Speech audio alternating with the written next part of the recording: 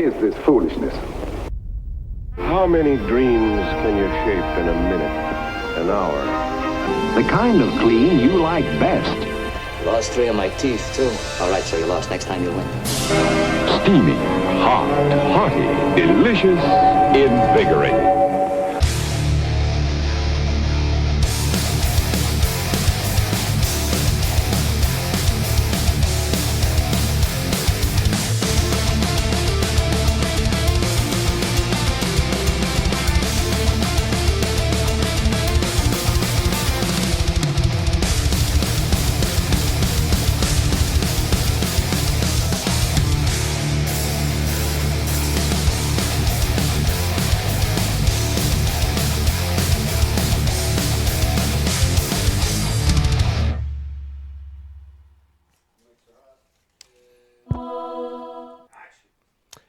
Folks at home, how you doing tonight? I hope you're having a wonderful Friday. I know we are. You've heard me say this before. Once in a while, we are graced with an amazing guest that comes through, not via Zoom or Skype or any of that crap, but actually comes through, hanging out. Such a pleasure when we have guests that do that. Who else is coming? Just one. And this is a guy that I've been following for such a long time, and so excited to have him in the studio. Live with us tonight, Oliver Ngy in the house. Yes, Woo! man. Oh, man. Thanks for having me, bro.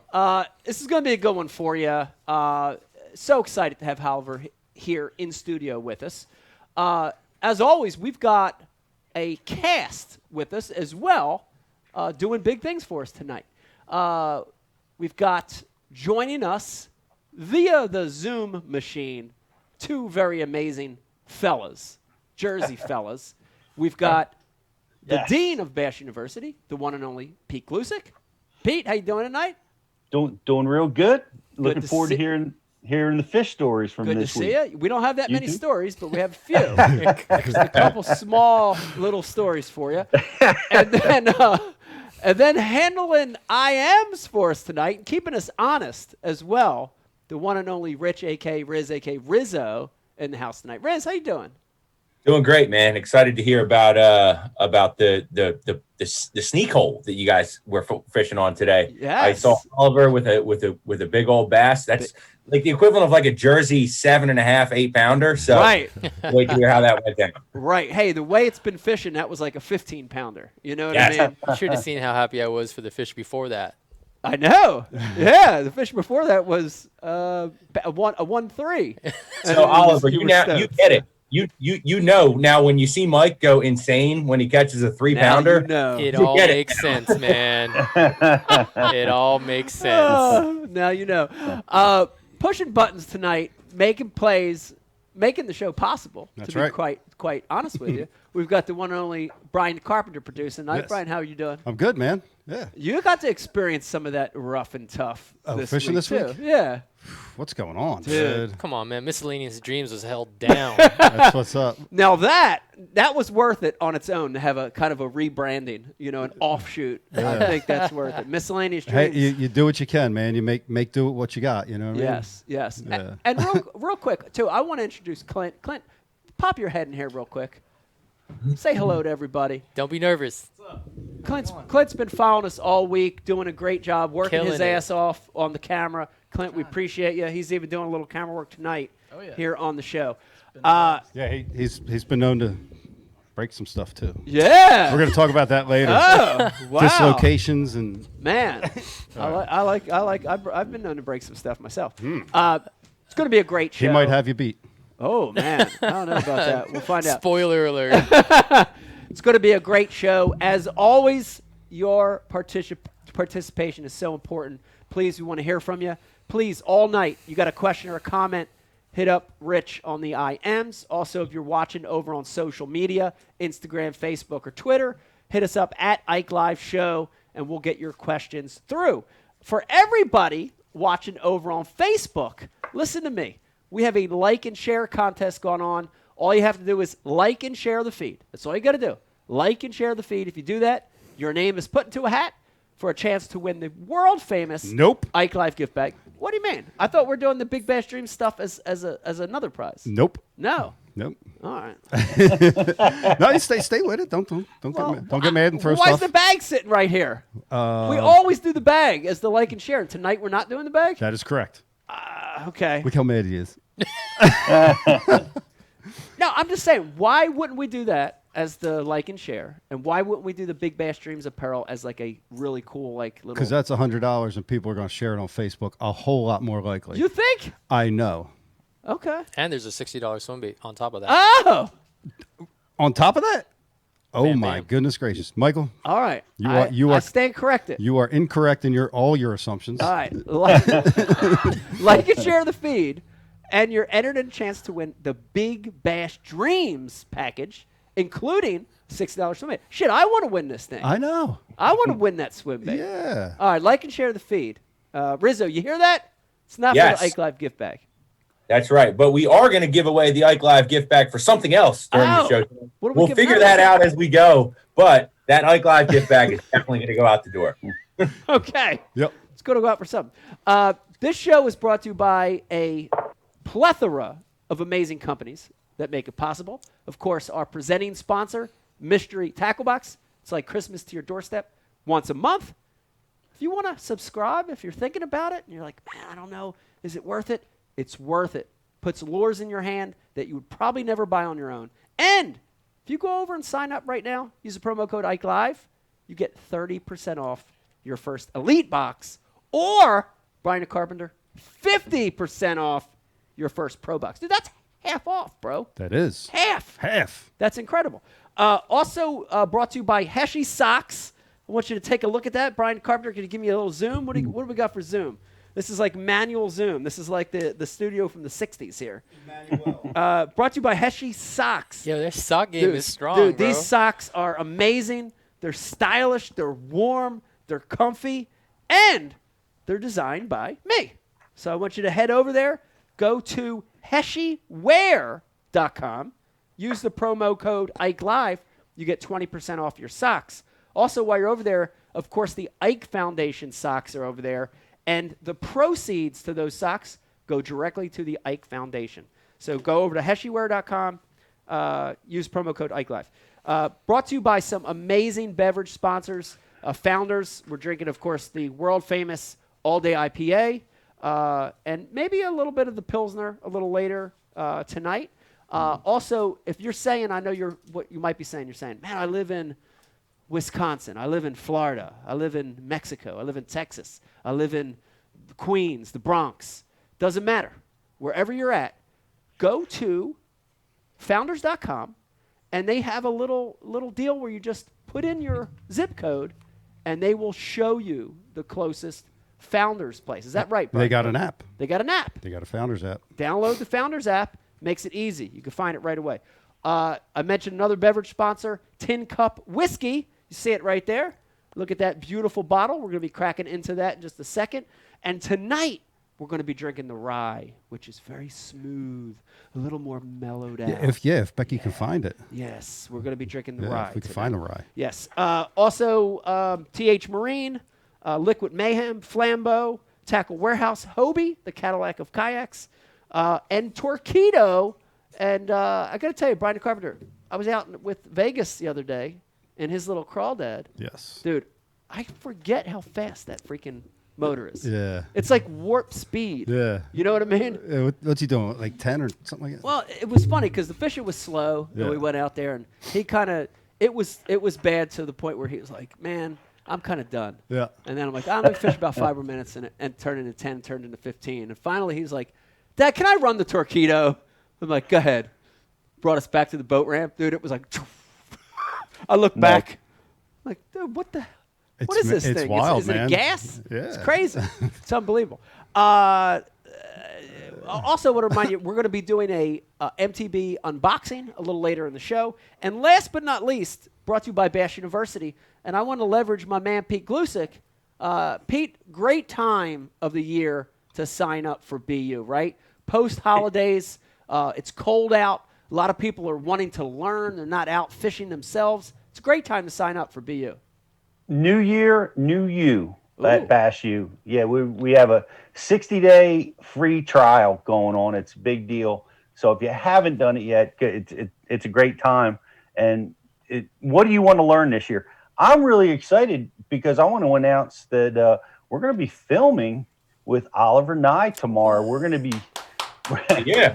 we're psyched. We're going to be doing some stuff like introduction to big swim baits, dealing with hard and soft plastic swim baits like he knows so well. Like he showed us a little bit of his knowledge on the show on Tuesday. So can't wait to get on the water with Oliver. I thought we were talking about strike indicators. Yeah. Red and white. Red All and right. white strike Tip indicators. Cool. That would be cool. A whole seminar on strike indicators. Like the little ding, ding, ding, ding. No, a bobber. Oh, Strike oh, indicator. oh, okay. Yeah. Well, the little bell on the tip of the rod. Or the bell. Yeah. The bell was always good. I thought you were talking Indicates a about. strike. It indicates a strike. It does. I thought you were talking about tip ups, like we were going to go ice fishing. That also tomorrow. indicates a strike. It does. Yeah. Visual. Anything visual is good. Let me remind you, we've got a great guest for you tonight. If you're watching, Oliver Ngy is here in studio with us. And again, we want to hear from you. Hit us up on the IM. Before we get the show started, because I want to start getting into conversation here, as always, want to thank our policemen, our firemen, our EMT, doctors, nurses. Thank you guys for what you do. Also thank our military, men and women, active and veterans. Thank you guys. This is for sure a crazy world, if not the craziest world I've ever seen with the events of the last couple days. So thank you guys for what you do. Cheers to that. It's crazy. It's Yeah, crazy. no kidding. With that note, I'm actually going to crack my beer. It's Yes. a good one. And I want to get into it, man. I want to get into it. Oliver, I want to corner the first thing I want to corner you on. And we got to talk a little bit about this fishing this week. But I want to hear it again because I want everybody to hear this. There's a fish in everyone's life. If you become a fisherman, if you become a fish head like we are, I could ask Brian, I could ask Pete, I could ask Riz. We all remember the fish, the one that sort of got you hooked Right. and got you pointed into the direction. And it was awesome because when we were down in my shop, and I've got a lot of, dude, I keep everything. I'm a mass hoarder. You know that. You got to I seen it. You got to peep it a little Yeah. bit. But I was going through that stuff. Brian, you're going to love this one. I was going through, and I looked down in one of my vats, and I saw the old power worms, 4-inch finesse power worms. And I had, 4-inch finesse power worms. And I had like 100 count of camo, which Okay. was one of our Johns back in the day. It was. I always thought that was a weird color Yeah. as a kid. Yeah. And then all of a sudden you kicked, oh, man. I remember that black tail, John. Yeah. Bro, black 4-inch Yep. select with the chartreuse tail. Dude, this was, dude, That was one of the ones, man. the one. Yep. That was the first one. So mind you, this is early in my transition from being a panfish and sun fisherman. Yep. Figured I conquered the trout fishing with power bait and figuring out what length my leader was. Yep. Like, oh man, I got them dialed, right? It's time for me to start messing with the big boys and try to be like these dudes I see, on the regular at my home lake. And these dudes, they come up with a little bit different energy. How old are we talking? 10 and a half, 11. Yep. Yeah. Good age. Yeah, man. Yeah. And remember, I was fishing ultralight stuff. Literally, my first setup was a $14.99 Shakespeare spin cast combo from Kmart. Yep. Okay, and then the next one was like the $19.99 ultralight combo spinning reel, like all plastic. Yeah. Whatever. I don't even remember what that thing was. So the next thing was like I knew I had to like gear up to tackle this, next big thing, Yeah, which was bass. a largemouth bass. Right. And that rod was like a 6-foot medium Mitchell rod. Ugly thing. But that's all my mom would buy for me. Yeah. And she was leveraging grades to get me to, Smart. Very smart. It worked, man. Yeah. It worked. So I'd keep my grades up, but she only got me the rod, so I had to step up from 2 and 4 pound line to 6 pound trilene green. Yeah. Put it on that little ultralight school. reel, but put it on that Mitchell rod, and bought my first pack of worms, which was a pack of those Berkeley Select Yep. 4-inch curl tails. Yep. And from my research back then, because there was no YouTube, There was no Instagram. There was none of that. No. It was the West Covina Public Library. Wow. Yeah. Did you have to And, use microfiche? Man, I had to use I had to use the Dewey Decimal System. All right. Yeah. Card catalog, you pull it out. Yep. You're like Fishing. bass. This tiny little, Yes. deal Yeah. upstairs, and I went through the encyclopedia because that, had a 3 to 4 page spread on fishing techniques and tactics. Yeah. And saw the Texas rig in there, so I bought a little bullet weight, probably 1/8 ounce lead bullet weight, all black, because I thought it made sense to match up with that black color plastic worm. And these blue mustad straight shank worm hooks, and Texas rigged this thing. And dude, I didn't know how to fish this thing. All I knew is when I pulled it, that little curly tail was like doing something, right? So I was literally standing on this rock and just like swimming a worm. That's Dude, crazy. nobody swam worms in California. What was the lake? Do you what lake It's was Pudding this? Stone. Okay. 15 minutes from where I lived. Yeah. Yeah, it's actually in the city of San Dimas on the other side of the freeway from Bill and Ted's San Dimas High, Okay. from Bill and Ted's Excellent Yep. Adventures. How about it? Yeah. Yeah, man. And that was home, and I was just swimming this worm. It's mid-February, overcast day. Like, I remember all the details. Yeah. I mean, I still see that rock that I was standing on. That 37-degree water? No. might have been a little bit warmer. No. It wasn't But, 37. for a 10 and a half, 11-year-old California kid, I was cold. Yeah. Like, I was rocking my 90s, like, bomber jacket, soaked through. Like, it was bad, man, but I got bit. And I don't even remember if I set the hook. I just don't remember. And I just had this fish on it. It was about a 3-pound fish. Yeah. And Good yeah, first fish. Isn't that amazing? Crazy. Pete, isn't that amazing? We've heard this from so many of our guests before where, dude, it's like you're there. Like when you were talking, it was like you were there yesterday. For sure. How's that possible, Pete, that people can remember the vivid details of that like that? It's crazy. I remember struggling every minute of every day to remember things for a test at school. Yeah. I real. could not remember a thing, but I can remember virtually every single bass Yeah. I've caught in my life. Yeah. Yep. I think all of us that have this, Yeah. feel the same way, because I can vividly remember catching my first bass on a floating Rapala. Yeah. That Dude, was about a 2-pounder. what's amazing too about that story is a lot of us had a family member that was there to sort of say, here's how you do it, here's how you rig it.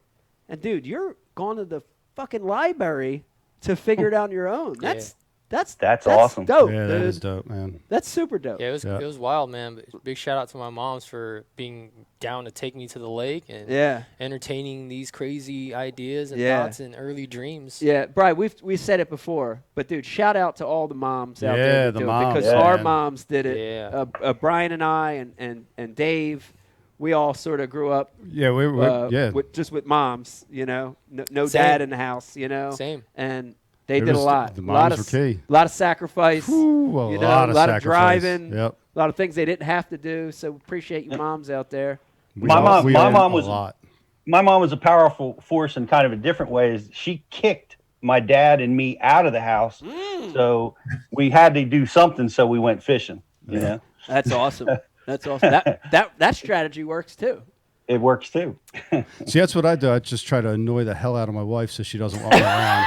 You know what I mean? Like I get her so annoyed. yeah. I just annoy her so She much. must She's, be annoyed as hell this Yeah. week because we've Oh. been kicking it. this week, but maybe like the last 20 years. 20 years, 20, she's- 25 plus Yeah, years. she's perma annoyed. Yeah. All right. Now, Before you do that, yeah. we threw that same worm, but threw it on the slider head. Yeah, That and was- I was talking about that. It's interesting because I've heard from guys in different parts of the country that power worm was so key. Mm-hmm. But like if you were here, it was a slider head. Gotcha. If you were in Minnesota, it was on a jig head, an open jig head. They called it jig worm. Right. And it's Texas rig in other places, it's Carolina rig in other places. But it's so interesting how broad that worm was, how powerful it was. I always find it extremely interesting as I continue to travel the country and now the world and dive into different fishing species. Yeah. Are the like little subcultures around each one and how they're affected regionally. It's crazy. Because like let me paint a little picture for you. Like as I walk into my Turner's Outdoorsman sporting goods store in West Covina, it was like 3 aisles of soft plastics. 2.5 of them were all local produced hand poured custom worms. Hand poured stuff. Right, salted bottoms before Robo. Yeah. And then you had the power bait aisle Yeah. of plastics. Yeah. So like they were the only like mass produced worms that I was exposed to. Right. And I mean I fell for the hype. Yeah. Right? The marketing back Oh then. yeah. Fish bite, won't let go. I'm Won't let like, go. makes sense to me. Yeah. and it's interesting, like the rigging differences though, because like you talk about those hand pours. Yeah. Like I remember Don Avino and the brassing Big shout glass. out to Don. Big man. shout out to Don. Love Oh, yeah. Don. Shout out to Don. Yeah. Brass and glass. But when you got like east, nobody threw brass and glass. Right. It was nobody. Well, I was telling you, I fished that finesse worm, brass and glass, but my Yeah. color was pumpkin seed. Straight pumpkin seed. Straight pumpkin seed good with one. that crawfish colored 3/16 ounce brass and glass, and I shook that thing. Shaking it. Noisy. Yeah. Little clack. And I remember the first 5-pounder I caught doing that still. Wow. Yeah, it was crazy. That's awesome. It's crazy. Now, so I'm painting the story. I'm imagining, you start it with panfish, trout, Yep. advance to bass, this era where, using these worms and start catching some good ones. So I know what the one was to get you involved with bass. Yeah. But I want to ask you the same question because this is probably just as important. Can you remember the one, the bass, the bite that got you hooked on swim bait fishing? Ooh. Was there one? Was there a moment? When you look back, was it this one bite or was it one boil or? Well, here's the thing. Like, it didn't even take a fish catch for me to just fall all in. Like, seeing that first Castaic hard trout in the real display case at that Turner's Outdoorsman at $49.99 retail. Like, Yeah. whoa, that thing's Just seeing the $50. bait. Seeing the bait and seeing hooks off this super realistic for its time Yeah. artificial lure. Right. Like, dude, I want to catch whatever is trying to eat that. Right. And it didn't occur to me that someone would think that that's out of, the realm of possibility. Right. That's the beauty of being young. Yeah. When was that? Give us a time context when you saw that. It was about that same time frame. Yeah. Yeah. 11 years old or so. Yeah. Looking at a swim bait in a display cabinet saying, Totally. what the hell? That thing's going to catch something big. I would hope everybody that fishes can relate every time they walk in a tackle store. Yeah. Right? You look at something on the wall and I imagine like, man, what can I catch with this? Yeah. And obviously it took something big to eat an 8-inch bait. Yeah. Yeah. So, yeah, I was captivated early on. And being from Southern California, seeing a weekly publication with all the fish catches, right, and guys like sending in their photos and all the lakes giving reports, and seeing like local dudes, like Doc Holliday, for example, he lived like 2 towns over. So to me, he was like the closest thing that I could relate to. Yeah. Because most of the other guys were like in L.A. or in the valley, like closer to like Castaic and Piru and Lake Casitas. Right. I was on the east side of L.A. and like no one caught giants out of Pudding Stone. Like, Right. so I was able to see that those fish were catchable. So I was inspired, man, early on. Right. Obviously, that moment of inspiration to like actually somewhat figuring out how to catch them once in a while, that represented a really big gap. Right. So that wasn't an overnight thing. No, It wasn't like no. you saw this bait, you went and got it, you instantly caught fish on it. There was a process. For sure. It's funny because the swim bait craze has come and gone a few times. Yeah. Right? And comes back stronger every time, it Yeah. seems. But every generation that comes in hears about all these stories, like about your experience at Casitas and this, that, and the third, and they assume, like, oh, man, that golden era that I missed, but it's been so easy. These fish didn't know. They weren't educated.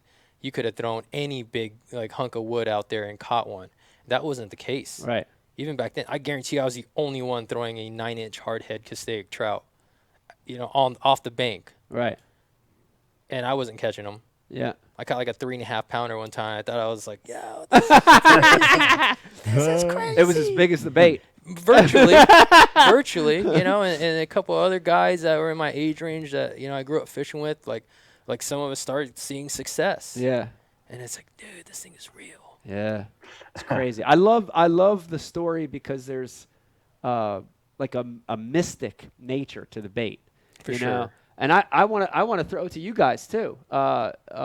Pete, Riz, was that ever the case for you? Was there ever a bait that you looked at and it almost had like a mysticism to it, and you were like, "Oh my God, look at this thing," you know? And then you went out and got it, and then caught fish with it. Yeah, I mean, honestly, it's so like chalk and a layup answer for me to say this, but like, it's for me, it's got to be the freaking stupid chatterbait. Like when I saw the power of that thing fishing off the back of other people's boats and saw how effective and crazy powerful it was like, damn, I gotta get tuned with this. I gotta get good with this, and just listening now and being on 2 shows with Oliver now, it's like just hearing everything that he's saying about swim baits is really opening my eyes and making me think more about the power of swim baits and everything that they can do. Not necessarily just catching fish, but just being able to get fish to show themselves. Yeah. And, being able to draw fish out of areas that I may never have thought that there was fish there. Yeah. It's really an amazing thing. Yeah. Now, Pete, I before you answer, I'm going to guess what yours was. Rooster tail. Yeah. Dude, you're close. I'm telling you. See? And it was back around Woodstock, like you Right. normally say. Yep. And, Peace and love. Everybody was banging all over the place. Yep, I remember funny. those days. Yeah. But Ed Cowan chimed in. His first bass came in 1968. Wow. Amazing, right? But we were bait guys, right? Dad would take us and, we'd dig worms and we'd just go catch perch and bluegills and just have a ball, just getting dirty and being boys. Yeah. And, Dad would stop, and every time we'd get to get bait or hooks, he'd stop at the lure wall and he'd pick a lure up and he'd throw it in the tackle box, and we'd all, we were mystified by it. Like, nothing's going to bite that. Can that really work? Yeah. Yeah. And I was a Mepps Black Fury. Whoa. Oh. Yeah. And big hackle on the back. I remember that.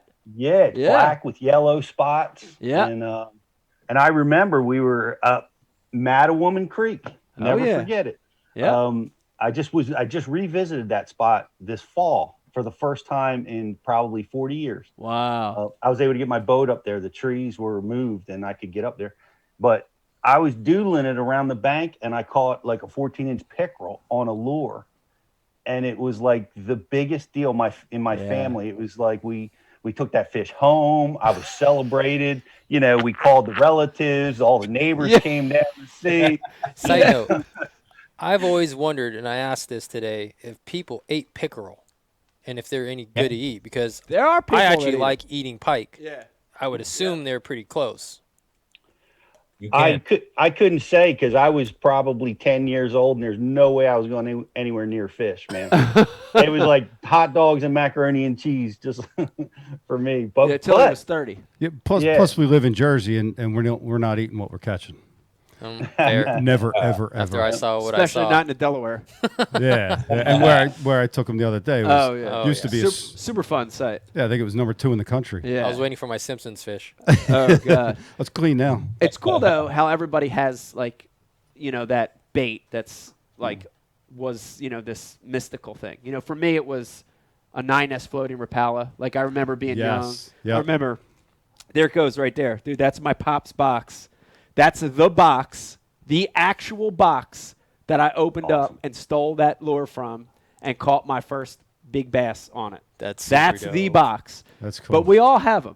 And Brian, I want to call you to play on this. Like, I even remember like a series of them because when we first started, when we were that 10, 11, and we were doing the stupid plastic worms with the little split shot above it, and that's all we knew. I was telling Oliver about that. Oh yeah, that's all we knew. Yeah.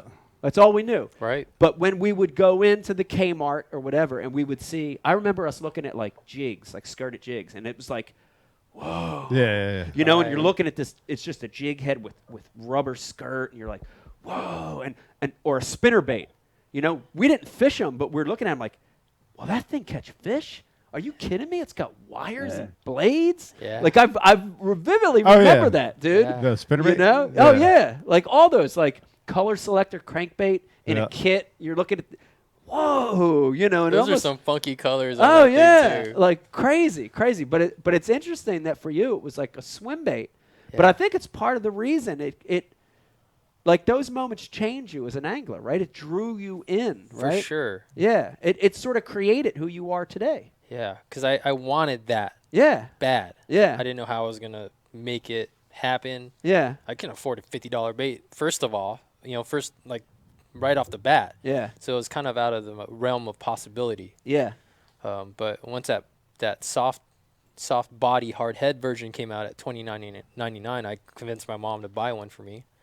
And the next problem was having the gear to throw the stuff because none Right. of these swim bait specific tackle items existed back then. Yeah. Yeah, and you've but- got your Mitchell ultralight with 6 pound, Right, 8 pound right. trilene green. Well, the funny thing is, like, and I was telling Clint about this, like, man, you guys didn't see my first half to first 2/3 of my fishing career, and it was very finesse based. Right. 5 pound Maxima Ultra Green. Yeah. Like getting bit was like what I was all about. Right. So when I remember catching my first spook fish on 15 pound, I felt like I was cheating. Bro, I felt like, Thought you had man, cable this on thing there. had no chance. Right. I remember that vividly. Yeah. Like, so it's funny how perceptions evolve through experience. Yeah. Yeah. It's funny. So Steve Carey from Fish Sense Lures just texted me, said his buddy made fish cakes out of pickerel this year, and they were really, really good. Wow. Yeah. Now, is Pickerel fish cake cakes. something you do with like a lesser quality fish, or is it kind of like the blue crab cakes where it's like it's really good, so let's highlight it? Yes. I would say no. It's not. You're not trying to mask anything Right. because they do it with salmon, with blue crab. Okay. Yeah. No, it's just Cool. another way to eat it. The biggest thing is it's bony. If you Bony. if you Yeah. figure out how to remove the bones, it's got to be a decent. Yeah. When the fish is just when it's not as fresh, that's when the supermarket turns them into fish cakes. Yeah, they scoop it off the floor. Yeah. It's interesting. I want to jump back too and talk about how like people are important, to your career. Like for us around here, and I'll corner Pete on this too. Like I can run off a list of names that were important for us, in the bass movement in the Northeast, right? Right. Like Ed Cowan, Pete already mentioned his name, Rich Schneiderite, Randall Romig, Brian Kerschel a little later, like these characters that were important. You named a few, but who were they for you, especially with the swim bait movement early on? Who were some of the guys? Well, man, I like to go back even further, like before the swim bait stuff, because just the fundamentals of fishing Yeah. were a struggle for me to learn. Yeah. And everything was a new challenge to conquer. And there are a bunch of people, a lot of them who aren't around anymore, that put out information and content, like in the form of books and articles and other sources of information that really influenced me as a kid and really set me up to be able to go to that next step. Right. Even before that. And Right. the first one actually that comes to mind was when I met on the dock the second time I ever went fishing. And it's wild because I haven't seen him since I saw him at my local lake like 4 to 5 years ago, maybe now. Honestly, maybe even longer. Like probably like 6 or 7. And his name was Steve Takuchi. And he was a Japanese-American dude from Rolling Heights, which is like 3 towns over from me. But he was a football, basketball coach and referee, actually. And he watched me struggle every weekend for about a month. I didn't catch crap. Yeah. My line was too heavy. I was using the wrong hooks. I was literally tying overhand knots as my connection knot. That's why I was joking about that. Double knot overhand. Yeah, Just yeah. cinching it Like, down. oh, it works. It's Yeah. stuck there. Yeah. And so he took pity upon this poor little kid, like just sitting there like a lost cause. Yeah. And really showed me some real fundamental basics and gave me confidence immediately. And his grandkid actually reached out to me on Instagram. He was like, "Hey man, my dad was telling me that there's this guy that my grandpa used to take fishing and now he does this as a living, blah, blah, blah. Is that you?" And I look at his page and there's a bunch of fish and stuff. And he said, his name's Steve Takuchi. like literally like 2 days ago. Wow. And I had fallen out of touch with him. And I was Yeah. like, hey man, like how's your grandpa doing? He's like, dude, he's in his 90s, still fishing. Whoa. And it's still a badass. Like I remember, like he only fished panfish. And when I was fishing on what used to be the rental dock with that spinning rod, brass and glass combo with a pumpkin seed finesse power worm, Yeah. I had caught like 2 fish on it. And I was like, Steve, come on, like I want to see you catch bass. He said, oh man, I used to do that all the time. And like kind of begrudgingly, like just picked up my setup. Dude, he fires off a cast like right at the pilings and catches like a 4.5 and like laughs it off, right? Like, here you go, kid. Like, and I'm like, man. dude, you are a freaking legend. Wow. He's a legend to me. Yeah. And I'm looking forward to reconnecting with him. That's cool. Like he was probably the very first important one. And then there were several others. A lot of those guys were regulars at that lake. Right. And they kind of took care of me and mentored me. So those guys were even probably more important than like the legend names that everybody would think of. Right, because they were there in my face, like checking me when I'm out of line. Right. And yeah, those guys were a huge influence on me coming up. That's awesome. Yeah, but those other guys that were kind of in the peripherals, right? Like the writers, the personalities, like they obviously had an influence on me too. Yeah. Like Ronnie Kovac had this series of like instructional books that I took a lot out of. Like I remember reading, it was either fishing in California or trout fishing in California. It was one of those. And he was talking about retrieves, and it might have been talking about a Castmaster or maybe a MEPS or something in that genre, and talking about mixing up retrieves. Dude, that's stuck with me to this day. Right. Like Instead of just throwing and winding, just variation of retrieve. Right. Yeah. Just varying that retrieve until I can trigger some kind of reaction. Yeah. Like that's crazy because it has totally affected my entire fishing career up to this point. So cool, Pete Glusick, to hear that. You hear how instruction is so critical, to learning, and here all these years later, you and I are doing it with the Bass University. It's a good feeling to know that you're impacting people like that. And I think I want to give you guys like all the roses for that, because we might take that for granted now, but like you don't know what effect you have on some kid you may never meet. Yeah, it's awesome. Like it's wild. It's a good feeling. It's cool. Pete, I know you've run into people that say, "Hey, thank you. You inspired me, or you helped me get to this level," and you meet those people all the time. I had one of the coolest ones down at this past classic. Father came up and was talking to me, and I'm getting emotional thinking about it, because he was getting emotional as he was telling me this story, and he said, "I cannot thank you and you guys at Bass U for what you do, because my son, via YouTube, fell in love with bass fishing, and I have no idea what to do. I had no idea how to get started with him, but I signed up for Bass U, and I was able to help my son learn how to bass fish, and it's been one of the greatest experiences of his life, because it connected him with his son. Yeah. In a way, and they go bass fishing now. Wow. So it's great, because a lot of kids today, man, like we all had a family member or maybe somehow got lucky and got exposed to it.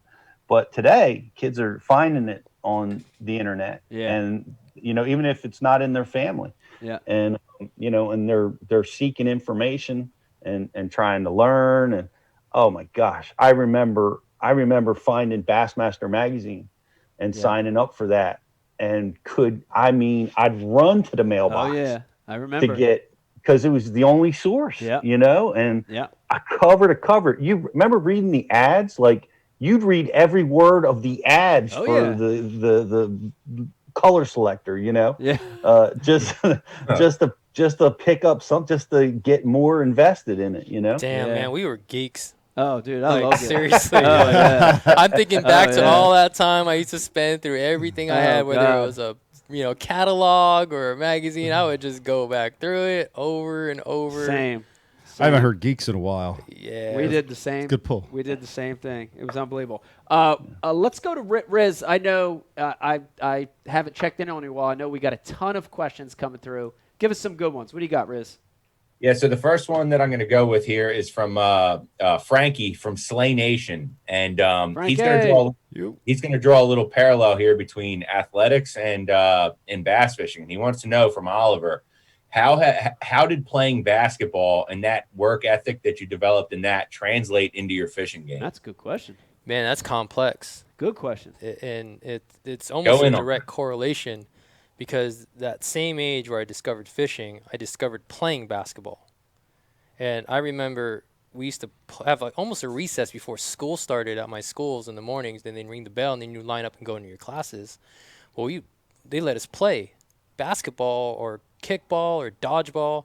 Man, those dodgeball matches used to be crazy. They actually outlawed them, bro. Yeah. First, they took away the Kids yellow get balls hurt. because they were hard, and yeah. it was all headshots, bro, like Yeah. straight up. And then we always got in fight. It was crazy. Shout out to La Puente, man. Like it was a good time. It I'm was glad I crazy grew in up there. in my high school. They would let the seventh graders play against the seniors. Dodgeball. Wow. Wow. Oh my God! You'd see seventh graders get annihilation. knocked into a loop, concussions, black eyes, Bloody nose, crying. Oh, But that's when they had the whole school was in one classroom. Oh, yeah. That's exactly. one-room schoolhouse.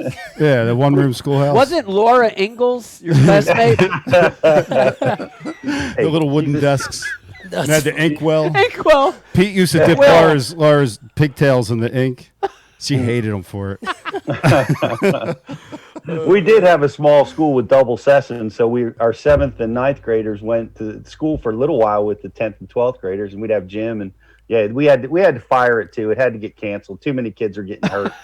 That's great, man. But I loved playing it, man. That's a great question, because in tournament fishing, I feel like mental toughness is the most important thing, and that is developed through sport. And I got it through wrestling. And that was my sport. And, when you lose those fish, when you lose those 6-pounders and you're in a tournament scenario and all the craziness, 70-mile-an-hour winds, well, not that much, but 20, 30-mile-an-hour winds will hit you on Lake Erie, and you got to drive. You got to have the fortitude to go, 20 miles out into that crap, man. You got to be able to dig deep. And, I think sports delivers that. That's when Pete puts his singlet on. You know what I mean? Yeah. We got heavy winds, folks. Get your singlets on. Yeah. It doesn't man, going retain back to the water, man. basketball. It just runs off. Yeah. Going back to that basketball, right? So we don't miss this question. I remember hitting that first baseline, like 10-footer, and like my friends cheering me on, like, dude, that was cool. And that moment and that feeling of that ball going through that hoop, I'm pretty sure I switched it,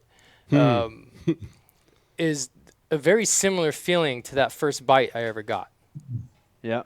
It's giving me a really similar, rush of endorphins and positive return. Yeah. So my love for basketball, it coincided with my love for fishing, and still to this day. Yeah.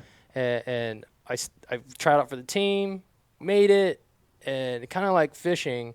Like I see this a lot, right? We all fall in love with whatever activity it is, and let's use fishing for example, and myself included. Just because you love it and are passionate about it and consume all things fishing, that may not translate to actual performance. So basketball taught me that I actually had to work at the game to be any good. Yeah. Yeah. And it's the same thing in fishing. It is. Right. Very and similar. there's so many parallels, man. Like, I preach fundamentals all the time, and they're as important in either sport. Yeah. Fishing or basketball, and if you're missing fundamentals, it hurts you the higher you go. Right. I feel. Yeah. Especially when you want to, aspire to catch a giant bass, the biggest fish of your life on a really big bait. Like, man, you're missing a huge part of the puzzle. Right. You're probably gonna take a lot of bad shots, right? And you're not gonna execute when you have opportunities. Yeah. So I urge people to be patient. It took me a long time to not completely suck at basketball. Like, it really did. Yeah, you had to work at it. Yeah. I played through high school, and, I only started my junior year, and that was for the JV team. And, I felt like I was being disrespected because like, dude, I worked hard. Yeah. I didn't have the talent like my boys did. Yeah. So I'm still friends with a lot of the guys that I played basketball with growing up, and you know they just had this ability that I lacked, but I developed a jump shot, and you know, went from there. And it's funny because to this day, especially through the adulthood, I was the only one left that really played regularly. And it took a long time, man, but I got buckets and I got my stops. Like, Yeah. I loved it, and I used that energy as fuel. Yeah. So I've always kind of operated with a chip on my shoulder, but I feel like Yes. I've done it in a healthy fashion. Yeah. Yeah, Right? chip on 'Cause your shoulder. everybody man. gets negative energy. It's how you spin it and put it back out. Yeah. That's what matters. Yeah. I think that's key. And Riz, chime in on this too. It's a lot of people watching and listening right now that are in the same scenario, right? When I look at great anglers, right? I look at naturals. Aaron Martin's I would consider a natural. I think Van Dam's natural. A lot of natural anglers. But there's just as many good anglers that have that work ethic. Riz, you can relate to this, right? Yeah. So you really just struck a chord with me right there when you said, you know, you have that chip on your shoulder and the way that you spin things and gear them out. I am an emotional person, you know. I've learned that I can't contain it. I got to wear it on my sleeve, and it's who I am. It's what I'm going to do. And you know, when you say that, it's like, you know, not everybody's the most talented guy in the room all the time, but if there's something that you want to accomplish, and I say this all the time, ultimately hard work will trump talent. When talent doesn't want to put in the time or put in the effort or put in the long hours on the water for this circumstance. And, you know, Oliver, for me, it was baseball. I grew up on the baseball diamond football field my whole life. Baseball was it. And I got hurt early in college, and I was never the same player after I got hurt. After I broke my wrist, I was never the same guy. And around that same time in my life is when I found that when I got exposed to bass fishing heavily, and then tournament bass fishing came into play, and that competitive nature that I had, it was like, this is it. Parlayed it right into Totally. This is where I find, you know, that competitive nature. And man, that's so awesome to hear you say that you know, having a chip on your shoulder and delivering it out the right way.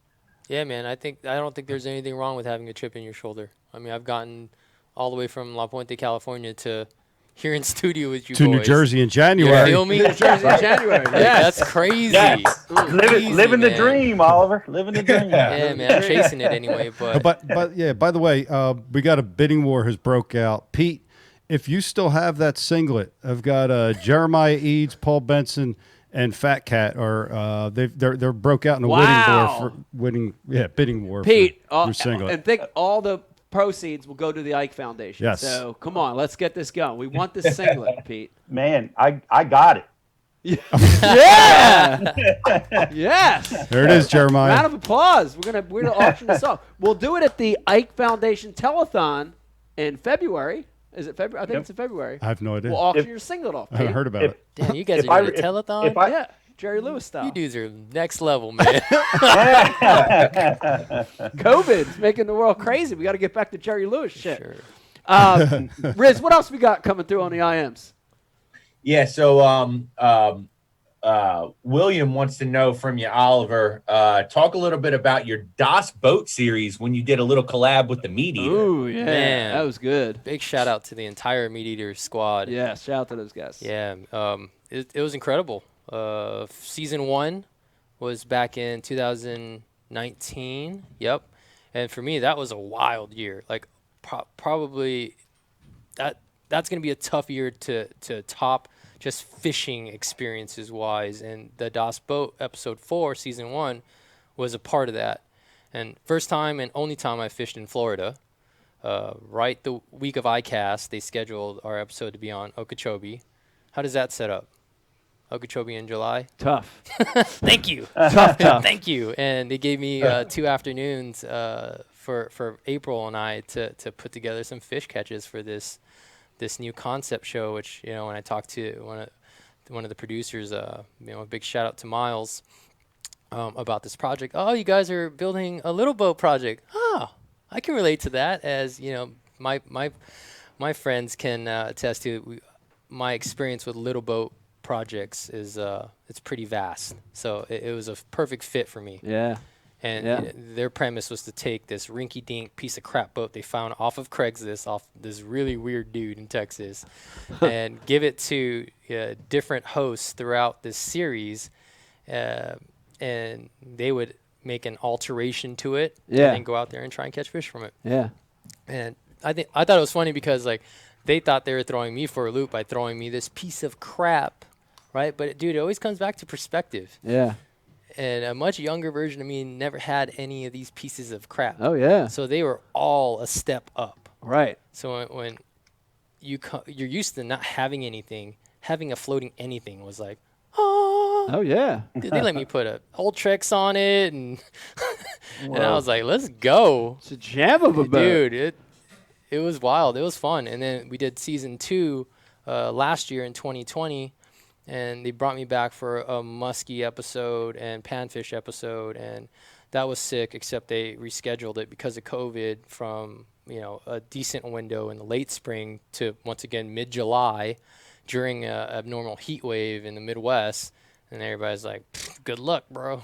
Yeah. Hey, but we got one. Yeah. And One muskie. One muskie. How'd the panfish episode go? Man, you know what's funny is like the whole squad kind of felt overly confident on the panfish side, and I was like, man, I don't know.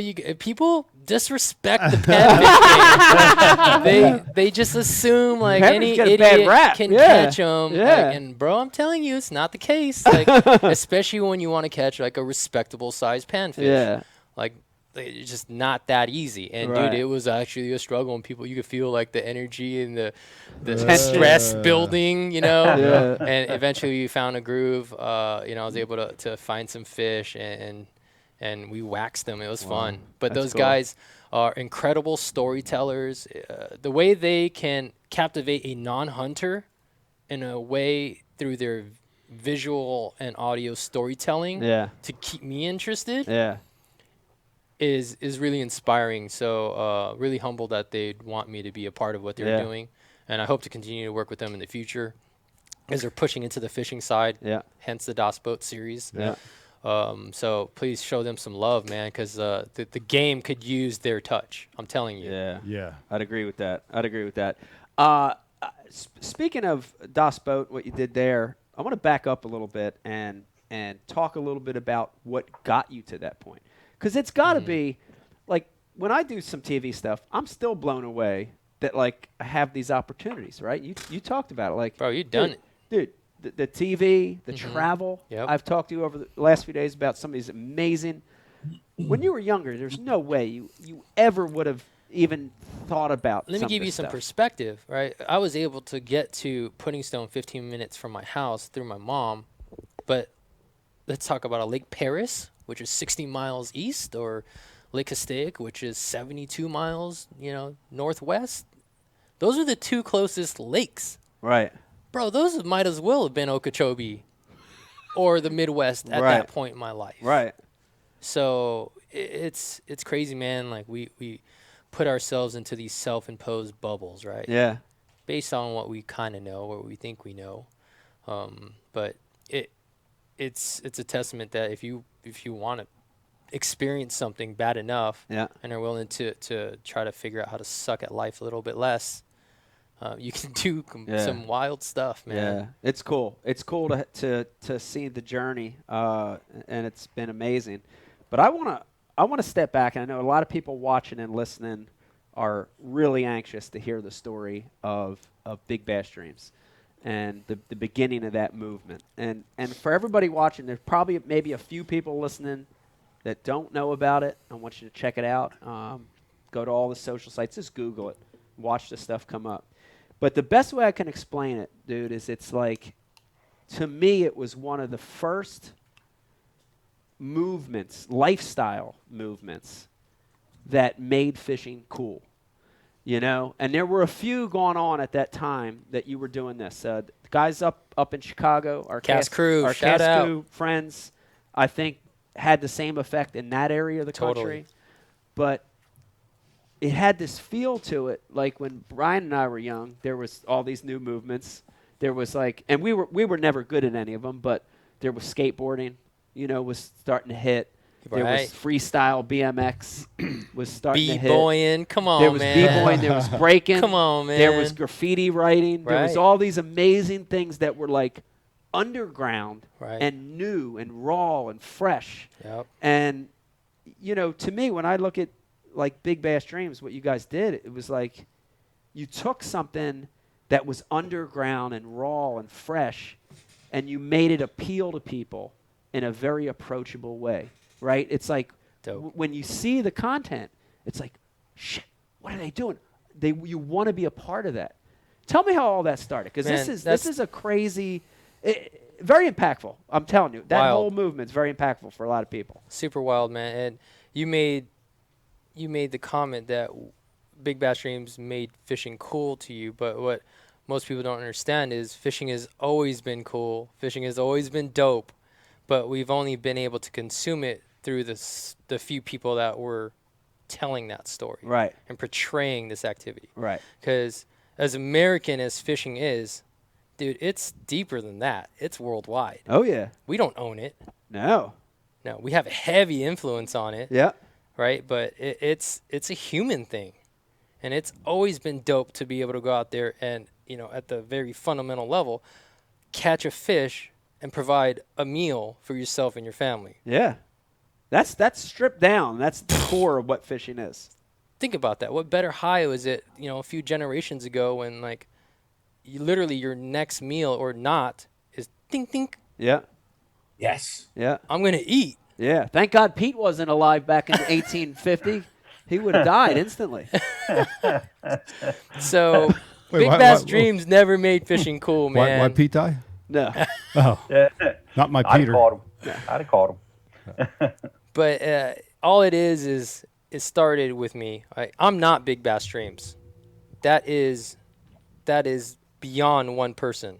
Yeah. Right. Unfortunately, early on, like I had to fulfill a lot of that content to build this movement and this culture and this community. And man, it's humbling to see so many dope people, the producer included, rocking Big Bass Dreams. Dude, it's like, amazing. It's amazing. Like I can tell you, I took a trip to Japan. I saw Big Bass Dreams shirts in Japan when I was there. Yo. Today, dude, we're in South Jersey. Man. The land of South Jersey rednecks. This dude who's just this regular dude's got a regular job, just a regular Italian dude from South Jersey, was a giant fan. He's rocking a shirt.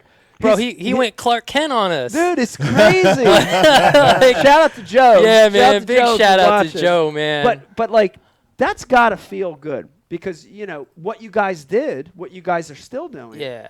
Dude, you're affecting the whole culture. Yeah, man. Like, fishing has afforded me such incredible opportunities to have, like, the most incredible experiences that I never would have really felt were possible. Yeah. So I have this vision of Big Bass Dreams influencing that culture in a positive way. Yeah. Like to its fullest effect, whatever that may be. Yeah. Like, and it has. It's cool, man. It's really humbling. Like people worldwide, like you said, it's wild. We got a team in Australia, got a team in Canada, a team in Italy, team in France, Spain. It's gnarly, man. Yeah. And like everybody's super dope. Did you get to that though? Like yeah, I mean, in the very beginning, were you when you guys were like sitting around just like we are now having a couple beers? Yeah. Were you strategizing like we're gonna have world dominate, or did it develop on its own? So this is kind of how it all started, right? And it started with my boys. And dude, I play basketball and I'm undersized. And I'm the type of dude when I show up to a new court, like I might not even get picked, if not picked last, right? And so I grew up talking like trash, man. Like I'm a trash talker.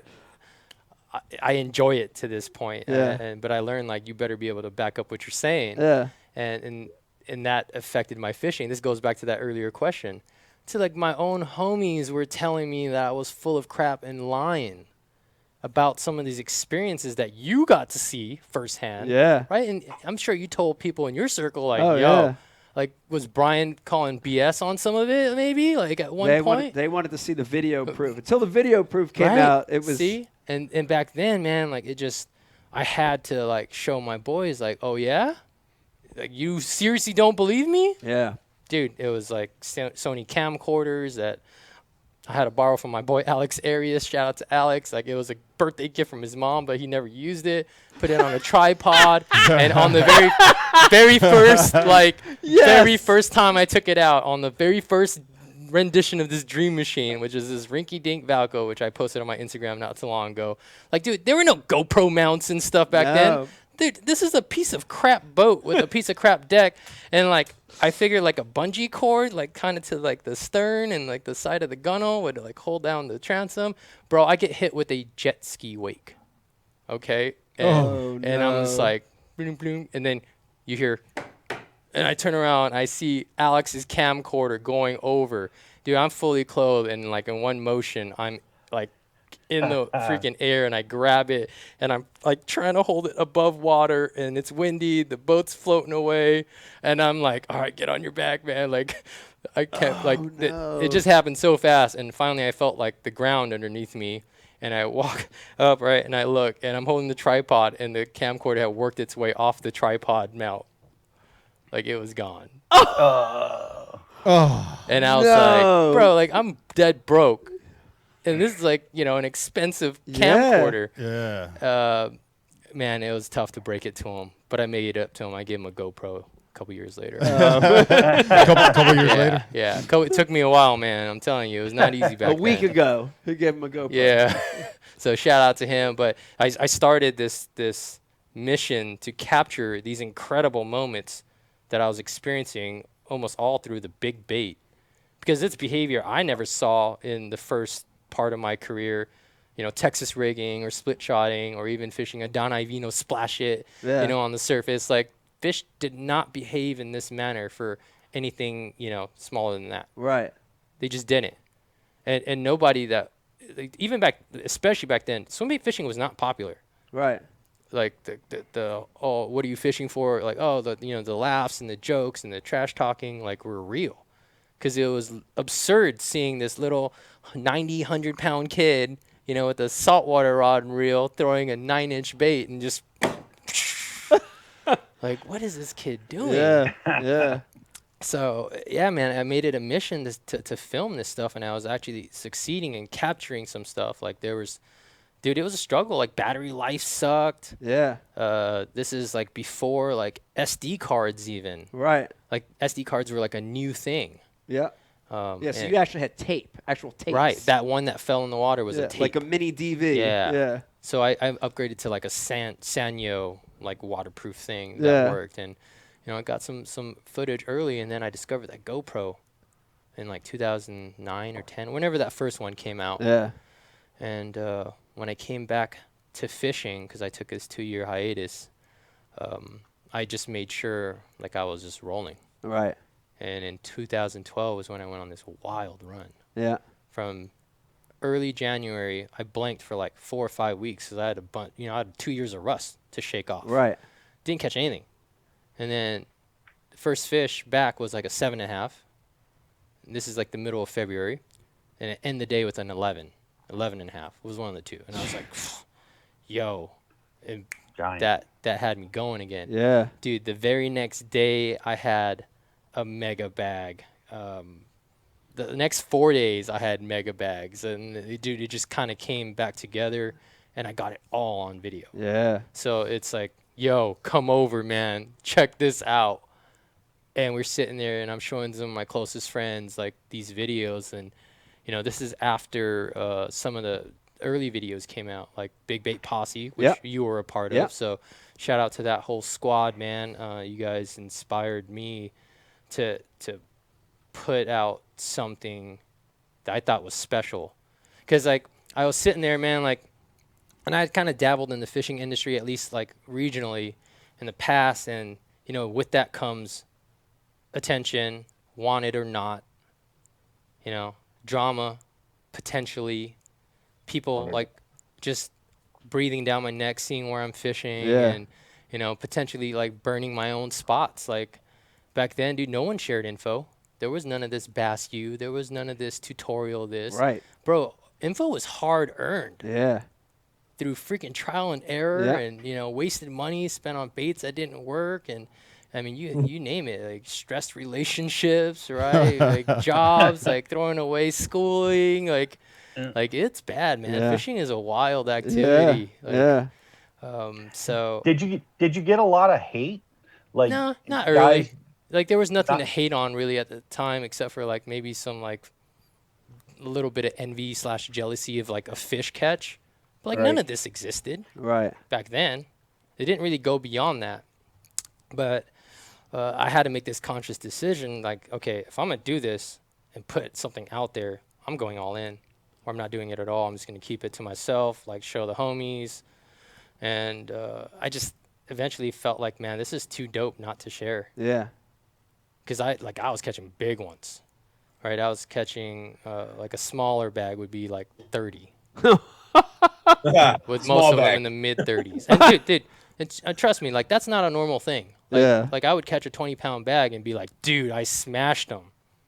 Okay, like fishing in California is not easy. So Yeah. don't hear those numbers and be like, damn, like the golden era. I wish I had a hot tub time machine. Yeah. And I could go back in and, and throw any of these baits. Dude, it was not that simple. So it was really special what I was experiencing. And like, dude, I reconnected with some of my old friends like Carnell Lee, who I hadn't seen in like a decade.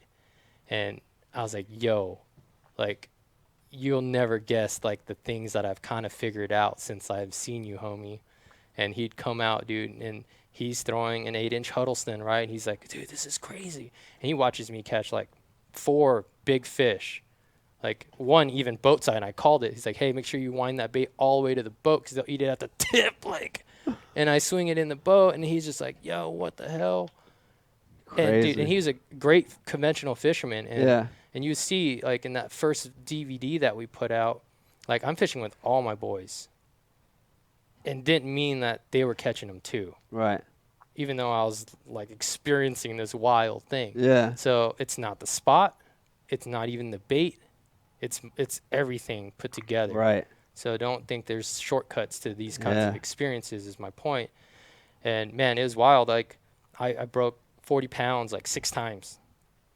For my crazy. best 5, and I don't know how many 7s, 8s, and 9s I caught because all I wanted at the time was a teener. I hadn't caught a teener at that point yet. Yeah. So, and not just a teener, I wanted like a 15. Like I built a live well out of this like Bass Pro Shops available model. It was like for John boats. Yeah. But they had this weird like storage compartment right in the middle. I'm like, bro, I can't fit a 15-pounder in there. And my boy that helped me, George De La Cruz, laughed at me. He laughed at me, bro. Like, and those are the kinds of like reactions that just built this chip on my shoulder. Yeah. Like, damn, this fool really don't. He really don't know.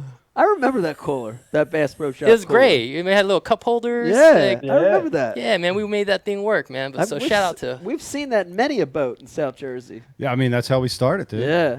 Yeah. In our little boats. Yeah. With our own action packers. That's crazy. But here I'm like visualizing all this. Like you're capturing this amazing content. Mm-hmm. It's stuff that guys aren't seeing on the norm. They're seeing it for the first time. A lot of people, they're putting in this DVD and they're going, "Holy shit! What is this?" Right. But Big Bass Dreams is more than just video. It's more than just content. Right. Like you guys created this whole lifestyle, apparel, logoing, like just a feeling, right? A feeling. Yeah. When you watch it. Where did that come from? I don't even know. Like that, I was just putting out what I had. Yeah. And just being myself the whole time. It right? created itself. It really did. Yeah. Because, I mean, who can't relate to having big bass dreams? Yeah. Like, if you're making a cast with a fishing line, Yeah. with a hook, like, odds are you are probably hoping for the biggest fish you can catch. Yeah. Or a fish if you're fishing South Jersey this week. Yeah, no kidding. So I just think it's a concept and theme that, like, so many people can relate to. Yeah. And the nice thing about, like, the way we came into this realm is that I wanted to show people that although you may not have the resources to be able to be like on a Mike Iaconelli level and tour the country and fish at these high levels of fishing competition, a big bass is within the reach of anybody. Yeah. Literally. Yeah. That's true. Yeah. And going back to the athlete comparison between major sports and fishing, man, it is so much more difficult for an angler to break through on the fishing side than any of the 5 major sports. Yeah. Because it doesn't matter how good you are, like no one's coming to recruit you. No one's giving you a deal. That's true. Like you have to figure out ways to be able to leverage yourself into a position to have the tools you need to compete against guys like this. And that's not within the reach of most people, at least not in their minds initially. Yeah. Right? Dude, I was like, man, that's crazy. I'll never be able to do that, but I can tie on a big bait and go out there and try and catch the biggest bass of my life. Yeah. It's amazing. I mean, it resonates with so many people. And, you know, what you said, I want everybody to listen to this. The best brands, the strongest brands out there are self-created, right? I really believe that, dude. Totally. Like I'd agree. I hear so many people talk about like branding, and they say, well, you gotta come up with the best logo, and you gotta create a tagline, and you gotta, but that's like artificial. Yeah. And I'm not saying there aren't brands out there that are strong that are created artificially. There but are. The very strongest brands are created themselves. Are just created by what they are. I think that's what happened with Big Bass Dreams. Man, I hope so. Yeah. Appreciate that, man. That's dope. It's awesome. It's awesome. Yeah. Let me remind everybody, we've got Oliver Ngy on. If you're watching or listening, if you've got a question, please hit us up on the IM. Also, you can hit us up on our social media feeds at Ike Live Show. Listen, here's what we're going to do. Brian the Carpenter, we're going to take a little break. We went super deep there. That was awesome. We're going to take a little break. When we come back, we're going to get back into it. We're going to pick it up, though. We're going to pick it up with the present. We're going to move into the future a little bit. What? And there might be a couple big announcements happening. So don't go anywhere. Let me follow you up. Big announcements. There's some big guests popping in. Oh. And guys, remember on Facebook, there's a like and share tonight's feed. There's $100 Big Bass Dreams gift card and a $60 Defiant swim bait. Oh, my goodness. All right, so hang in there with us. When we come back, more Ike Live. 4.5-inch drop shot worm, Bama bug. Finesse jig, PB&J, give me something hard. Hey, KVD here. Now, I didn't always know this much about fishing. 4-aught EWG worm hook. In fact, there was a time when I couldn't tell the difference between a jerkbait and a stickbait. But then I signed up for Mystery Tackle Box, the original monthly tackle subscription. And now I know more about fishing than I do about calculus. And he knows a lot about calculus. Plus, I get amazing extras like free fishing magazines. October 2016. Featured article, 4 places to throw a frog. Exclusive decals. Zombie bass. And how-to videos for all the great baits I receive. How to tune a crankbait. Is that underwater footage I smell? I got goosebumps. So if you're looking to develop enhanced fishing abilities like me, or you just like getting new tackle every month, go to mysterytacklebox.com and get your box today.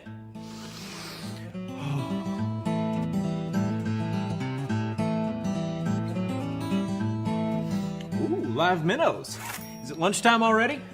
Nature's candy. Oh, is he in my pocket? There's a special place in our hearts for the tools of the trade. They're what we prep for a good day on the water.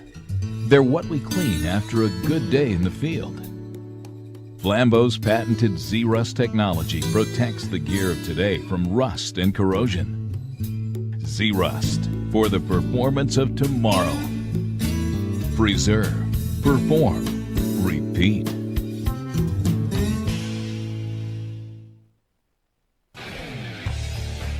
You work hard to catch your fish. TH Marine has 2 products to ensure your fish survive. The Oxygenator injects 100% pure oxygen into your live well. That increases fish survival by 35%. For the perfect combo, add G-Juice Live Well treatment. It calms fish, stops bleeding, removes ammonia, and replaces slime coat. Get an oxygenator and G-Juice and keep your fish alive. Holiday season is almost here. And you know, holiday season might as well be sock season. We're excited to announce our brand new partnership with an amazing company, Heshi Socks. That's spelt Heshi Socks. Go to heshysocks.com to check out my brand new Mike Iaconelli collection.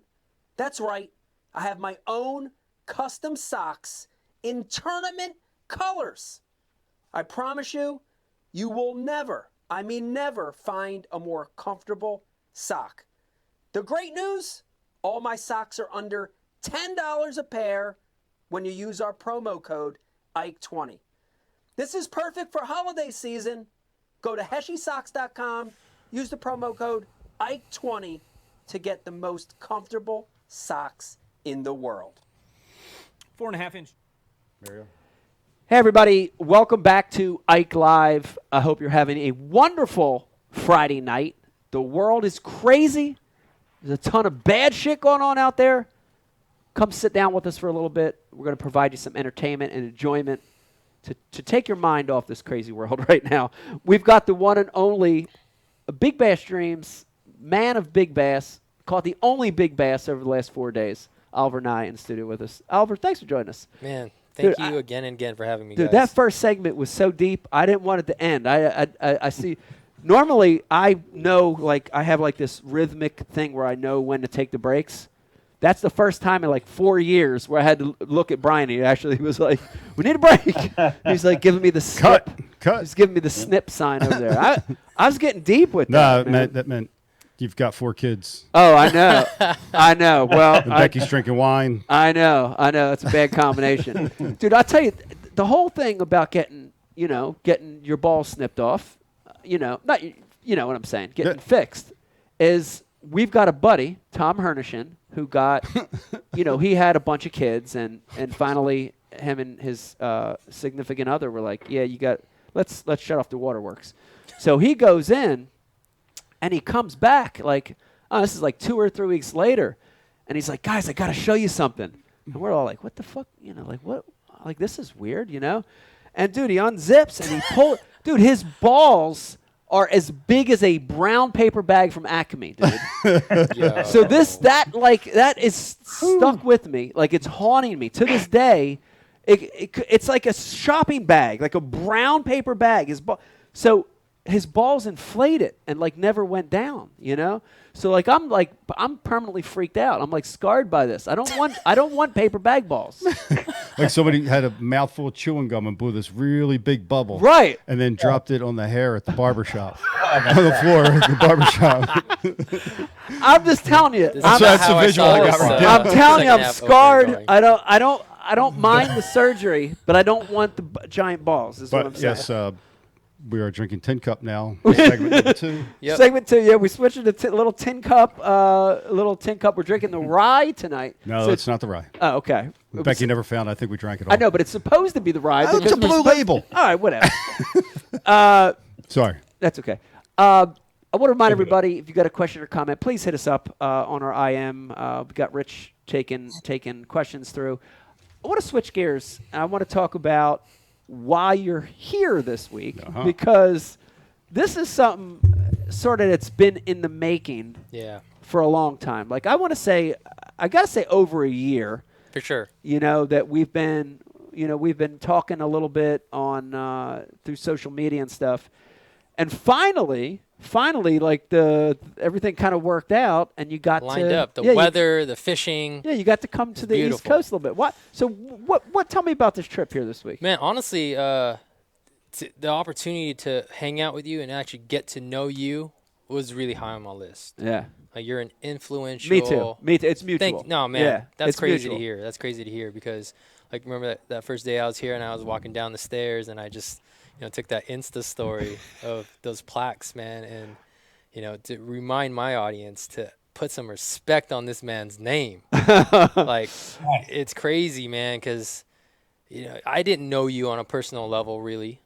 You're only able to consume what somebody else puts out there for you. Yeah. Which is why I feel like this day and age is beautiful, because look what you've been able to do with your own platform, right? You can set stories straight. You can show people who you are. Yeah.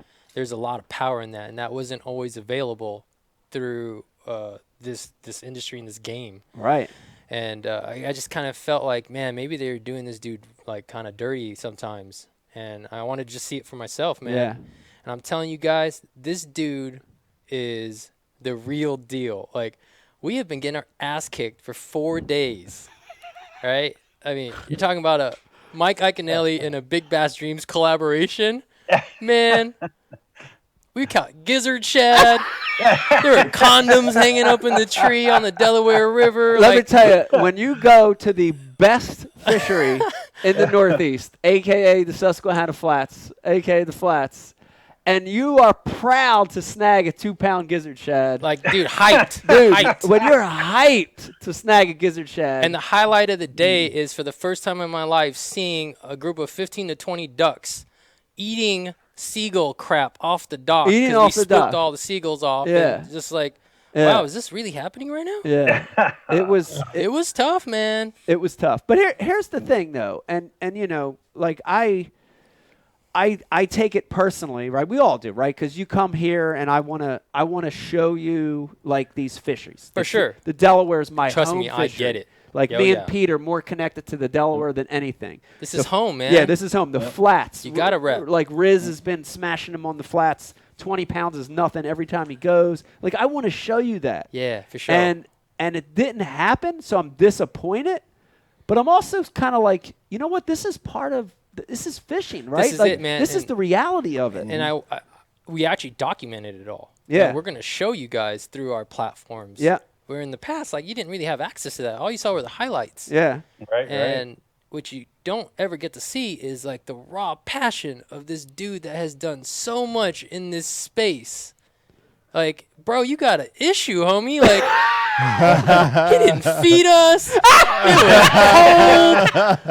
I was like, yo, I'm like dropping hints every day. Like, man, those crab cakes in Maryland, huh? Like, man, that sounds amazing right now. You know it's Philly bad. cheesesteak, Yeah, hot. Like, every day there's a different menu item. Yo. Clint, chime in on this. There's a different dude. I've been watching Clint. So big Clint in the back. I'll be watching him, and you know, like, I don't know, we're like 6-7 hours in every time without a bite yet, or a couple bites. Yeah, and I'm looking back there at Clint, and you know, you could see it, and then we'll name some. It was the first day it was cheesesteaks. Yep. The next day it was crab cakes. And dude, it just totally like, Brian, you know what happens when it's bad and then you start throwing food in that mix. Oh, yeah. And there's no food on the boat because I don't provide it. I know you don't. So and now we do too. And now we do too. But we've been sneaking some McDonald's stops in the for morning. real, yeah, it's bad, you got man. smart. I noticed that. You got smart. We just couldn't leave it up to chance no more, But man. dude, here's the crazy thing. You got to bait your own hook, Mike. Yeah, you got to bait your own hook. But here's the crazy thing, and I think we can all relate to this because I've seen it with Pete. I've fished with Riz. I've fished with Brian the Carpenter. Dude, as tough as it's been, as shitty as the fishing's been, like, my fingertips are still numb, dude, from today. I'm not kidding. As bad as all that shit is, like, I can't wait to go out again. For like, sure. Dude, I cannot wait. Like, I can't wait. Before you go, you got to get on my pond. So I can't wait to, like, get you out there to sample that. It's like, for sure, dude, that's the coolest so part that of the goes sport. back to my point, right? And this is a deep point. And, like, how do you get to know somebody over, like, little glimpses through whatever, right? Yeah. Even if it's through the Bassmaster Elites or whatever, you can't get somebody's full story, man. And you can't get the full story of your obsession with, like, not letting these fish kick our ass like they've been doing. Yo, and today, man, on day 4, we finally got into a little bit of a bite, right? Yes. Mike sticks 2 in a row. I'm like, dude, so you're telling me there's a chance right now.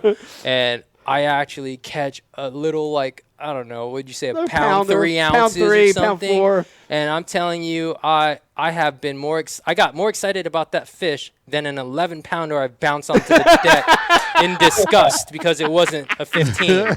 I'm telling you, I was hype, and Clint's got the camera rolling, right? And I'm fired back out there, like, big old cheesy smile. Yeah. And I'm telling like, hey, Mike, like, I got bit dragging this cool baits and Hazardong shad. Dragging it. Not swimming it. Yeah, crazy. Dragging it through the mud. Interesting technique. And then, think, loads up, and I could feel that big head shake, and then like, oh, this is not a small one, right? So celebrations, we get this beautiful fish in the boat, Dude. like so hard earned, and it was all worth it. Yeah, it was so worth totally. it. When that fish came in, I looked. You guys were just a little bit to my right, and when I looked over there, when I saw that fish come in the net, dude, I swear it was like I won it. It's like I won the tournament. Yeah, dude, I'm like over there yelling. Joe's looking at me like I have I'm been crazy. sucking ass all week, man. Like, this dude's putting me on all his holes. I literally haven't caught a bass in 2021 yet. That's some real talk, man. Oh, God. So we finally get the shots, and we start. And, dude, it's getting cold.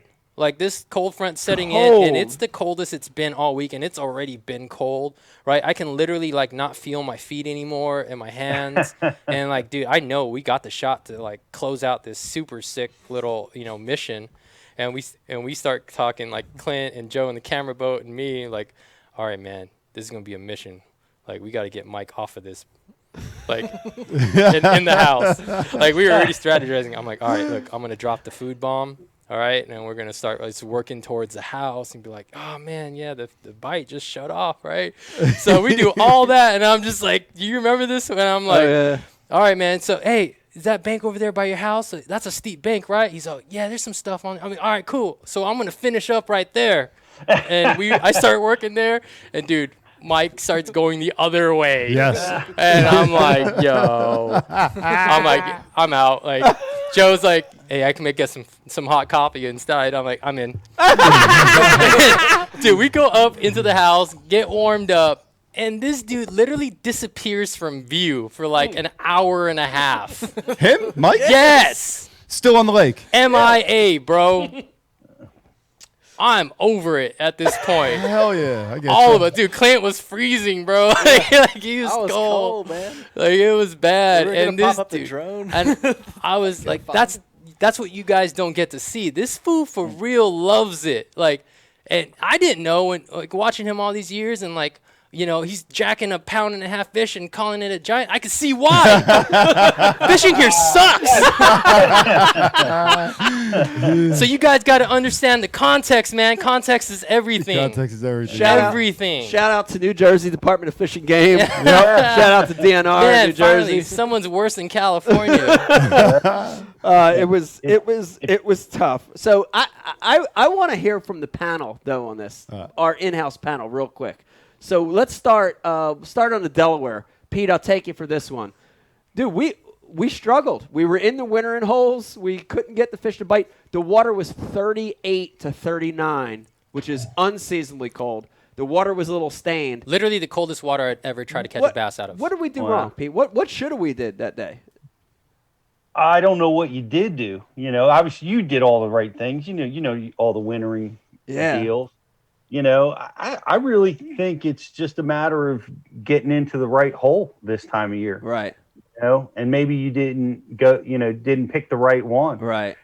We talked about this. This is amazing, Oliver. In this 38-degree water, we thought that these fish would just get in the wintering area and stay there and never leave, till the water warms.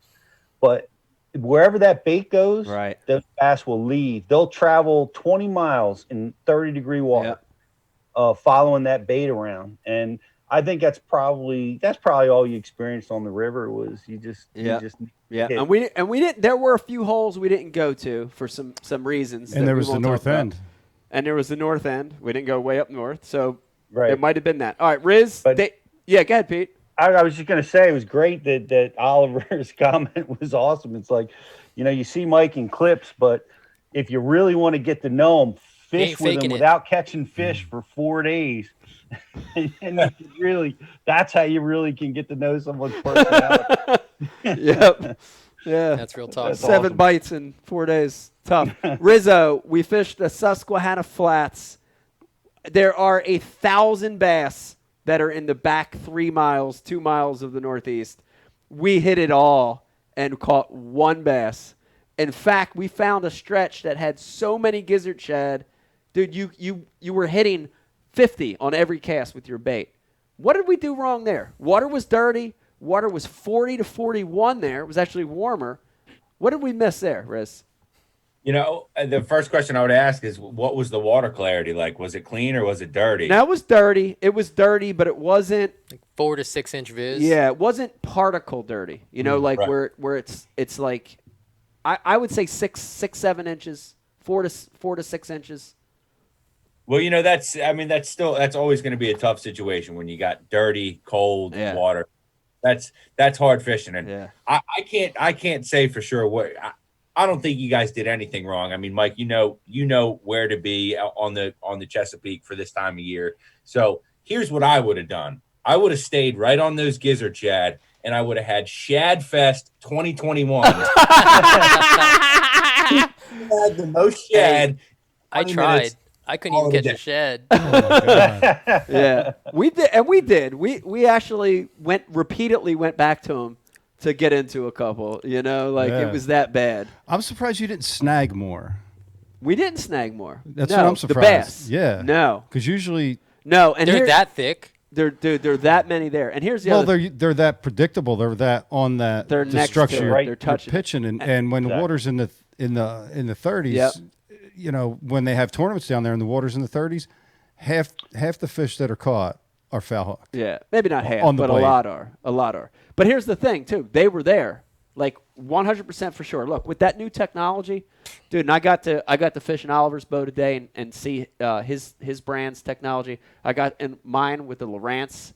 Dude, when I scanned those pilings and you'd hold it on a piling, you'd watch the bottom right next to the piling, and you would see it like worm. There is no doubt in my mind, dude, that's a bass, right? Wow. When you looked up and we saw a lot of fish suspended and swimming. Dude, they could be gizzards, they could be crappie, right? But when there's a fish worming on the bottom, that was, dude, they were bass. Yeah. We were around them. But we couldn't even snag them. It's crazy. That's weird. It's crazy, bro. I don't know. Yeah. I don't know. I can't explain it.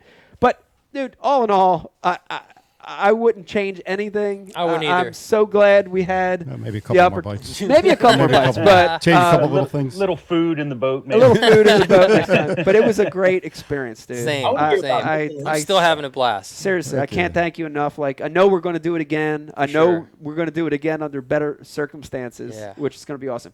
But there's another reason you were here in the Northeast, in New Jersey too. Yeah. Something nice and shiny out in the driveway there. You want to talk a little bit about?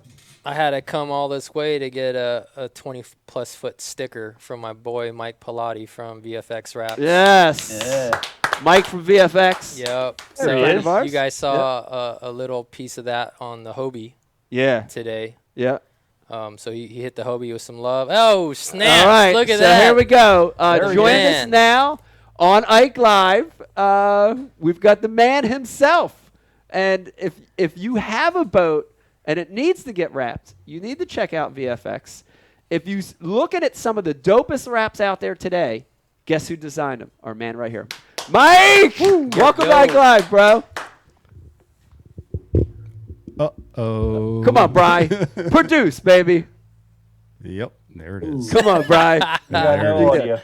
All right. That's all right. You work on that. We're going to talk. So... I have a question. You got the boat wrapped. Yeah. And what boat? You got things wrapped. Yeah. And dude, I don't know how to even talk about this without giving it away. But I got a new boat, people. There's a new Dream Machine. A new Dream Machine. All right. A brand new one. Okay. It's crazy. So it's you guys can talk about it for sure, but we can't show you until we put together a little content that does it justice, does the incredible detail work that Mike put on it justice. Like, man, I think it's kind of my personality to a T. Dude, it's insane. And I'm around a lot of wraps. I see a lot of boat wraps. It's Can you hear me? Sure in my top 3 of wraps I've ever seen. That's dope. It's so unbelievable. I can't wait till you let the world in on it. It's pretty unreal. Yeah, it's pretty man. amazing. Yeah, it's been wild. And while we were fishing in the Susquehanna Flats, it was the first time I actually got to see it from an outside perspective when Clint was operating the trolling motor as a camera boat. And man, for the first 3 hours, I just kept turning around and like, damn, that's crazy. Yeah, because you're seeing it for the first time actually on the water. Right. Yeah. Yeah. Yeah. It's wild, man. It's a representation of like my entire life to this point, man. Like it's taken me a long time to leverage myself into the first boat and everything in between. Can you hear me? Yeah. All the way to that thing. So we got Mike. Yeah, I think we got him now. Finally, we got some audio. I've never Yes, I've we never got audio. done Zoom before. We got him. Mike, what's up, man? What's up, guys? How's it going? Good. How you doing? So check this out, Mike. When we were driving home from the Susquehanna Flats, I get a text from Mike, who saw us driving down I-95 going the other way. No shit. Like it's like what? Pitch black. I saw that new rig. Man, I missed Ike somehow, but I saw Oliver. It's unbelievable. Mike is the marathon man. He travels, and I don't know how you do it, bro. You're everywhere wrapping boats. Yeah, where are you Yeah, I right have no now? clue. Are you in the shop? Are you traveling? Where are you right now, Mike? I'm in a hotel in Auburn, Alabama right now. Okay. So we got 20 boats we're wrapping for Auburn University. Wow. So shout out to Logan Parks. He's the president there, the Auburn fishing team. Yeah. 20 boats. That's awesome. So, That's awesome. I want to ask you this, Mike. Every year you come up with these raps that are just so mind blowing.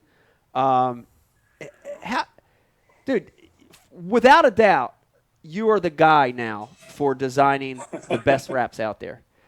Dude, we've been working together for so long. I remember when you were grinding, when you were hustling, when you were trying to build the brand, trying to get the VFX name out there.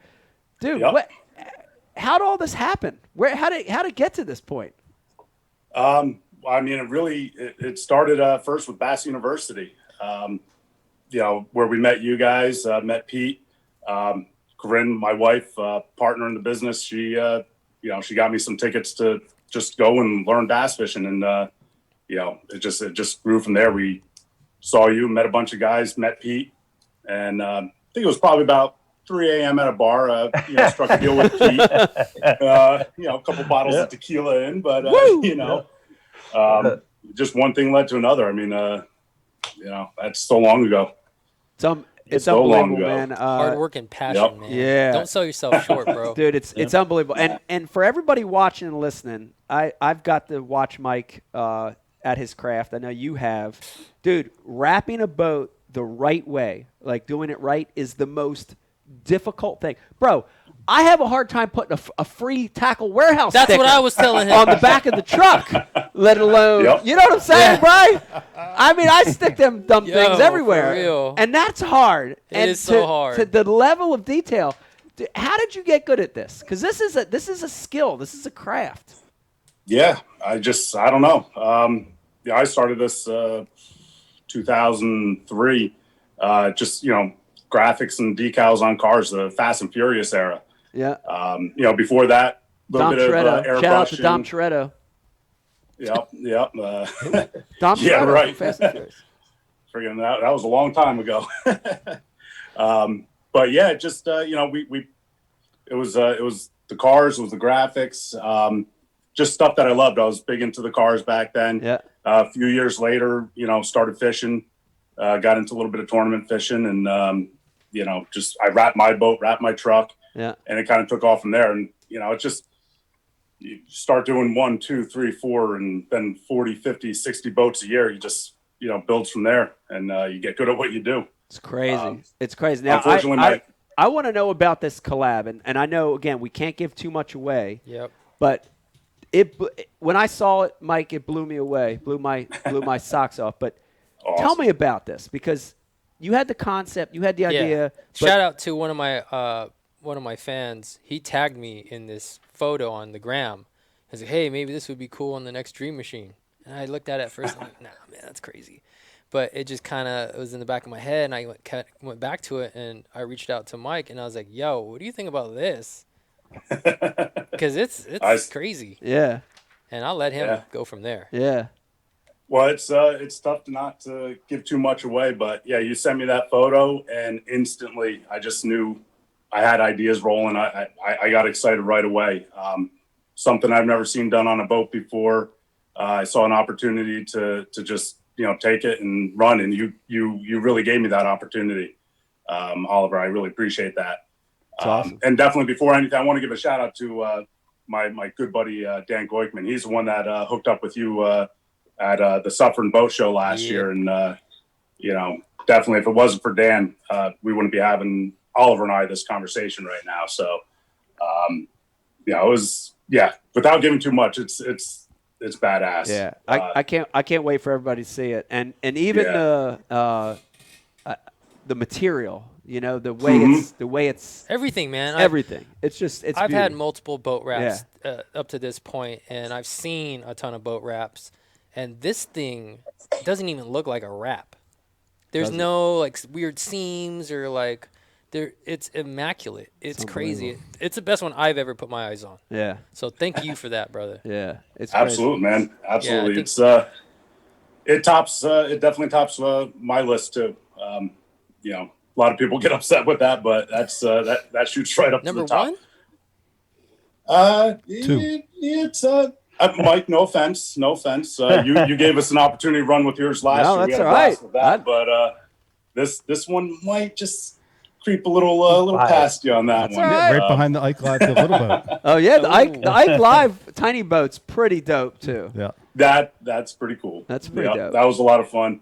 I'd put all three of those boats. I'd put my boat, the Ike Live, and Oliver's boat in the top three. I mean, I'll take three too. I'll take the bottom one. Yeah, we're excited to show the world, man. It's really sick. It's kind of creative, I hope, and I hope people appreciate it. But more than anything, man, it's just it's a symbol of a lifelong dream to be able to have something like that to help facilitate chasing these hard to catch fish. Yeah. Pretty amazing. All right, Mike, I'm going to corner you with two questions before we let you go. Uh-oh. First question: hardest thing about wrapping a bass boat? It's not a flat surface. There's not a flat surface anywhere on it. Lining up the graphics, just I have a way I want things to lay out, and you're working around a lot of obstacles on a boat. And two, you have a failure on a car, you get a little edge peel up, whatever. It's nothing to worry about. You got a bass boat that's running 60, 70, 80 miles an hour. There's no room for error. Water pressure. It's So you got to take your time prepping. You got to take your time every step of the way, and you just got to pay attention. That's probably the hardest thing with them. All right, second question: easiest thing about wrapping a bass boat? It's what I love. I don't dread a minute of it. My wife and I, we really dove into this, and it's where my passion is. Unfortunately, the more boats I wrap, the less time I get to fish. The more I focus on wrapping, the more my fishing suffers. But it's still there. It's still what I love. So that's awesome. That's awesome. Yeah. Well, listen to me. If you're watching or listening right now, and I'm not just saying this, you can take Oliver's word. You can take attest to Brian this. the Carpenter's word for it. If you want to wrap and you want it done right and beautiful, please, Mike, how can they get a hold of you? How can they find you? Instagram, Facebook, VFX Wraps, VFXWraps.com.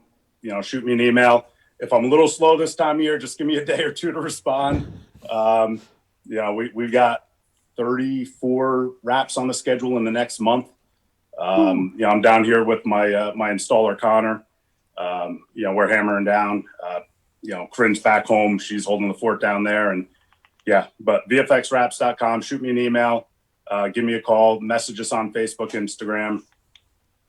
And to give you guys a little perspective, I had to have this done to the point where I came from the opposite corner of the country. That crazy. is amazing. First time we've had California plates in the shop. That's a big perspective on it. Yeah, it is. It's a big perspective. That says Yeah, a lot. I appreciate Oliver you taking that trip out, man. This we talked originally about doing this. Where is it? Minnesota. Yeah. And I was ready to go, but I just really wanted to do this in my own environment, take my time, let the ideas run. A lot of times until you see the boat, especially with what you allowed us to do on this, I just really wanted that time, and I wanted to dive into it. And I know that wasn't an easy drive out here, and the fishing, I wish I could say the fishing was a little better for you, but hopefully the wrap, made the trip worth it. I Oh man, can't thank you enough. it's literally my dream machine. So I needed the wrap to reflect that, and you did that, bro. So thank you. Thank you. Absolutely. Thank you. Mike, thanks for coming on tonight, man. And thank you guys. Yeah. Thank you, Mike. Thanks for all you do for Bass University, and we got the Bass University rig coming your way. Please. At some time, very soon. Waiting. Very soon. But it's All great, right, guys. Our best to Corinne and the family. Yeah, big and, shout out to Corinne and Connor. Great to see you, buddy. Yeah. Yeah. Hopefully they're watching. Connor's behind me getting dinner, so Corinne, hopefully she's back home. But thank you guys, and it's definitely awesome to be on here. So. There you go. Dude, and the Hobie looks dope too. Oh yeah, that's it's like a little compliment, Yeah. It's like Just an accent, just a little something. Yeah. Cherry on top. It's beautiful. There you have it. Thank you, Mike. All right. Appreciate it. Thank you, guys. All right. VFXwraps.com. Man, VFX Wraps. it's amazing.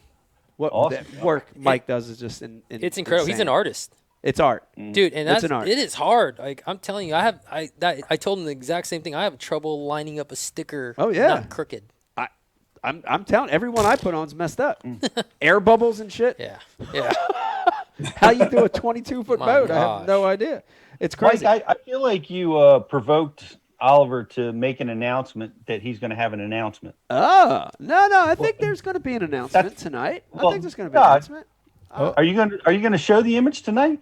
No. No. Oh, no. They ain't ready. No, not the boat. But there's another announcement, Pete, that's bigger. Let's than go the with boat that, wrap. man. This is Megatron. All right, We're getting long. All right, let's do it. We're going long. Brian the Carpenter's actually producing tonight. Which is nice. Yeah, and I've got more things to hit. All right, so if you're watching or listening, I know a lot of you specifically, you knew Oliver was coming on tonight. You knew there was an announcement, so let's not wait anymore. Like for my announcements, Bri, I go months, years sometimes before I give it away. Until half the people unfollow you. And then, Right, and everybody unfollows me and hates me. So let's not follow that path.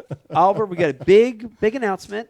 You want to let the world in on what's going on in 2021? Might as well, man. This is way too hard. All right. I give up. All right. I'm going back to the normal, rat race, 9 to 5. Nice. Round of applause, everybody. Oliver's getting a job. Getting a job. Anybody hiring? Man, but on a real note, a lot of what we discussed kind of has led up to this decision that it's been weighing heavily on me for the last couple seasons, because it's always been a timing thing for me. And you got to go back in context once again, right? My generation and what we were able to consume and what the fishing culture was compromised of back then. Yeah. And back then, nobody on the West Coast I knew actually made a living fishing. That wasn't a thing outside of media, right? Or if you worked at a tackle shop, right, like we both did. Yeah. Or a guide. Right. And I didn't even really know that many guides in Southern California in the freshwater side. So there was really one way that I was exposed to as a young, influential, angler. And that was fishing tournaments and being a bass pro and seeing guys like Mike Iaconelli competing on a national level. Other than that, I didn't really see a way to actually fish for a living. Right. And once again, that was so far from my reality, because you need sponsors apparently, or if you're not, rolling in dough, which I never was, and still I'm not. You need tools at your disposal, a boat with a nice shiny 20+ foot sticker. Yeah. And dude, that A truck, lures, rods, all of line, that. lodging, Dude, there's so fuel. much. Yeah. I've never been so good at fishing where like someone came to recruit me to come fish the Bassmasters. That's not a thing in our sport. Right. And it's just taken a lifetime for me to leverage myself in a position to where I'm like, man, maybe I could take a crack at this one day. Yeah. But like, I don't want to go down the road I see so many people go down. And dude, shout out to everybody that's ever chased this dream, because it's one of the hardest ones to bring to fruition. Tens of thousands of you guys know what I'm talking about, Yeah. man. To, number one, have the balls to take that step and gamble everything, Yeah. oftentimes, right? Put yourself beyond your means to give yourself a chance. Yeah. And I think that's why it bothers me that this current landscape of fishing and media and content almost has forgotten how important that context of tournament angling is. Right. Because even though my focus has been elsewhere, like I've always had an incredible amount of respect for that scene and that part of the culture and its influence on fishing as a whole. Right. And I just feel like, man, it's being disrespected. Guys like yourself, the anglers themselves, aren't given due respect, and it's wild to me. And I want to have an opportunity to have an influence on that. Yeah. In my own way. Yeah. So I told myself I just wouldn't put myself in a position where I'm struggling to pay for entries, I'm struggling to pay for expenses, and letting the stresses and the unknowns factor into my performance and my ability to catch fish. Right. And I feel like I finally am at that point in my life. And Yeah. I've got an incredible amount of experience in the last 6-7 years under my belt across so many different scenarios.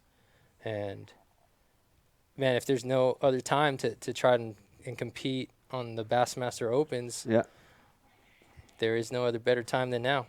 So 2021, I've committed to fishing all 9 events. Wow. How about that? Big Because I news. want to be like Mike. There you go. That's wild, man. Dude, that's awesome. Yeah. That's awesome. And all 9, which is I'm all awesome. in. Right. Yeah, Yeah. you're all in. You're Yeah, in. You're doing it. I don't do anything half-assed. Right. Yeah.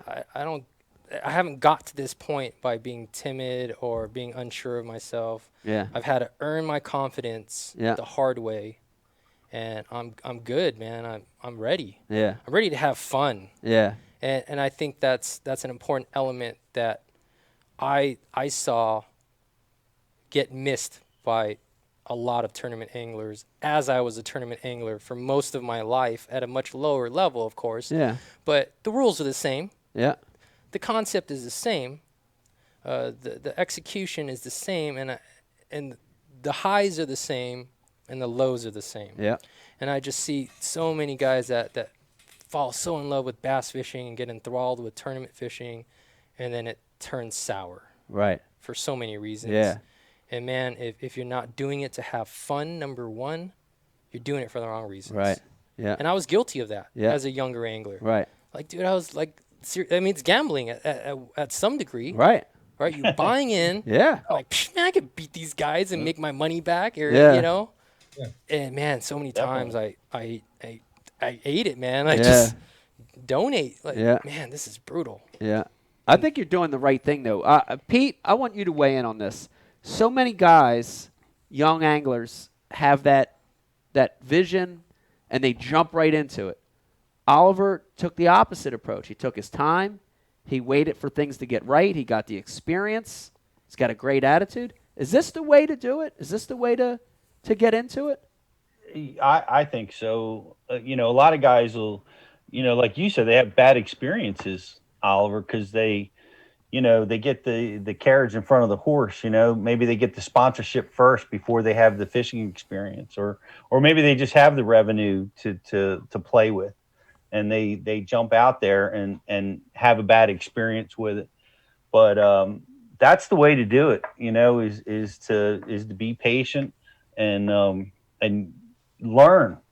Obsess yourself, like you experienced with Mike. How Mike still obsesses. Issues, I'm telling you. I know. I mean, I would fish till dark, and I'm exhaust myself at practice for one of these tournaments, and I'm like, this is the day I am going to be the last one to the boat launch. And every single time he would still be behind me, still be 30 minutes behind me. It'd be pitch black. It's like a Kobe Bryant story, man. I know. But no, that's the way to do it, and it's big. It's a big thing. You're taking on 9 tournaments. It's awesome. But let me ask you, have you fished tournaments before? What's your, where have you been in your tournament game leading up to now? So this goes back to being only able to digest a little piece of each person's story. All right, and even Clint just assumed I didn't have any tournament experience for the most part. And like, bro, I've been around this game for a minute. And I grew up fishing the club level, regional team tournament stuff, and, dabbled.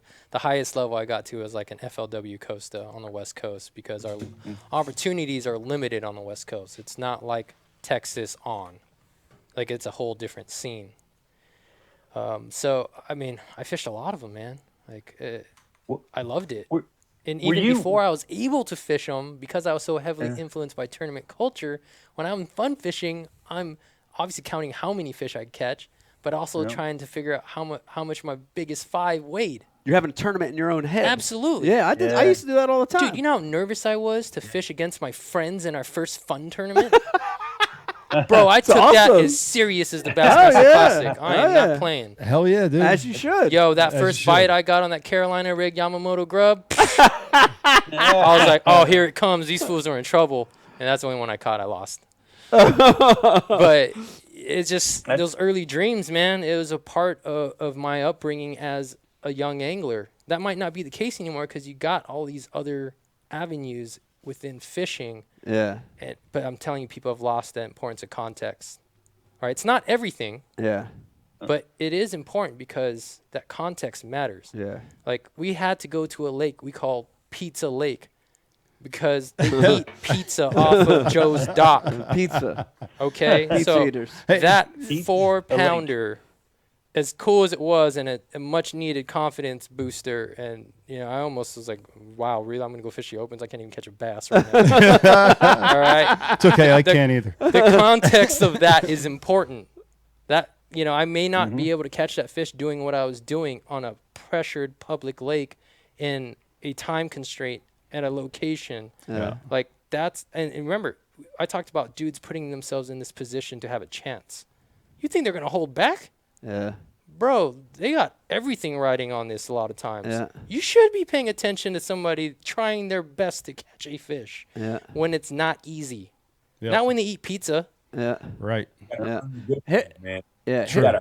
Here's the other thing too, and I want to get to Riz because I know Riz is getting backed up with questions, but I did want to ask you something, Bri. You had a note on here which I think is dead on, that most people do it the other way, right? Everybody does. Everybody dreams. Everybody, but everybody does it the other way. Everybody, they'll go fish the opens, worry about the other stuff later, right? The content, the branding, the fan. But you've reversed it, right? Well, Brian? I mean, he's reversed it He's making a living in the fishing industry already, which is wild. Right. Already. Without fishing tournaments. Right. Nobody goes from already making a living in the fishing industry without fishing tournaments and then goes that way. Unless maybe like some guides or something like that. But I don't really know of anybody that's done it the way he's done it. Come from Very a unique. content creator perspective. Thanks for not calling me a YouTuber. I appreciate you. Boom. I got you, brother. I got you, man. I got you. Very unique. Very unique. It is. Are you worried? Are you worried about your ? Are you worried that, You know what's funny is I've had a couple conversations with, brand partners, and, some people have been like expressing concern with that. And I'm like, bro, you really think I'm going to bomb 9 times in a row? 'Cause I don't. That's good. Confidence. Come on, man. Confidence is good. I'm telling you, I've earned my confidence. I've taken my licks. I've blanked 4 days in a row in Jersey. I'm ready for this. I got no problem losing. I got no problem blanking. There you have it. I've done wilder things within fishing. Bash U, Ike Live crew, and Jersey were taking all the credit for Oliver's success. Big shout out to the Northeast. 4 man. shitty days. Y'all getting me ready.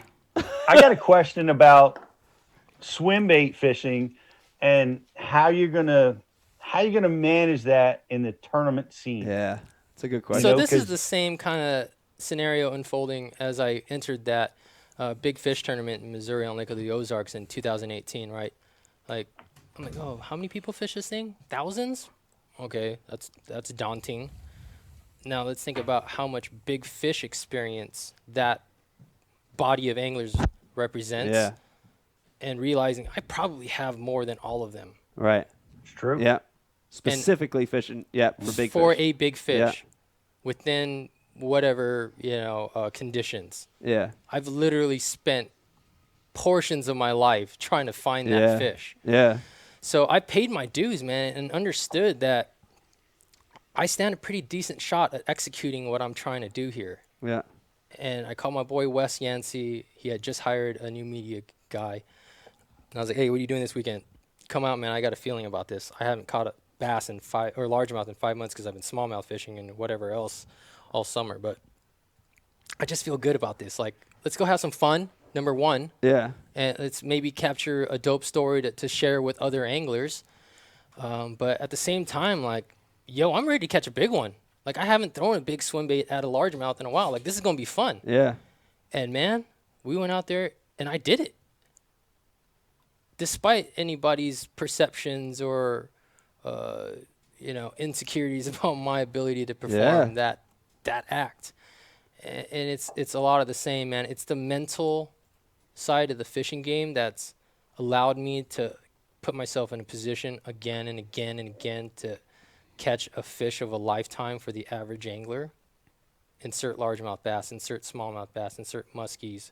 I got a freaking 1.21 Murray cod. Like, dude, I've got to experience really hard to experience things through fishing, and obviously competing at that level is really hard.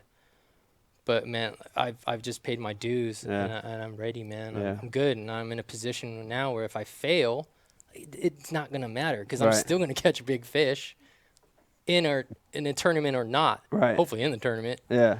And I've done that at all those bottom levels. Yeah. The first time I caught a swimbait bass in tournament competition was in my club tournament. Shout out to the California Bass Contenders. I was fishing with my man Ron Jenke, who I got to hang out with at Havasu this last Memorial Day weekend. He had a super dope Ranger at the time, and I was still learning when to throw the swimbait and when not to. We're at Diamond Valley, foggy morning, run all the way to the opposite corner. I throw a 10-inch heavy triple trout over this deep saddle in like 35 feet of water, and like, dude, within 5 minutes, I caught one. And that mental barrier that I broke through of catching a big bait fish in a tournament was broken. Right. I did it. Right. And I failed a bunch of times after that. Yeah. But then I've also won team tournaments in the regional side by like margins of 19 pounds on the big bait.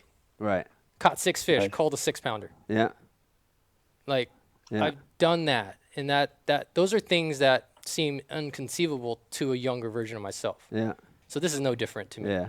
Well, I tell you the one thing that sticks out to me as you're talking is and Pete knows this too, is confidence. And you gotta have confidence, and you gotta believe you can win.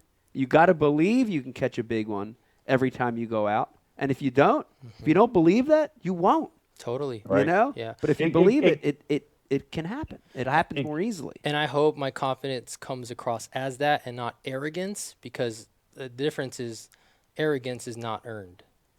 Right. Like, I've taken those licks. Yeah. Right. And I know it's just like basketball. Yeah. Right. And I've got to a point where I just stopped yapping and I've let my game speak for itself. Yeah. And I feel like I've done that with my fishing. Yeah. And I've worked really hard to build this body of work that represents my abilities to do something difficult in a context that matters. Because other than today, other than fishing on a Yeti event, like, I don't do the private stuff. Because the context matters to me. I don't need to just catch a bass. Right. I want to catch a bass that people don't think can be caught. Yeah. That's why I don't go to El Salto. That's why I don't do this, that, and a third.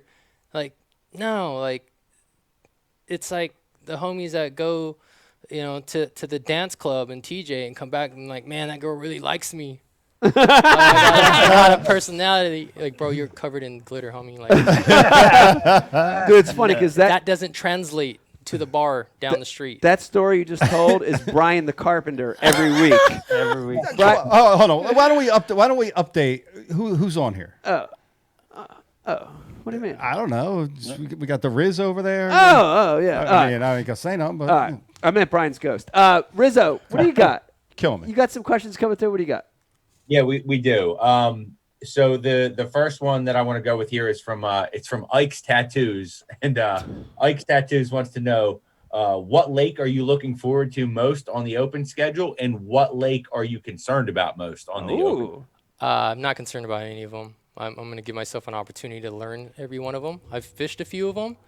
So the ones that I fished, I'm looking forward to because I've had good history on a couple of them. They're all within my wheelhouse because it all involves fishing and a rod and a reel and a hook. Yeah.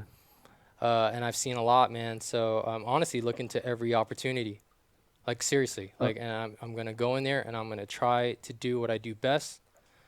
And not worry about anything else. Like, the chips will fall where they fall, and I'm just going to give it hell and have a blast and document it and share it with you guys. And if you can find some sense of engagement and, something you can relate to, like, I'm good, man, like, win or lose, however it ends up. And the beauty is, like, I honestly don't care, like, if I don't win. Yeah. Because I told myself I wanted to be in a position to win big. Right. It's the same mindset as catching a trophy bass. The strategy is different. The execution is different. But every tournament I've won, like, I didn't care if I lost or not. Yeah. And I just went out there and tried to catch the 5 biggest ones I could. You didn't have the pressure that if you didn't do good, it wouldn't crush you. Right. Right. Because I failed plenty of times. Yeah. It'd just be another failure. Right. Cool. Oliver, your week here in New Jersey is going to prepare you for the suck hole called Oneida Lake. I've been on Oneida. I had fun on Oneida. It's a big pickle Hate in there. that lake, man. Pete hates it. Oh, that's too I'm bad. going to get it this year. This Pete's is hate. the year I'm going to get Oneida Lake. This is the year. Pete's hate. Pete's hate on the message board. Pete's taint. Riz, what else you got? So the next one I'll go with is from the Tin Cup Bottle. And the Tin Cup Bottle wants to know, Oliver, speak the truth. Would you rather catch consistent keener fish throughout the year or win one Bassmaster Opens event? Oh. That's a tough one. Well, I've caught teeners, but I haven't won a Bassmaster Open yet. I'm going to go with the Open. There you I go. would say so, yeah. But if you were to ask me if I'd rather have the world record or the classic, Say it. somebody wins a classic every year. Yeah, they do. Yeah, you're right. There's only 2 people at Yep. the top of that world record list. I'd like to shout out the world record. Oliver, when you talk about on your videos, cast to catch, is that like an influence from the debacle that happened with Mike Long? Man, that's Southern California drama is what that influence is.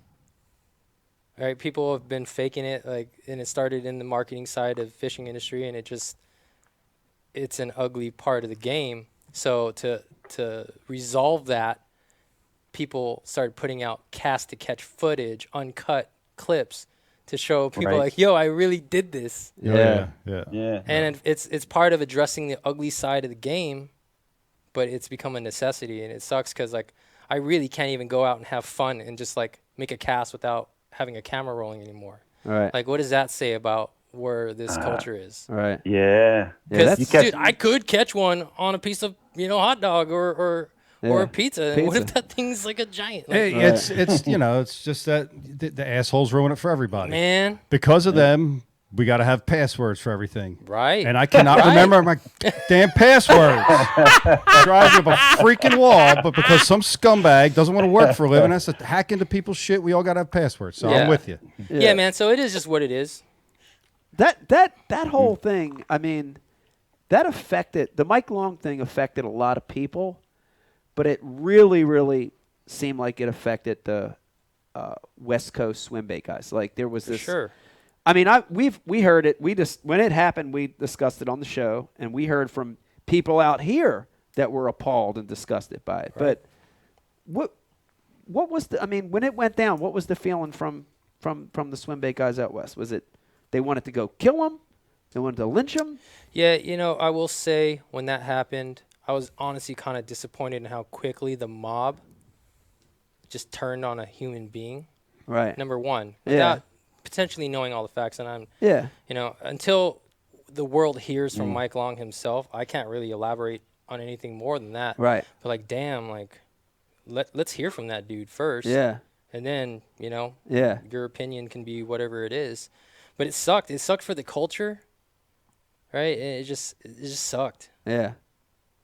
Yeah, he was did come very down. inspirational to a lot of people. For sure. And I mean, he was an influence on me and everybody else that had big bass streams Yeah. or aspirations to catch a giant bass. Because, like, for a heavy portion of the 90s and the 2000s, like, that dude was on every magazine, on TV shows. And A lot of endorsements, for a lot sure. of money, a lot of sponsorships. Yeah. Yeah. I actually was messaging with him a couple years back about coming on Bass U, and then I'm peripherally involved with this whole thing and trying to keep the pulse on all the different subgenres within fishing and swim bait. That whole genre being one of them, and I was able to pick up on a few negative vibes about him.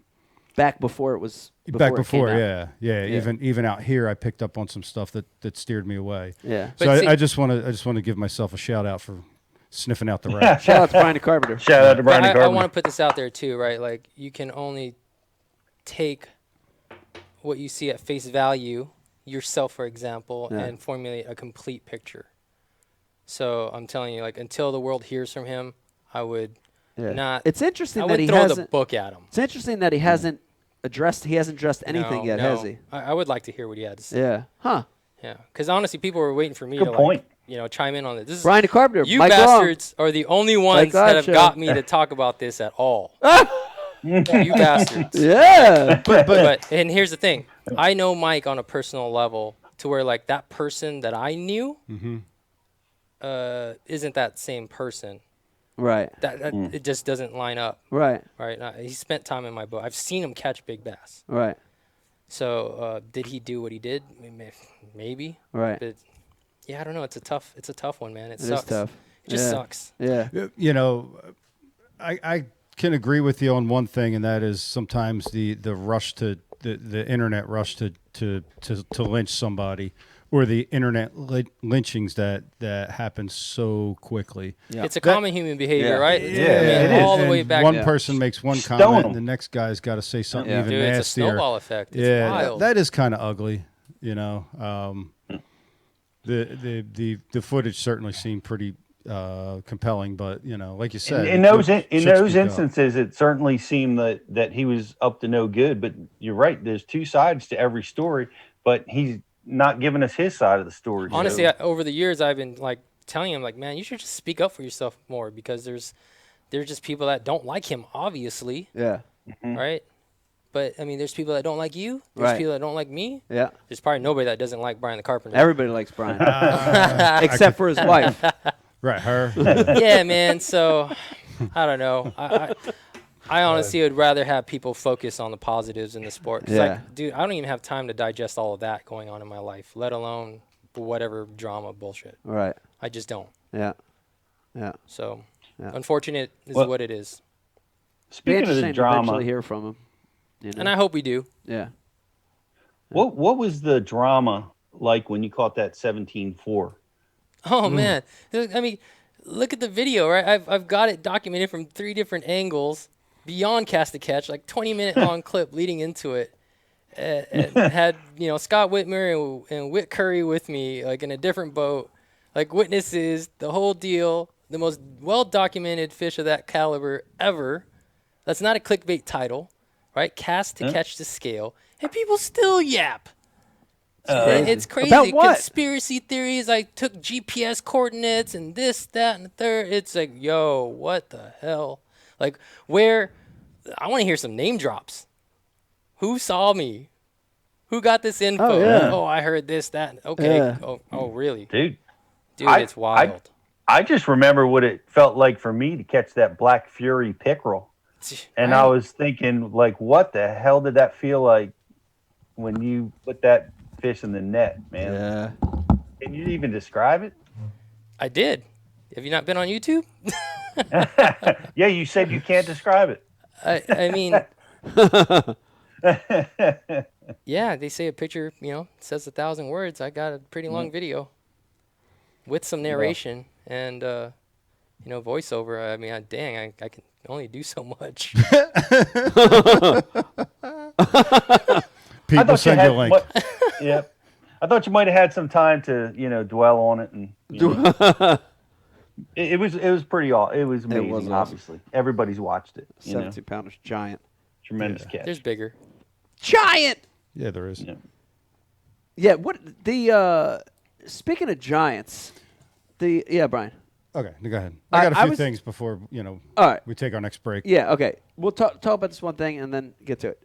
The other world record. The story that I heard, and again, this is funny because as the fish get bigger, the stories get bigger, right? So you know, and again, if you weren't there, if you didn't see video, cast to catch, then there's speculation involved, right? Always. But the story that I heard when I was in Japan, the story that I heard from like a dude that guides on Biwa like 300 days a year, pretty reliable source, was that it was caught on a bluegill, and that whole. I think that's actually like known fact. Is it known fact? Yeah. Yeah. And it's legal there. Wow, that's crazy. Yeah. That changes it to me. I think that's why it's interesting in Does fishing. that not change it though? Yeah. Yeah, it does. But it's different, right? Because that cultural situation is different than ours. Right? In California, we can't use bluegill for bait. Right. But I get on the Colorado River system that borders Arizona, and we can. In Texas, you can. I don't know what it's like here. Right. But what's okay here isn't okay over there. So who's right or who's wrong? Yeah. And it's just interesting to me, because obviously he caught it on live bait. Does it make it less of an accomplishment? Who's to say? And I mean, who's the governing body there? Yeah. Whose opinion is more important than the other guys? Yeah. I say no. It seemed like he actually had to be a pretty witty and ingenious human being to lead up to that sequence of events. From what I understand, I don't know the whole story. I've never spoken to Manabu, but I could be getting this wrong because I wasn't there.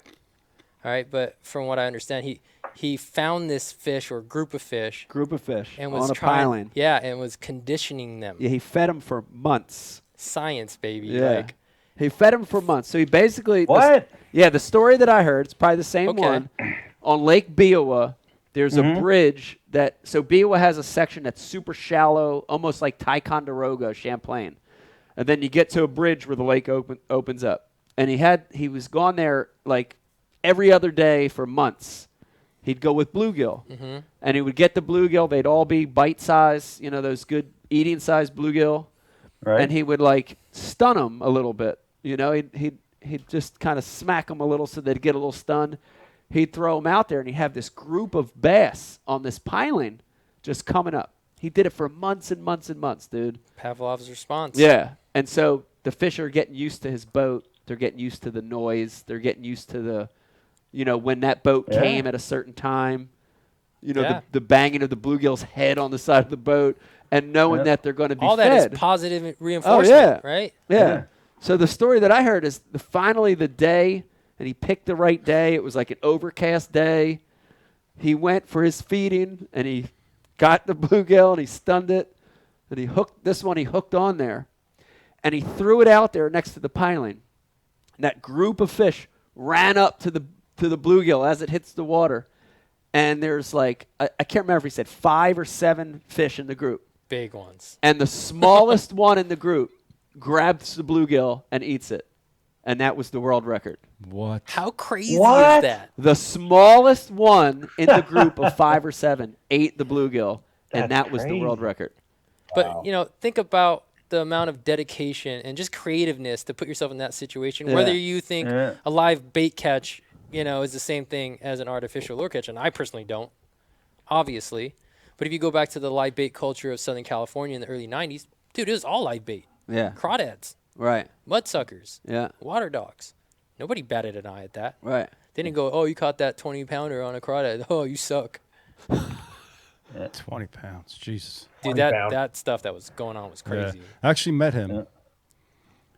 He was at The Japanese angler? Yeah. Yeah. He was at the classic in New Orleans that Kevin won. And I was with Ed.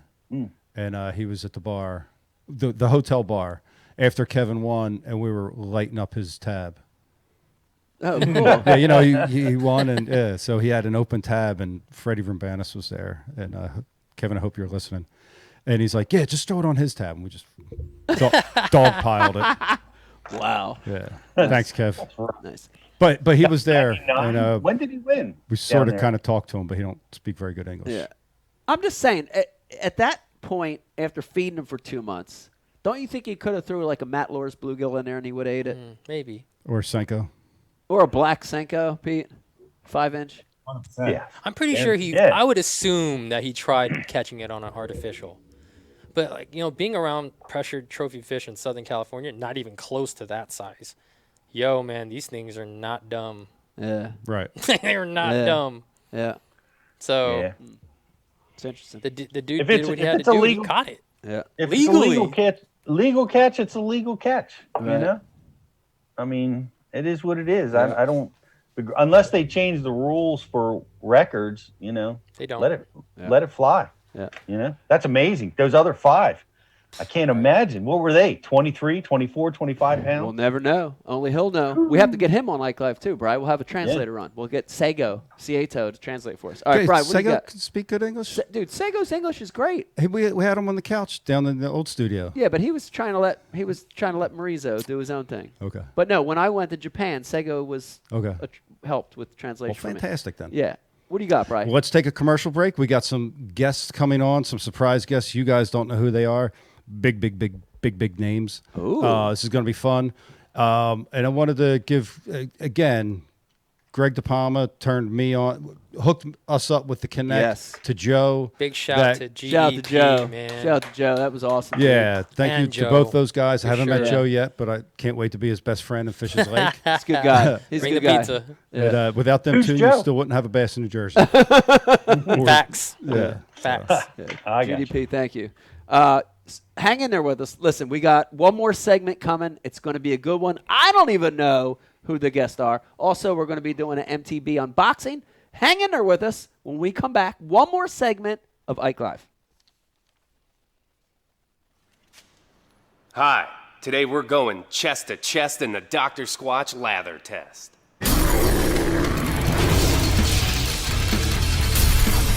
On that half of Mike's impressive chest, we're rubbing him down with 3 name brand bars. The result? A sad, milky film of disappointment. How's that feel, Mike? You see, Big Soap cuts corners and strips out all the sudsy goodness in order to make production cheaper. But not Dr. Squatch. Don't worry, Mike. Dr. Squatch soap retains all the natural ingredients, which creates a rich, foamy lather, leaving your skin healthy, soft, and clean. Ooh, looks like Squatch is taking over this peck party. How do you feel now, Mike? Dr. Squatch Natural Soap. When we say it lathers, it f***ing lathers. You deserve glorious lather. Take the lather challenge for yourself today. 4.5-inch drop shot worm, Bama bug. Finesse jig, PB&J, give me something hard. Hey, KVD here. Now, I didn't always know this much about fishing. 4-aught EWG worm hook. In fact, there was a time when I couldn't tell the difference between a jerkbait and a stickbait. But then I signed up for Mystery Tackle Box, the original monthly tackle subscription. And now I know more about fishing than I do about calculus. And he knows a lot about calculus. Plus, I get amazing extras like free fishing magazines. October 2016. Featured article, 4 places to throw a frog. Exclusive decals. Zombie bass. And how-to videos for all the great baits I receive. How to tune a crankbait. Is that underwater footage I smell? I got goosebumps. So if you're looking to develop enhanced fishing abilities like me, or you just like getting new tackle every month, Go to mysterytacklebox.com and get your box today.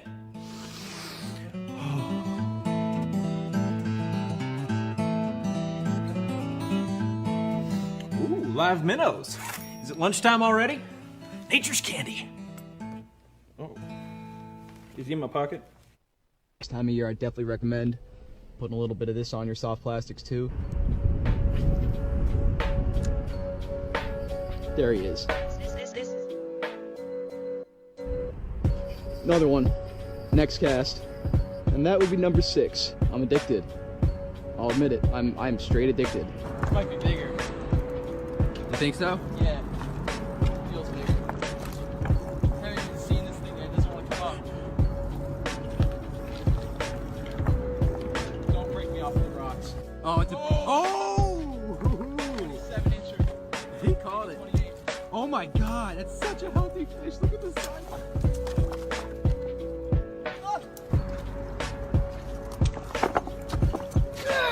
Put a little liquid mayhem on your crappie jig, and look where the stripers get it. You can't even see it, man. That might be a keeper.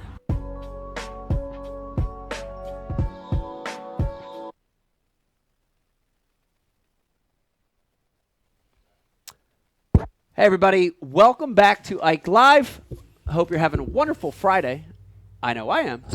As we always talk about, Brian the Carpenter, you know it's a good show when time's flying by. I just looked at our feed. We were like 2 hours and 24 minutes already. It feels like fucking 10 minutes. Yes, time.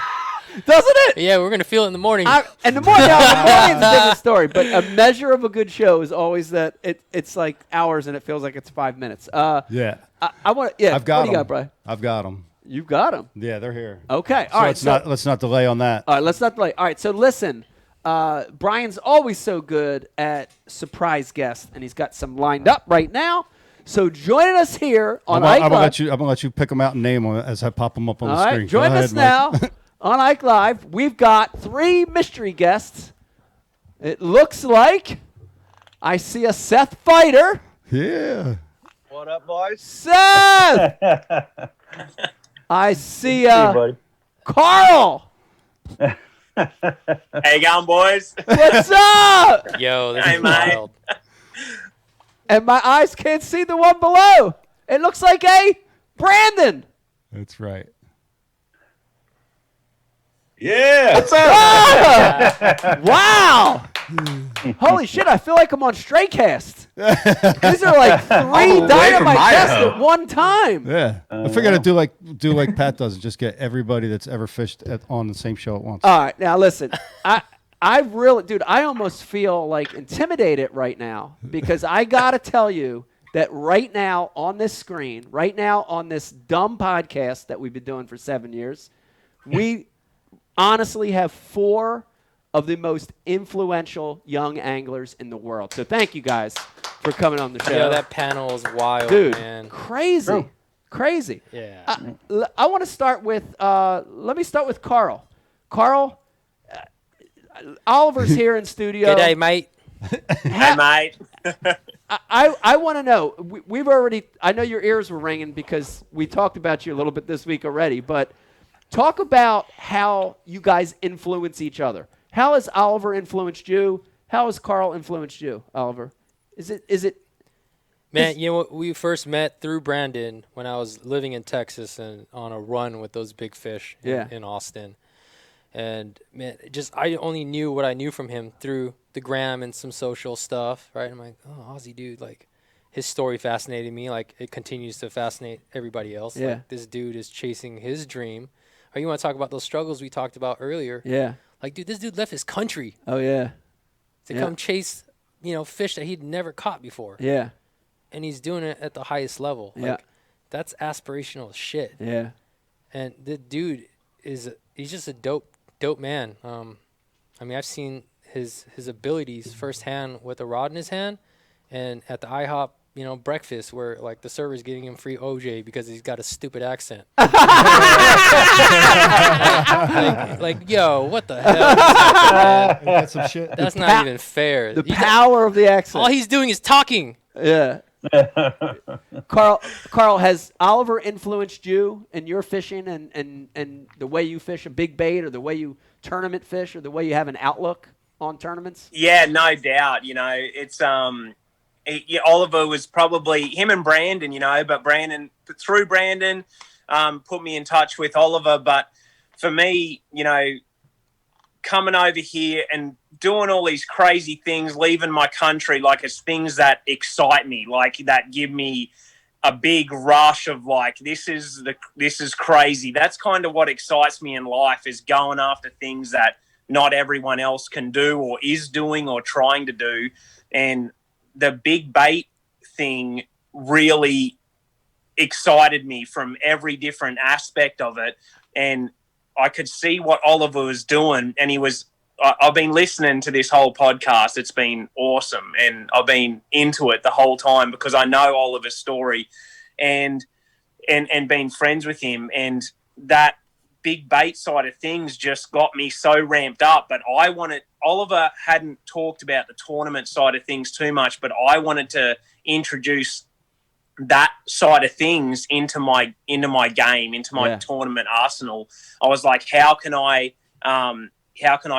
do what Oliver's doing and bring it into the tournament game? And also just watching what Oliver's doing, he was making fishing cool, just like what you guys had spoke about. And I haven't tried to do that because I was never the cool kid at school. I just had Fool, you get free orange juice for no reason. You're cool as shit. I got a lot cooler when I got over here, and I just it didn't really work the same when I went over there, man. He said, but yeah, Oliver's he's just been awesome. And I actually reached out to Oliver and asked him. I said, I don't want to. It's going to take me years and years to learn this. The Murray cod and the barramundi are the things in Australia that gave me that feeling of like when I was fishing for them, I got that twist in the guts that makes you like when you're winding your bait back, you're like, it feels like the first time you've ever been fishing because they're so big and ferocious and just the way they act. And I had the only way I could get that feeling in America was when I was tournament fishing, when I was competing and or it was the final day. That's when I would get that feeling. And then when I went with Oliver and I fished that, I got that feeling back because I was fishing a hinkle trout or a 9-inch, 12-inch bait, and these giants were following it up and then eating it in front of me. And I got that feeling. So I not only then got the feeling of the tournament fishing and what I had moved here for, but then when the season had ended, I could fish these giant baits and try and catch the biggest bass or biggest fish, fish that I've dreamt about, sort of my whole life. So Oliver was a huge inspiration for that. And then just that dream and that big bass dream, and when I would wear that hat, and that's a lot of it is where Fear My Heart came from, and a lot of that got inspired. And Oliver would wear that brand, and I would wear his stuff because I was dreaming, and it just all came together. And I just like to see someone that is doing something and going after something that is, out there, and just seeing the way that he is never altered from. I don't know when I actually met Oliver, how long ago was it? It was before I met the elites, but he's the same. He's the same. He's been going after the same thing. He's been chasing up and just continually pushing the limits one after the other and growing and not getting set back by those. You get the setbacks and you see the people, they come and go in this sport. I've been here for 10 years and I've seen hundreds, maybe thousands of people just come and go through this sport. And there's those certain few that just stay. And Oliver has stayed strong. And, fishing needs him, and tournament fishing needs someone like Oliver, just like we need Ike and everything that he's done. I think Oliver is just going to be a great asset to tournament fishing. And when I heard, we speak often, but Oliver's a friend that we don't speak that much, months and months, because we're busy getting after it. But when we connect, it's like we've never been apart. It's just like, what's up, straight away. He knows he's welcome. I know I'm welcome. Anytime around him, we'd always try and fish together. That's the sort of friends that you want, and that's the sort of person Oliver is. And when I heard that he's finally going to actually get after it and go for the opens, I'm like, hell yeah, this is That's awesome. We need that. Yes. Cheers, Yes. mate.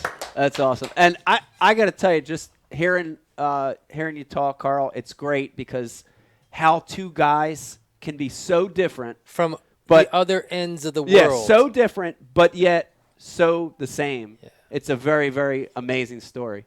So thank you for that. Yeah, and let me touch on that, man. So I got to show Carl just some basic fundamental things with the big glide bait. And, I mean, obviously he's a talented angler in his own right. I mean, all his winnings and records are still standing, I believe, in Australia. He hasn't been there in like 10, 15 years or something crazy like that.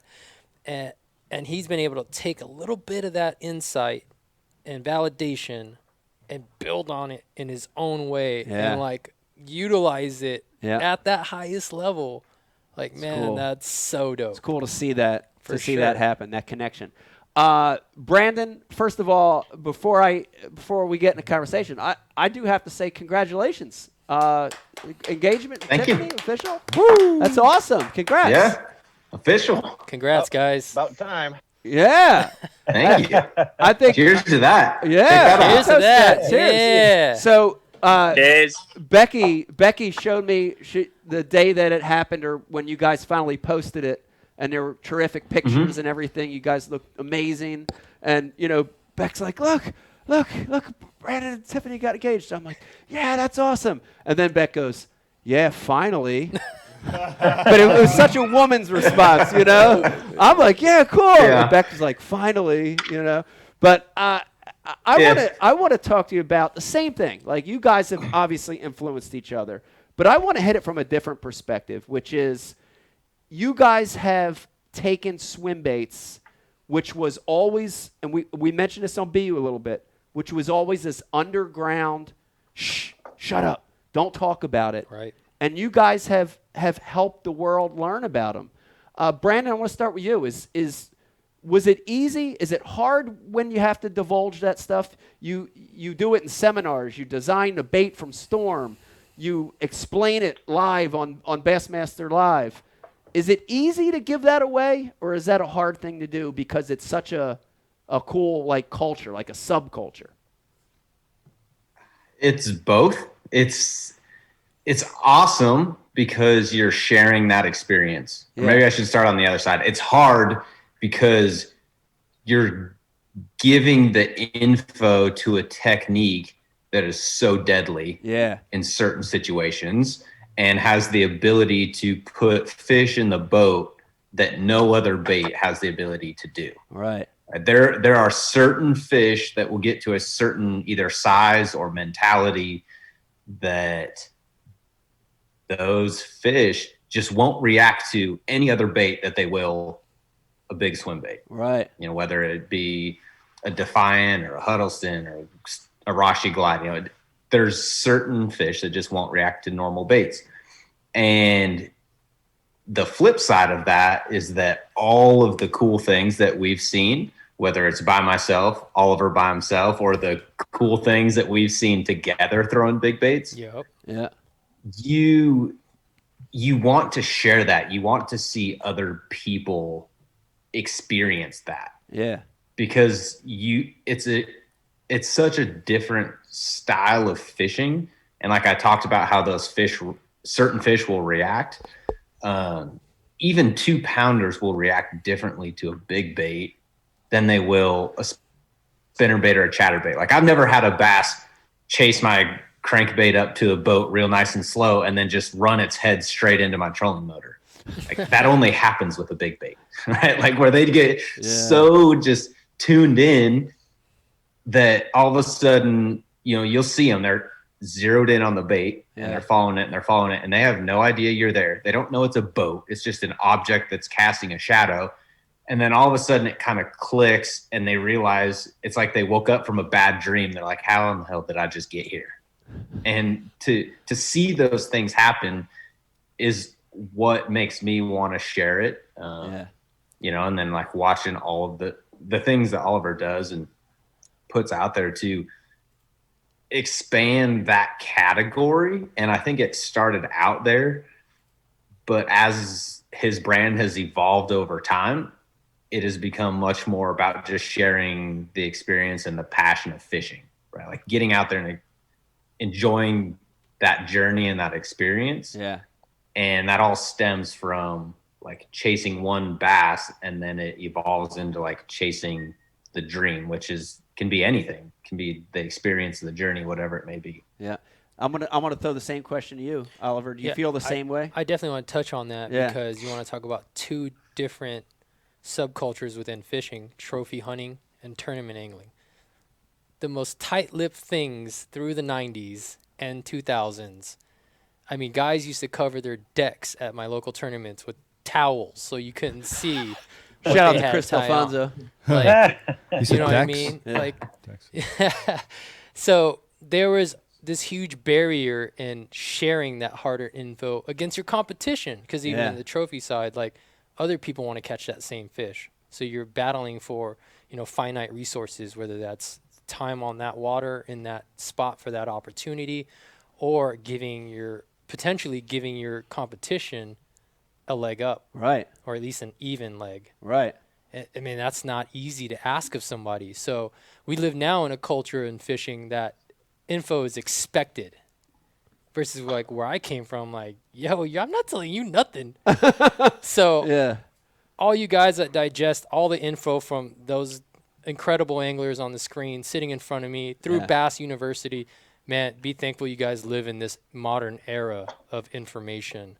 But I want to emphasize it matters who and where your information is coming from, and these guys Praise are the the Lord. ones I want to be listening to. Yes. I'll add to that. I'll say yes. I agree. So everybody give yourselves a round of applause. Yeah. Like, I want to jump in though and say something and a personal thank you, because I got to experience something, and I haven't ever told this story about how you guys are influencing people.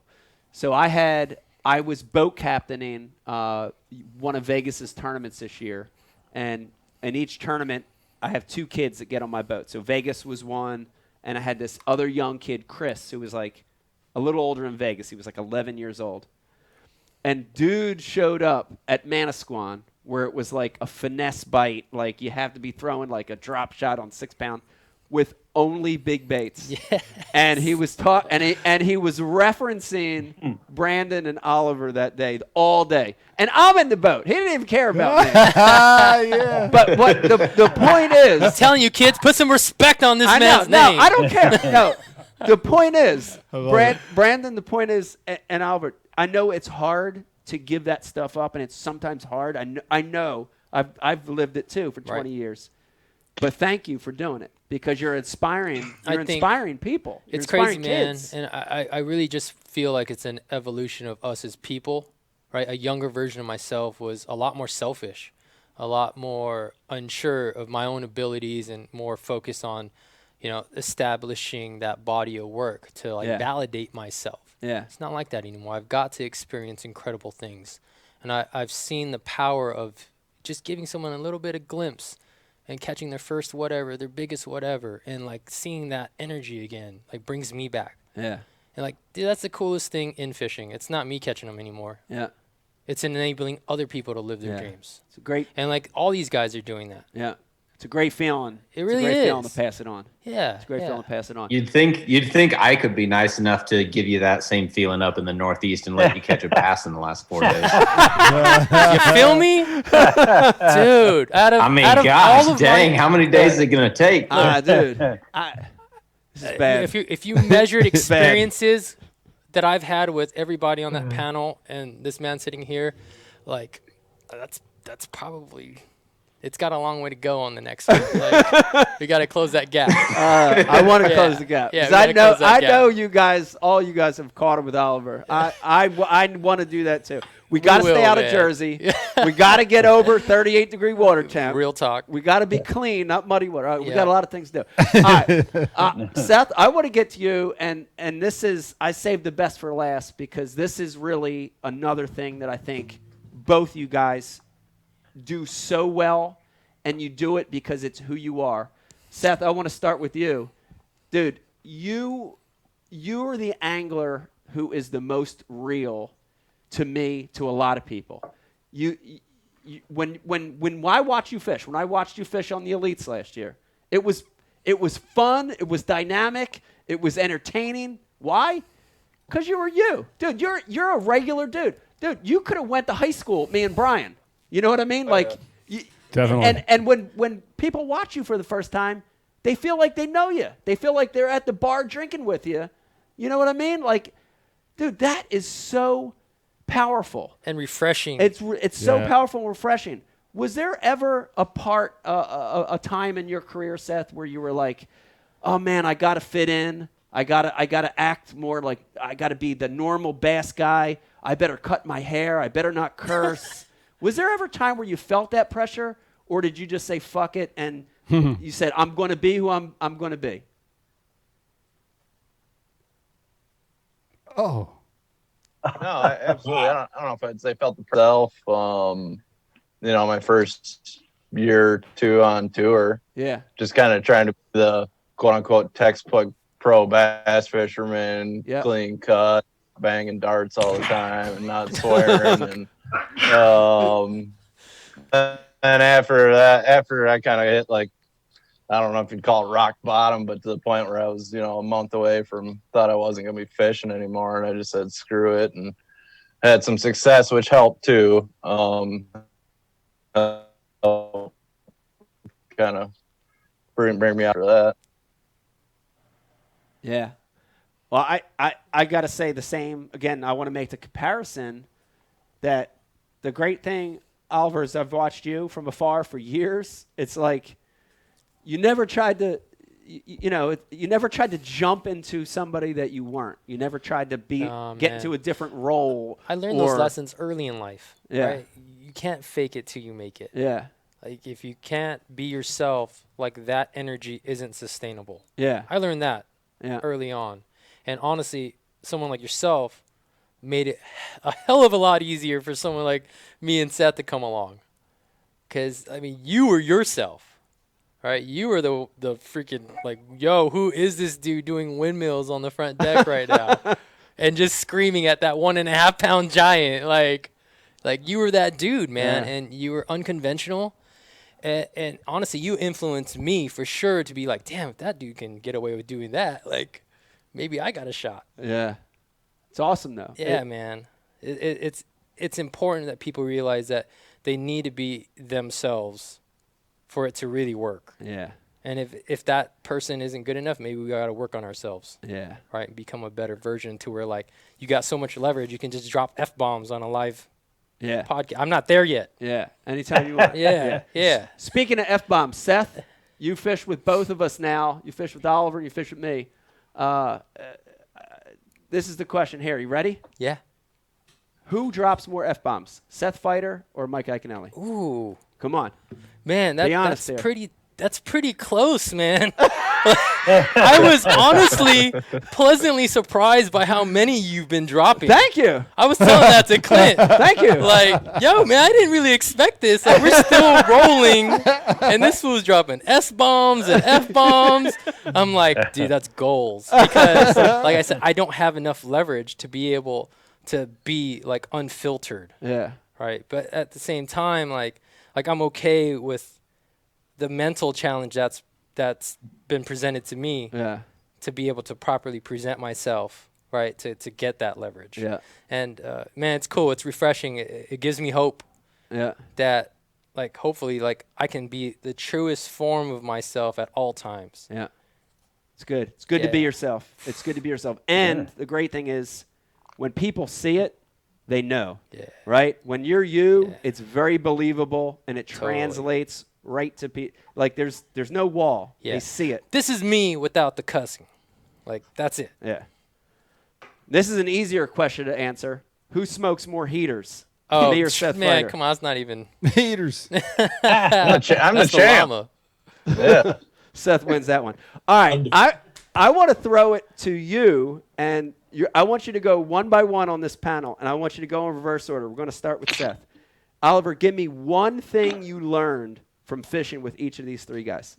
Just one? One thing. Just give me one. Well, Brian the Carpenter made us run late, so we only got a little bit. Oh, man. One thing. We got time limits now? No, I'm just messing with you. It's crazy because like there's so much I've learned from all these guys, and they can be like real like on the inspirational level, like just grandiose, like deep stuff, right? Or something as simple as like a small tackle trick. Yeah. That has like changed my game this summer. Like, I got to fish with Seth on one of his home ponds that he grew up jacking fish out of milfoil, which he's known for. Yeah. Right, and I'm getting to watch this man at work like a maestro, man. And he's got on this ringed wide gap hook. And I'm like, yo, what is that? Because I've hated straight shank hooks my entire life. I just hated them. So when that became the thing for like flipping and punching heavy cover, I was like, damn, do I really got to do this? And then he showed me this offset wide gap ringed hook and explained to me like how he felt like, man, this is the real deal. Yeah. And that inspired me to spend the entire summer working on my right-handed reel, left-hand flip game because I was that guy guilty of going right hand to Making left. a switch. Right. Yeah. And I was like, you know what? I got to fish with one of the best dudes that's known for this specific and not only that specific technique, but like that's his jam. Like that inspired me to step my game up. So I spent all summer flipping grass in Minnesota and trying to get on that Seth Fighter level. Yeah. But little things like that ringed hook. Yeah. And I was like, thank you. No more straight hooks. Yeah. That's a good one. Dude. Thanks, That's a homie. good one. Yeah, Seth, thanks for that too. I actually Seth and I talked. We were talking about that. Oh yeah, we talked about this years ago. I got onto that ring deal too, so I appreciate that too, Seth. That's a good one. Give me one for Brandon. I know Brandon's taught us all a lot, but give me one that sticks with you. My goodness, man, that it's not a fluke to catch and win with the big bait at the highest level In a tournament. Yeah. In a tournament. In a tournament. Yeah, and it's not because it's the power of the bait. It's the power of the men yielding the bait. Yeah. Whoa. Yeah. Dude, it's inspirational, man. It's Yeah. dope as hell. Yeah. He's the poster boy. Yeah. Living the dream. Yeah. Like he's living the dream. He's been living the dream and he's worked his way from the bottom, and I've got to spend, a couple nights like at his new pad with his crazy drive-through garage, and the guest room's got like 5 freaking blue trophies like staring at me. And I'm just like, that's cool. I'm glad I can fit my bags in here. Yo, man, like the dude's decorated. Yeah, it's cool to see that big bait and work in For tournaments. sure. And I've seen Brandon do it. I've seen Carl do it. I've seen Carl catch him on Champlain, catching giants with it's so Right. cool to see it in a tournament. I remember scenario. talking to him during that, like, yo, dude, that's cool. Yeah. It's like I've had that conversation with Brandon too. Like I tried to strip him a bait for a Gunnersville event, and because it was Gunnersville, I couldn't get it to him even though I tried to overnight him. Yeah. Like, yo, like that energy is real, man. Yeah. Those opportunities are there, and these guys have become so good that they recognize those opportunities and execute them. Yeah. That's a difference. Yeah. When someone like Pete says, like, I don't think this West Coast philosophy and mentality transfers, it's not that, man. It's the wrong guys attempting to make that transfer Right. and not making the right decisions. Yeah. These guys have gotten so good at making decisions, it shows in their body of work. Yeah. Yeah. Give us one thing that you learned from Carl, and you can't say have a sexy Australian accent to get free orange juice. Which I Man. might use that, though, the next time I'm at a restaurant or a diner. I mean, it's like I said, all three of these guys, and yourself included, have inspired me in so many ways, right? We could talk about tackle tips. We could talk about the aspirational, like leaving the country thing. Like he's taught me that it can pay off big to dream big. Yeah. This dude said, F it, and just went for it, man. And on like a tackle side of things, like he showed me that I need to get more comfortable in fishing heavy braid to a short fluoro leader because of his experiences with some of his, multi-species stuff with the barramundi, Heavy and cover. the cod, Yeah. and just big fish, bigger baits, Yeah. big everything. Big Australian women. Big opportunity, like big failure opportunity points, like in the tackle. And that was something I was uncomfortable with until I went down under and Yeah. did musky fishing here. And I'm like, well, man, Carl's got this crazy FG knot. Finally made myself learn how to tie it after he showed me like 18 times. Yeah. And have added that to my largemouth bass fishing game. Yeah. Because I see scenarios where like that applies. Yeah. And that's an advantage. That's awesome. Yeah. The beautiful thing about fishing is the learning never stops. Yeah. And especially when you're surrounded by like incredible anglers. Like I want to know everything these dudes are doing. I know. Man. I so do thank too. you guys for sharing like your lives with me, man. This is Yeah. crazy. This is crazy. I'm just a kid that grew up fishing pudding stone, and I got all you dudes talking at the same time. This is cool. This is crazy. All right. I got to tell you this. Guys, I want to go one by one. Start with Carl, go to Brandon, go to Seth. This is a big year for Oliver, right? This is a big transition. I'm excited for him to sit here, but I want to hear it from you guys. 3 of the best active anglers right now. Carl, one piece of advice for Oliver Fishing Opens. Can we have all 3 of them do it in an Australian accent too? No, I don't. Let's just regular normal accent. So Carl has to do an American accent? No, Carl, regular. All right. Your regular voice. Carl, give Oliver one piece of advice going into the full 9 opens in 2021. Oh, so I was thinking about that when he was talking about it, but he's already got it. Not being afraid of that failure. That's when he said that, I was like, he's going to be good, because just not being afraid to fail and taking those failures on the chin and going after the next one. I think putting it behind you and moving to the next one. You got 9. I talked to Brian Robinson this last year, which is crazy to me because of who he is, and he said he never let a bad game affect the next week's game, and that was huge to me, and it struck with me because that's sort of the way that I think. But my bad ones, they eat at me, and I just try and get over them as quick as I can. And so those bad ones, there's anglers this year, and there's people that fish the opens, and after a couple of them bad ones, they quit. And I thought, man, I never did that in my whole 6 years of trying to make the elites. I'd be in a position where I wasn't going to make the elites, but I'd still fish the last one because I'm like, I'm going to make the classic and win it. Yeah. And so I think just don't let those failures affect your next one. Yeah. Appreciate you, bro. That's a good one. Great lesson for everybody. Brandon, give Oliver a good one for 2021 Fishing the Opens. This is a big deal. This is a big deal for him. Give him a piece of advice. It is. I know that he's been like flirting with the idea of this for a while. So I'm glad that you're actually stepping up, doing it. It's about time. And I think there'll be a lot of people that are surprised. And for me, the cool thing is that you already have such an unconventional approach to the sport that use that to your advantage. You're already really good at not fishing conventionally, and so don't get caught up in what should be happening at a body of water, because the one thing that holds true is that there will always be change in fishing.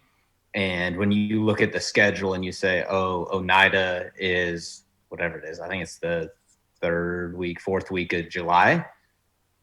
No matter what anybody says, nobody has ever fished the 3rd or 4th week of July in 2021. So nobody actually knows what's going to be happening at that time. Wow. And you just, as cliche as it is, you have to fish the conditions and fish it in the way that makes sense to you. Yeah. Use the knowledge that you have in breaking down bodies of water and the way that fish move. And they're going to be where you find them. As simple as that sounds, I say that like somewhat jokingly, they're going to be where you find them. Yeah. But at the same time, when you think about it and you tell yourself that, it allows your mind to be open to those unconventional methods and not say like, I have to go do this or I have to go do that. It allows you to say, okay, the fish didn't grow legs and hop out of this body of water. I just either A, have to figure out where they're at, or B, figure out how to catch them. And that's pretty much how I have approached my tournament fishing. And that it crosses over into the big bait side of it. Yep. And use that where you can, and there'll be certain bodies of water and certain opportunities that open up, and you'll see those opportunities where those big baits apply. And then there'll be other times that it just doesn't apply. And that's the biggest difference in chasing one bass versus fishing a tournament and trying to put 5. You don't need 5. Your 3 or 4 just need to weigh more than the other guy's 5. But you just have to know when to pick it up and when to put it down. Yeah, that's the biggest thing. Appreciate you, bro. Good advice. Super Excellent. advice. Yeah. Actually, I'm taking some of that. I'm too. telling you, like, everybody listening should be taking this down. Yeah, I'm taking. Damn some right. Seth Fighter, let's. I wanna put a big exclamation point on this. This is a big year for Oliver fishing. 9 big variation in bodies of water, from the north to the south to the in between. You've been there. You've done it. Give Oliver a piece of advice for his 21 campaign. Yeah, Paul and Nick touched on a lot of really good stuff, but I had to say, don't be afraid to scrap practice. Like, you could have the best or the worst practice you've had in your whole life. You're there, you think you got them really dialed. Those, those end up being some of my worst tournaments if I just get hard-headed and stay to what happened 2-3 days ago, whatever the conditions were, whatever. It does not take long to catch them. I mean, if you've been practicing 2-3 days, you think you're dialed, you got a super good pattern. Every time in practice you do it, you get a bite or whatever, and then, tournament rolls around and that all falls apart. Don't be afraid to just go fishing again and, do whatever you think is right. And when you think something's not working and you get an idea in your back of your head, like, go do it. Don't sit there dragging a jig on rocky points for 3 hours thinking about, oh, I should go throw a spinner bait in the back of pockets and just keep, you know what I mean? Like, when that thought crosses your brain, lift your trolling motor up and go do it. Yeah. Hell yeah. Trust that voice. Yeah, man. It's a hard thing to do sometimes. Right. It's hard, It's hard to Especially if you have a good practice. Yeah. That's good Yeah. stuff. If you look twice or you think twice, go do it. Yeah. Man, Good, appreciate you all. good Like, seriously. practices can be the worst. Good practices are rough. Yeah. They either really, really pay off, or they're the total other end. And Man, you're like, I've had that same experience at all Right. those lower levels. Yeah. The best performances are always just going in blind, fishing the conditions in the moment. Yeah. It's awesome. Appreciate you guys, man. Seriously, Yeah. I'm humbled to be able to call you guys friends, and it's still wild for me. Like, Yeah. this is sick. Yeah. Dude, Brian the Carpenter, I can't thank you enough for setting up this amazing surprise guest spot. You can. I'm in shock. Stand up. Oh. Applaud. Shout out to Brian the Carpenter, shout out to Brian the Carpenter. And these guys here on the Zoom for graciously doing this. Yeah. I appreciate all three. Yeah, of them. all 3 of you guys. Thank you for coming on the Guys show. are Man, Amazing huge advice, sir. inspiration to so many people, and couldn't think of 3 better guys to have on with Oliver today talking about 21. So appreciate you guys. Yeah. Thanks, boys. Thanks, boys. Thank you. See you on the water. appreciate it. Yeah. Thanks, Good man. luck this Carl, year, guys. Brandon, and Seth, everybody. Good to see you, boys. Dude. Wow. Look at We're that. calling you See, Sebastian. Bro, you're good. Now, dude, I always talk smack. Told I you. say he's not a good producer. He's only a good carpenter. Hey, He actually I don't know why we gotta Homies gotta leave that. always rib each other, right? Yeah, You he's gotta actually keep each pretty other good. in I check. just, Yeah, I'm man. talking smack. He's actually really good. For sure. Dude, that was awesome. Carl's Dude, hanging out. Carl, you hanging out? I hope Carl does hang out. I'm just not He can leaving. hang out with us. I hope Well, Brandon can yeah, hang I out. was like, Anybody can hang out. You ain't gotta go. Yeah, we're just, it's Friday, dude. It's Friday night. There's COVID's around. We're all everybody's married. Nobody's Everybody's got a life. married and everybody's got COVID. So you ain't doing nothing anyway. You might as well hang out with us and have a beer. Doesn't matter. It's up to you. Yeah, you can hang out. No with us. pressure, y'all. No pressure. Now I want to be able to chime in on any shenanigans that shake down in the next who knows how long you guys will be on. Yeah. Brandon and I'll just. I mean, I was already disappointed that Oliver didn't talk about like all the trout fishing skills that I taught him when he was Man. up Oh, Yeah. whoa! How about what? I didn't know any Coeur of d'Alene this. River, man. Really? Yeah. Wow. The heck of a Oh, bachelor and he was party actually that I here drove for 18 Carl's hours wedding. to, a terrifying blizzard as I'm swaying like through the ice as a stupid California kid that doesn't know if I can put my 4-wheel drive Risking on while your I'm life driving to or get not. there. Yeah. Yeah. It's a wild weekend, man. That was Wow. a fun bachelor party. That's awesome. That was the wedding. Oh, man. That was crazy. Crazy. Yeah, thank good. you guys, man. And also, I don't want to not emphasize how important everybody that's ever supported myself or anybody that's ever supported you guys. I mean, you guys are instrumental in leveraging me to be in this position. So thank you to everybody that's ever supported Big Bass Dreams and myself in any way, and your fans too, man. Yeah. The fans are everything. Yeah. Well, I said it. I do want to reiterate it, dude. You guys, including Seth, who hopped off, dude. You are the guys that are inspiring the next generation of hardcore anglers, tournament anglers, young guys. I see it every time I see it. See kids walking around talking about you guys. That means a lot. So thank you guys. So good. The sport needs it. The sport needs it. That's how it grows. Yeah, that's what I said. But I was saying before, like to see Oliver going to the tournament side of things is huge. I feel like the tournaments, like there's certain people that you can see they have that thing, they have the personality, and they have the drive, and then the passion for the real, true, reason why they got into fishing from a kid, and they got that. Like when Ike tells a fishing story of when he was a kid, I can say the exact same words of what happened to me at that age. Yeah. And then when Oliver does it, he's telling my story. And then when Brandon does it, he almost tells my story. Like it's almost exactly the same, and it's cool. I've been loving the throwback photos. Like yeah, that's so dope, man. And like seeing everyone's all of our got terrible those haircuts. and I feel like tournament fishing needs someone like Oliver. So like when you're going into it, I just feel like tournament fishing needs that personality, that person, that passion that's going into, and Oliver's going to throw that. He's going to throw that wrench into tournament fishing. And that's what we need. In a good way, yeah, in a great way, and so I think it's really cool. And he's been talking about it for years, and we've been telling him to do it. But timing, man. Glad to see actually going to go in. Yeah, I think it's good timing too, because now that all the brands have a live scope type of technology, all those fish are going to get killed like instantly. So having someone doing something different is good. The fish have no chance. I got that secret make 'em bite button on. That's right, make 'em bite button. Why have you guys here? I might as well take advantage, Brian Carpenter, to ask Brandon and Carl a couple things here.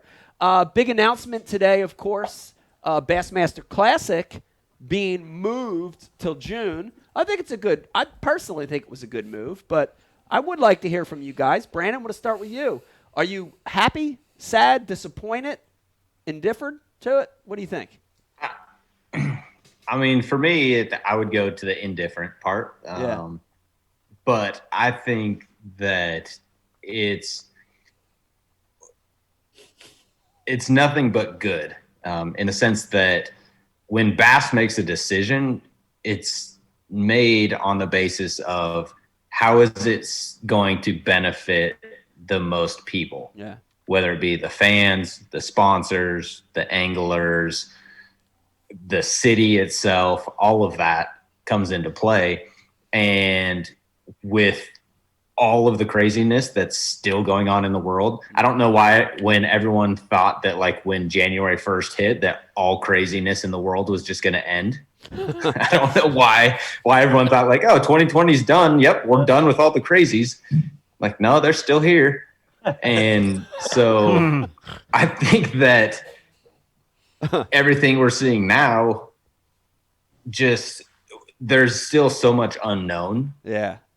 That switching it to June buys them more time. Yeah. It's easy for us. I shouldn't say easy. It's easier for us to have an elite event because it's a much more controlled environment. As much as we love to have fans there, it's not as required. Yeah. But for me to go fish a classic, I need there to be fans there. Yeah. You've won one. for me, like if I have the opportunity to win a classic, I want that stadium to be as packed as physically possible. Yeah. And so if moving it to June allows us to have every single fan there possible, then that's what I want to do. Yeah. Because that moment may only happen one time in your life. It may happen multiple times, but it's still the first one. And like I feed off of the energy of other people. Yeah. And it's similar to like the analogy of, you know, does a tree make a sound in the woods when it falls if there's nobody around? Yeah. It's like when you win, does it mean as much if there's nobody there watching? Right.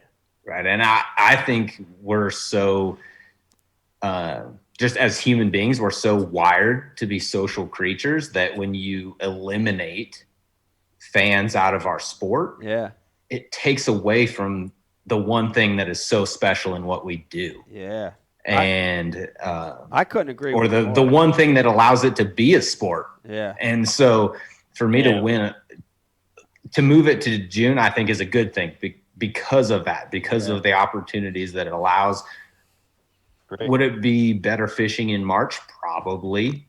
But guess what? Somebody's still going to win, and it's going to play out exactly how it's supposed to. Yeah. I agree. I couldn't agree with you more about the fan portion of it. It's, you know, I didn't get to fish as much as you guys did last year with the elites, but that fan interaction is for me, it's important. And it felt missing, you know, like MLF didn't have a whole lot of fans anyway, right? So that portion was missing for me a lot. Carl, I want to throw it to you. How did the rest of the season go? Bass continued their season. They did a great job of continuing on even during COVID in 20. But did it feel strange or awkward not having a marshal in the boat every derby, not having the fans there, the big crowds there? How did you handle that? Yeah, I just sort of you know, took each thing as it comes. You know, I'm coming from Australia and trying to make it here. I'm used to setbacks and brick walls and all the things thrown at you that can possibly come. But this definitely, as bad as COVID has been and how, you know, difficult it is for so many people, like I think it woke a lot of people up. Yeah. And including me, I'm so grateful all the time. I try and be so grateful for every little thing. But like now, I'm just, if we get to fish, if there's a tournament, like I'm so grateful. Like it's not like the little things don't affect you near as much, you know, and now you're way more willing to adjust and not jump on things because, you know, there's way worse things happening. People are under more pressure and stress and difficulty than you. And if for our sport to continue and what Bassmaster and the anglers did to keep Bassmaster running, you know, with the thing with MLF coming in and Bassmaster almost went away. And when I was coming back to fish the elites, like everyone was telling me I was crazy, like Bassmaster would be gone. And that was only a year ago. And so now that it's building and I can't help but just feel like grateful for whatever's happening, and I'm just trying to roll with the punches, basically. But for me, everything has always had to be worth the sacrifices. I don't get to see my family, my friends. I don't get to go home to Australia. I don't get to just drive around and see the people that I spent most of my life with. So I'm always striving to make sure that I'm like pushing the limits and going as far as I can and never slacking. And my dream and what got me here and what drove me through all the brick walls is my family and Australian fans in the stadium of a Bassmaster Classic waving like the Australian flag and Aussie and all that, and I'm driving in. That has pushed me through 10 years of like sheer hell. Just that one image. And I can think of that and I can cry. I can think of that. I can get chills up my spine. I can think of that, and it happens like every day, every week. I just get a glimpse of that and I get goosebumps. And I just keep pushing forward, and that has always been my drive. So Bassmaster continuing to think of fans all the time, to me is number one, because I'm not here without the fans. I'm not here without that stadium packed. I'm not here without seeing those images of you winning, you screaming, never give up, and all of those classics that I got to watch about in my era is what pushed me through all of that. And without those crowds and stuff, I'm not doing it. So yeah, Bassmaster pushing it back, thinking of the fans and trying to get them back in the stage and in the stadium. For me, I'm like, I want them to keep doing that, because that's what drives me more than anything. Yeah, they're powerful. Fans are powerful for sure. It definitely can bring you to a different level. I want to chime in with Pete Glusick real quick and get his perspective. He's fished the tour longer than any of us. Pete, is it long overdue that bass goes back to summertime tournaments? I know that was a thing for us for a long time, having a tournament in the summer or the end of the season. I know this one's kind of by default, but is it a good thing? Should bass go back to summertime or fall tournaments? Classics. Classics? Yeah, it's an interesting question. I didn't expect you to ask me that question. I love the summer classics. All right. They were amazing. They were well attended. The reason that they moved them to the early season is because they got more people, right? They got more fans. And I see that, but I don't know. I don't know about, I can't really respond to that, but I do love that they moved it to June. I do love that. I think it's an amazing thing. I think the whole country has been under a lockdown, and even though we get out, we get to go out and fish. I think moving it to a place where possibly COVID and all this stuff is going to let us gather. I think you got a bunch of people that are going to swarm. I think potentially this could be the biggest attended classic in the history of classics. Yeah. I agree. I agree. And let me even go further than that. And I was thinking about this today. We fished all day, brutal cold. We caught a couple today, believe it or not. It was Some nice. longer than others. But I was cold. I was cold. I was super cold. My hands were cold. My feet were cold. I was cold to the bone. I got back. I put my short swim trunks I have. I mean they are shorter than the Tommy Biffle shorts. They're short. Cock shorts. I put those shorts on. No underwear, right? Just the shorts. And I got in my hot tub by myself. I poured a little bit of tin cup on the rocks, poured it to the top, nice, smooth, mellow rye, just gone down smooth. And I got in that hot tub, and I started thinking about this very thing. And I thought when things get better, dude, when this vaccine gets out and things get back to normal, Pete, the first thing I'm doing is I'm going to the club and I'm dancing. I'm dancing, baby. I don't care. I don't care what song's on. I don't care if it's house, hip hop. We're getting windmill tonight. Dude, I might Can we get a windmill? I might Put do his a jam jam on, man. But I mean, I think you're right, Pete. I think the whole world is, when things get back to it, it's going to be a big surge. And I hope it happens in conjunction with some of these bigger events like the Classic. I think it'll be great. Yeah. It'll be great for the sport. We've all been given some perspective. Yeah. Right? Yeah. Taken away from us. Yeah. When things get back to normal, it's going to be... Appreciate it all. It's going to be a party. I'm in. I think there's a competitive aspect to it too, because I thought about this when they moved it and had people start asking, and I got to thinking about it. And so there may be some people watching that don't understand exactly what happened, but they took Pickwick in Alabama, which was our June event, and they just flip-flopped the dates with the Classic. Yeah. So they took Pickwick, moved it to March, took the Classic in March, moved it to June. From a competitive standpoint, that's way better for a lot of us that don't know Pickwick like the back of our hand. Yeah. Right? Because in June, odds are there's going to be offshore fish. Right. Guys are going to have their own little like sneaky squirrel honey holes, off the wall stuff. Good and then there's going to point. be giant community holes. Yeah. You move that to March, kind of anybody's game, switches things up a little bit. And then you look at the Classic in June. Everybody's been prepping for it. Everyone went there and pre-practiced before January 1st, thinking it was going to be an early in the year tournament, pre-spawn, spawn if it's warm. And now you throw this and it levels the playing field. Yeah. In the fact that like anything could happen. And I thought about that a lot. I'm like, man, it really on both ends, not many guys fishing the Classic have ever fished Ray Roberts in June, probably. Yeah.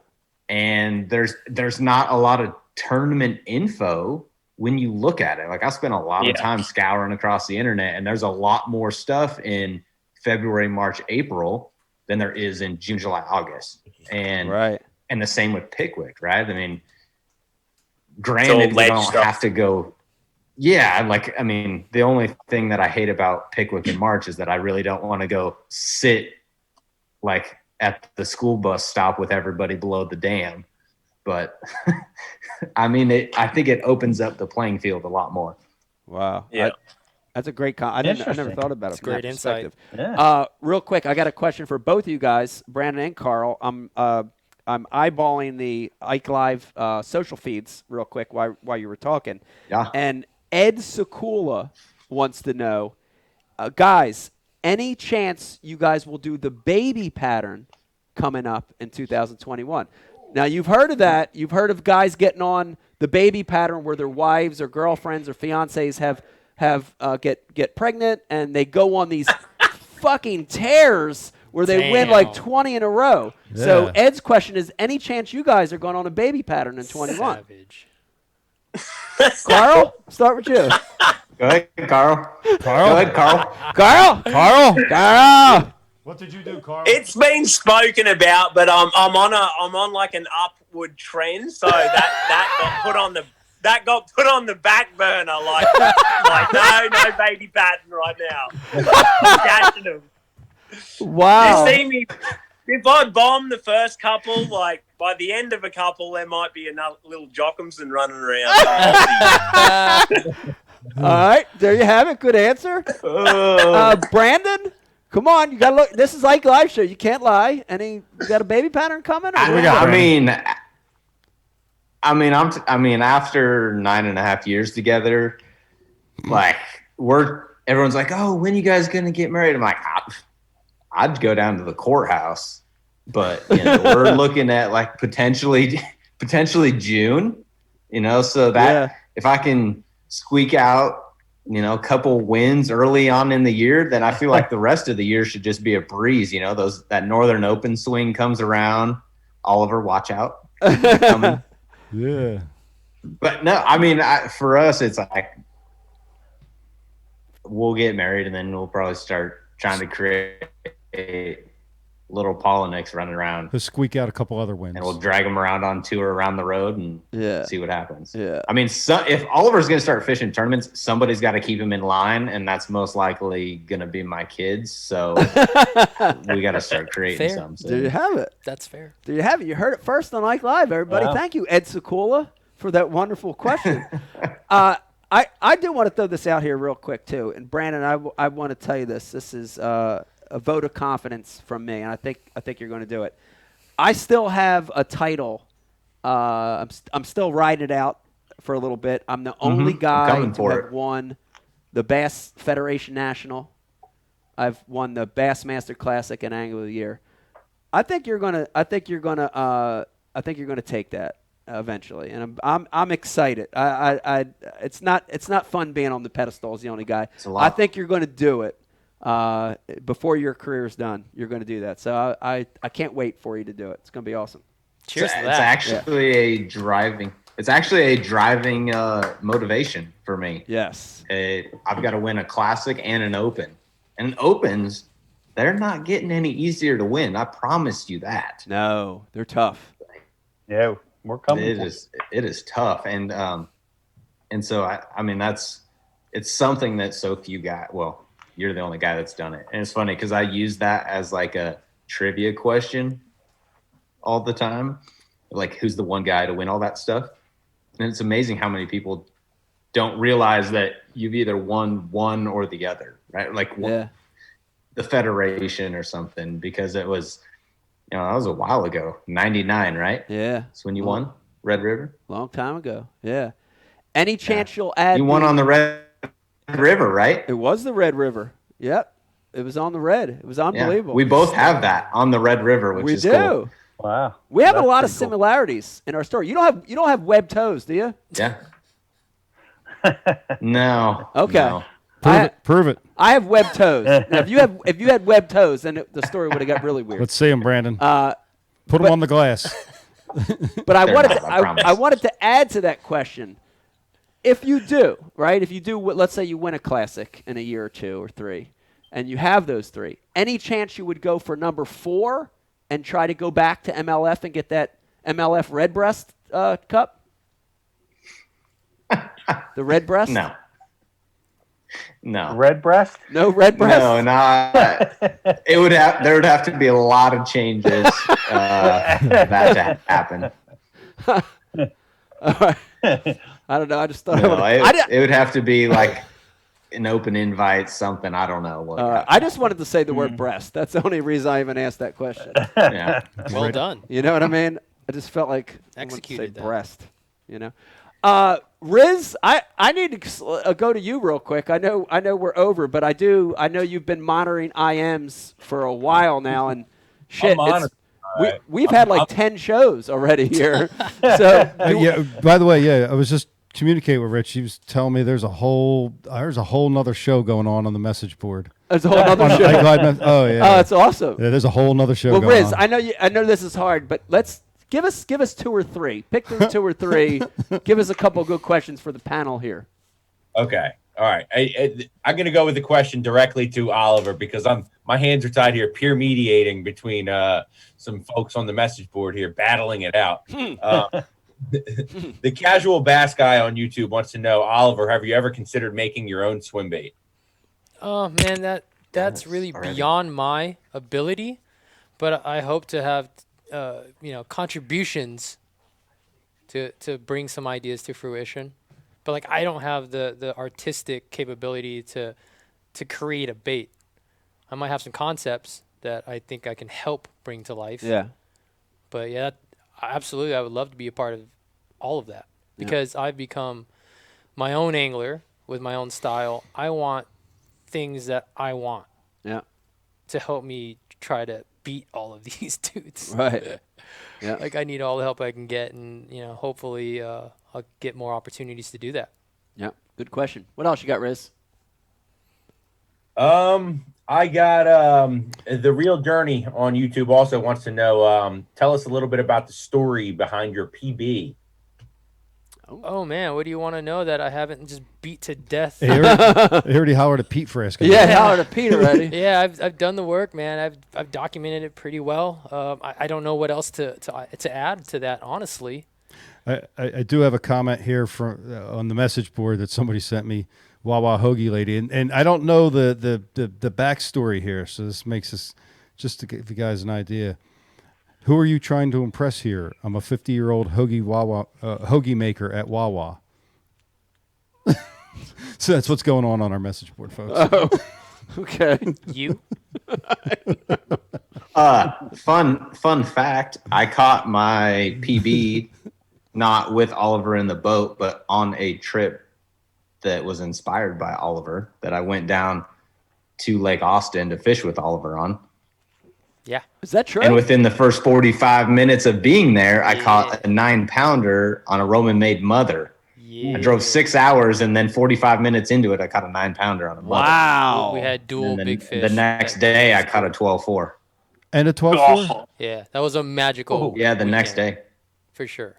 A 12-4? Yeah, biggest bass I've seen with my own eyes and held in Texas. Wow. And 12-4 doesn't really do it justice because like this system at the time was kind of on a downswing. Yeah. The dynamics of the fishery changed, so those fish weren't like big fat Florida fish anymore. They were just like literally shells of their former selves. But he caught an absolute monster. The head on this thing was big. The frame was big. Dude, if she had the weight on her, like she would have been like a super special fish. But she was 12-4, and that was magic, man. That was dope. Well done, bro. Oof. It's a He's giant. so cool. Me and Oliver both caught 2 that were like almost 9 pounds on the same day. That was so cool. Yeah, it was rad. That was the first time we fished together. That's sick. Just a little bit cooler than this week. Yeah. Yeah. Wait a minute. Just a little. What are you talking about? Just a smidge. You can't even compare that to snagging gizzard shad in the asshole. That's true. Yeah. Dude, How many gizzard shad did you catch We with caught these like guys? 5 or 6 gizzard He shads. caught 5 or 6. I caught I caught one of them. And they were all snagged in the asshole. 4 days It of takes fishing, skill. 2 anglers per day. Say what about 16 man hours per day times 4, 32, 64 man hours doesn't of bass fishing. You guys didn't catch 9 pounds of bass. No, that's not true. That's not true. I have a question. No, that's 12? I have a question 12 for 4 beats Oliver. are 64 hours over the last 4 days. We had more than 12 pounds over 4 days. Delaware River, What? we had 4 that weighed 8 pounds. What do you got, We had a Brandon? 4-pounder today. That's 12 pounds. Oliver, how many people, like through your training sessions and all of that, how many people have caught their PB with you? That's a good question. Man, honestly, too many. Whether it was a training now. session or just guys fishing for fun. Right. A lot of people. A lot of people. That's cool. I want to say, I mean, even just friends and people with me, and to where I felt like I had an influence on that. Like, definitely over 100. Like, Yeah. a lot of people. Wow. A lot That's of people. crazy. That's very cool. And you know, it's wild to me to be able to help everybody live that dream. Yeah. It's cool, man. It's cool It's to accomplish like things of that nature. It's very cool. Carl, real quick, weigh in. What's your PB? I don't know the answer to this one. I was going to weigh in on it because my PB came on Brandon's glide bait that he designed. Yeah, look at it's all coming full circle here. I know, and it was it was like a prototype, you know. So I had one of the original prototypes that he had designed. It wasn't out on the market, and in 2018, that's when I went on that tear with the glide bait, and I was like leading Gunnersville Championship, and I boat flipped though back to back 5.5, 6.5 at Champlain. I almost won the Bassmaster Open Championship on Table Rock. Made the big comeback with the glide, lost a 6.5. That was all on Brandon's, and then that next year in March, we'd set the camper up on Chickamauga, and we were sort of living here in the camper. And I was fishing, you know, every day, and I fished all day, daylight till dark. And then Kayla came out for like the last sort of 5 hours, and I hadn't had a bite all day, and then I caught a 10-10 with about an hour to go of light, and that was that's still my PB. I've caught two 10-2s, and then I caught that 10-10 on the glide. But that's definitely my that's my dream fish. That's sick. What the hell, dude? That's disgusting. We need to move out of the state. I know, dude. Man, This is word on the street is that it's a slight possibility you guys can get it done here in the state. Yeah. Yeah. Oh, I know a In place. like February, March, when it warms up a little, maybe. Yeah. I don't know. Yeah, it needs to warm up. All right, I want to start a little fight here real quick. You ready? Swim bait. I'm talking about swim bait treble hooks. Hard swim bait treble hooks. Quad or try? It's funny. treble hooks? We've all had this conversation. Quads or tries? Brandon? It's not even a fight. It's supposed to be a fight. Come on. Nah, it's not, because we're all going to agree. How do you fight when you agree? Oliver, do you agree with this? I don't know anymore. What? Wait a minute. Are you treble? I might be back to the treble. Ah! Man. Oliver's Do changed. explain. But it's all situational. Do explain. It's all situational. I feel somewhat offended. Like he changed on us, Carl, and he hasn't even sent a text or nothing. You know, I got to give myself a little advantage. It's just like, hey, check out Wow. these hooks. There's 4 points. How long have you known you're fishing the opens, and how long have you had this info? you know. Man, this is brutal. I'm kind of in between, because I just see it's a situational thing for me now. Yeah. And I've experimented and gone through the process of elimination, or tried to, right, and try to be as scientific as I can with my theories and hypotheses and the results that I'm observing. And I'm at a point now where, like, early those quads were the deal. Yeah. Right, and those guys were with me a lot of times. I was putting them on 11-inch baits and, undersized hooks at 1/0 because that's where they maxed out at. But, man, it might be more to do with how aggressive those fish were and how excited they were to see the baits I was throwing them at the time. Right. And then as those fish got more conditioned and acted more like fish in California, where they're coming up with like exploratory bites, not just full on just murder headbutts. Yeah, I felt like my results are going the other way a little bit. Huh. Interesting. Yeah. Yeah. But what do I know? Do you think that's because of the size of hook? Like because there was only a 1/0, or is it actually the design of 3 points versus 4? And now, remember, this is only based off of my own experiences and opinions, right? That just doesn't mean anything really. Yeah, but it's valid. Thanks, man. You have a good track record, so it's valid. Yeah, I think it's a combination of the hook shape and the point shape and the way they curve inward. The fact that now you have a 4th point to potentially distribute pressure to where you're not getting full penetration if they're getting like multiple points. Right? Penetration is an important thing. Like you want to penetrate past the barb and into the bend of the hook. I mean, that's what you're looking for. And I feel like sometimes because like the same way like laying on a bed of needles distributes those pressure points, you might not be getting full penetration. Right. And I have those fish shake off. I've had it happen, but I've also had incredible successes just like the boys have too. Yeah. And I just feel like it's somewhat situational, or like I feel like if they're aggressive, like that quad could help me. Right. I mean, there's more points, and they're just hitting with a force where like that penetration isn't an issue like it was in Texas. Right. In some places that I felt like they were less pressured to the big bait. But then, watching fish completely just change the way they ate a glide bait that I used to stomp them out on before and just kind of like almost test it. Yeah. Dude, they're fascinating creatures, man. Huh. They learn. They learn. The dumb ones get change. killed. Yeah. I mean, they don't make it. Yeah. Well, let me blow everybody's mind, especially my swim bait guys. You guys are talking about trebles and quads and all that shit. I'm going to singles. That's right, freestyle hooks on my swim bait. Did you say freestyle? Yes. Single freestyle. Australia's been doing that for years. See that? Yeah. Oh, Herbie Don't Hancock? talk about that too much. Oh, man. Single hook stingers are one of the probably biggest deals in Australian fishing, and something that I do a ton on a ton of different baits over here and have massive results on it on techniques that you lose a lot of fish on, especially smallmouth, spin gear, on hard bodies. Australia's been doing that for probably 10 years, hand tying single hooks on braid, little leaders, and having them just float up on blades and any different type of lure you can think of. Australians have put singles on them, especially with fish that jump. And so it converts big time over here. Wow. What are you doing it on here, Carl? Give us an example of some of the baits you're doing that on.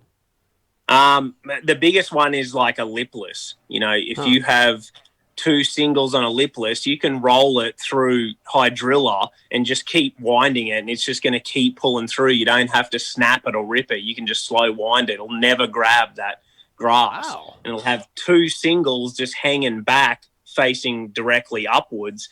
And when they bite it, you got 2 single hooks in them, no leverage, and it's on braid, so it just twists. There's nothing to grab like what a split ring does, where it gets to a certain point and then it starts to actually pull the hook out. Yeah. The singles never do that. And I've talked to Brandon a bit. I don't know if I want to mention it, but like a spy bait is that's the hook on that type of bait. And in Australia, like they will not throw a blade, when you're ripping like a blade. They won't throw it with a treble on it. It will have hand-tied braid singles every time. Wow. Very cool. And spy bait, that makes a lot of sense. Yeah, Brandon I think we were supposed to just like let that glide kind of we glaze over. That, yeah. Well, let's talk about it later. Yeah, let's pretend he didn't say it. All right, we'll pretend. You should have seen us this year in the camper, like hand tying all these little single hooks and stuff. Yeah. And Carl's sitting in there. Brandon and I yeah, we went can do too far, this. and we had fluff hanging off singles, and the spy bait didn't even Yeah, look like a spy bait anymore. We had marabou, like hand tied marabou hair singles, all colored. God. Hey, to how match dare the you guys base. have minds of your own? I love it. That's awesome. All right, we got a good one. Riz patched through a question from Kevin Koo, K-U-E. And this is a good one for Brandon and Carl to chime in on, which is, Oliver, will you continue to make content when Fishing the Bass opens, and will you run cameras during the entire day like these guys do, Fishing the Elites? Damn Skippy. Damn Skippy. Ooh. So big shout out to the partners that are helping me realize that dream.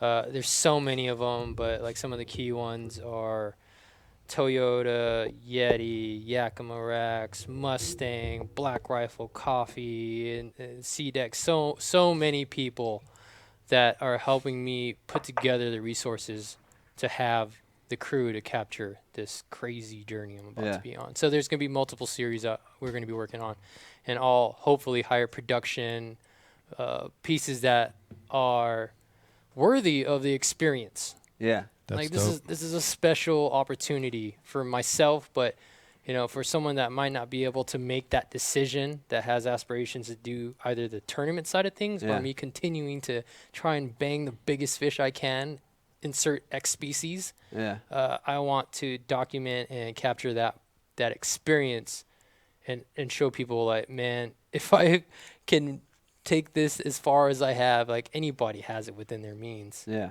Just got to go get it, man. But there's a lot coming. Yeah. A lot coming. I want to know from Brandon and Carl, you guys are the best at documenting your day on the water, with different action cams and GoPros and stuff. I got to be honest with you, and Brian has harassed me about this for a lot of years. Him. I cite Brandon all the time. I know. Brandon, I know, and I call bullshit on it. Listen to me. In big tournaments, I don't know the best way to describe it. Like I have like a bad feeling when that camera's on. Like sometimes I don't want it running because I feel like it's affecting my day. Like I don't know if it's I wouldn't even call it like bad luck, but I don't know. I'm almost want to be so focused on my tournament fishing that the camera sort of becomes a hindrance. I don't see it with you guys because Brandon, I see you clicking it as you're fighting a smallmouth. And I'm like, what in the fuck's he doing? No kidding. But it's because when the camera's on, you start acting up. That's not true. Carl, he's always acting up. You just start acting up. Carl, do you have any of these phobias or problems when you're running a camera, or it's just natural for you to put that thing on? It feels pretty natural to me. I know exactly where you're coming from and those feelings that you get. They are there. I'm sure they're there for everyone. But, for me, my whole life, I've wanted to show people what I'm doing and show people how cool fishing is and what I'm experiencing because, we're at that age and growing up and we've all been through it where fishing wasn't cool and most people didn't understand it. So I want to bring across those experiences and what I'm doing. So that's why I tried to do live and and for me, I thought I was going to lose touch with Australia. That was my biggest fear. I'd had 10 years from 15 years old to when I was 26. I'd fished every tournament like my life depended on it because everyone thought I was going to fail. I could never be a fisherman. I was never going to make it. So, like, if I had a bad tournament, it felt like I was dying. Like, that was my whole life. Like, I'd let myself down. And so that's the sort of intensity I was always fishing with. And so when I'd made it in Australia, I'd done everything I'd ever done and wanted to do. When I moved here, I thought I was going to lose all of that. I thought, man, I did 10 years in Australia. I built all of this, and then I'm just moving countries and I'm going to lose all of that. And so social media and cameras and filming and GoPros and capturing all of this has been the best thing that has ever happened for me because otherwise Australia would have no idea what I'm doing over here or anything Right. that it's about. Yeah. So I see it as a positive, and I try not. I used to be superstitious, and I saw it being superstitious as being a huge negative because in a tournament I'd be like, never get the net out or don't fill the live wells up and before you caught a fish. Yeah. And then I do that. realized that was affecting me negatively if it just happened to happen. Like if I didn't have my lucky hat or I wasn't wearing the jersey from the day before when I caught him, that was a negative effect.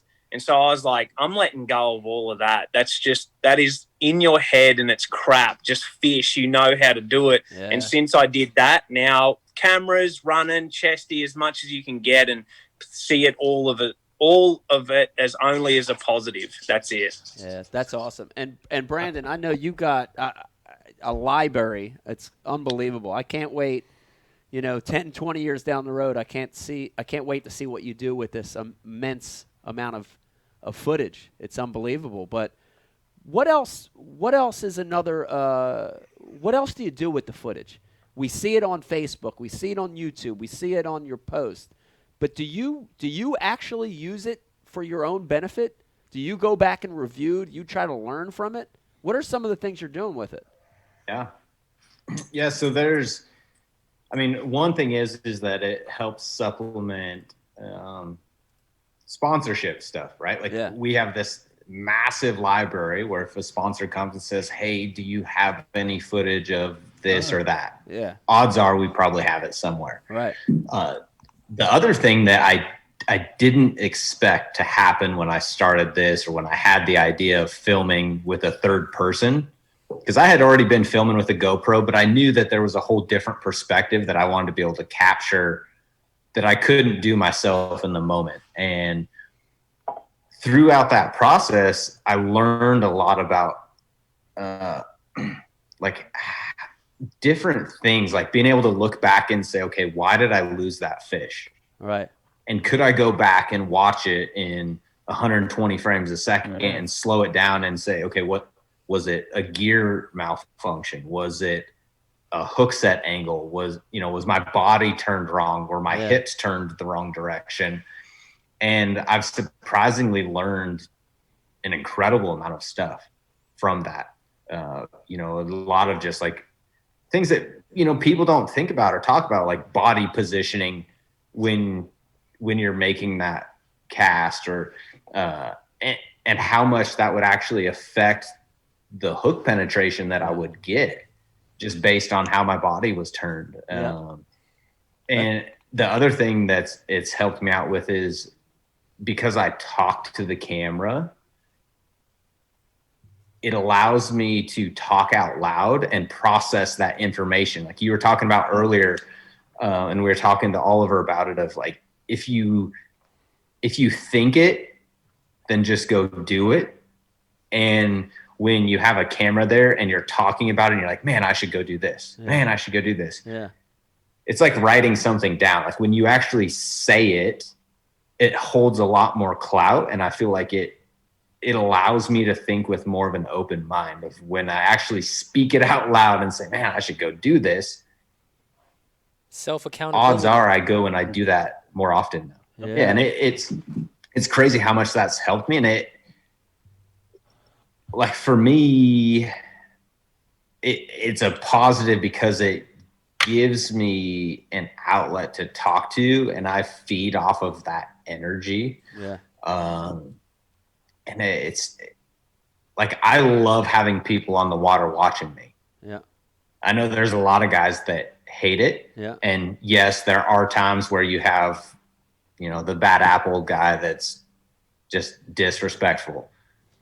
But 9 times out of 10, like having people on the water and cheering you on, to me, just compounds and builds that snowball effect. And so to film, it's not easy. It's not for everybody. It's super difficult. Yeah. And you have to just learn how to manage it. Right. So knowing now that you're going to have someone film Oliver, that's another key that I'll give you, or another tip, is just learning how to manage that and communicate that with everybody, right? Of like making sure that you allow them to get the shots, but don't allow them to hinder your ability to compete. Yeah. Because it's, I mean, you don't want to get in a position where it's like, oh man, this would be an awesome shot. And a lot of times they don't know and they run right over the top of where you want to go. Yeah. No, I've had those just tell them battles like, in hey, just stay off. Yeah, I've had those battles already in just some of the high production, high pressure projects I've been a part of. It's a very similar scenario. We're like, okay, I just hooked this muskie on this, crazy shoot where I'm not even probably going to catch one. I can make it look really cool by trying to transition to this side on the camera side, or I can just put this thing in the net, and we'll call it good from there. And there's so much mental discipline there, and watching these guys like conquering that, like you're saying, when it's a hindrance to so many. Like honestly, I've been thankful. It's been such a pain in the ass to capture what we do. Otherwise, everybody would do it. Right. And these guys are reaping the benefits of the hard work, and like those are the things that people don't see. Yeah. Because for a lot of that early storytelling from those guys, there was no camera guy. Right. It was them and a GoPro or action camera. Yeah. And you make do with what you have, and you gotta be able to hyper focus on top of that potential added distraction. Yeah. So man, kudos to you guys for mastering that. And it's crazy because it's such a part of what I do for so long. Like there's no excuse. Right. So when I hear guys on that level, especially making excuses like, oh, I can't do it because I got to focus on the tournament stuff. Like, man, we all got to focus on catching the fish no matter what the context is. Yeah. Can you guys tell Pete Glusick what a camera is? Well, oh, please. Poor Pete. He's looking at it. I'm on social media now for 4 hours straight, thanks to you, Mike. I just bumped your numbers up. Mike, this is important. Like I want to capture this stuff too, and I do a lot of training and I do a lot of teaching, and I fish the same bodies of water. But I'm going to fish. I fish tournaments. I'm going to continue to do it. What about giving up the goods? You're practicing, you're live, and you're fishing in front of the pink boathouse, and there's a grass bed, and you catch a couple big bites. How do you manage not giving up the goods to the competition? Huh. That's a confidence thing for me. And it goes to the same principles of like all of the goods that we give up in Bass University. People still have to go and apply that information. And just because somebody sees something in the background doesn't necessarily mean they know how to approach it. They may not know exactly what the right technique is.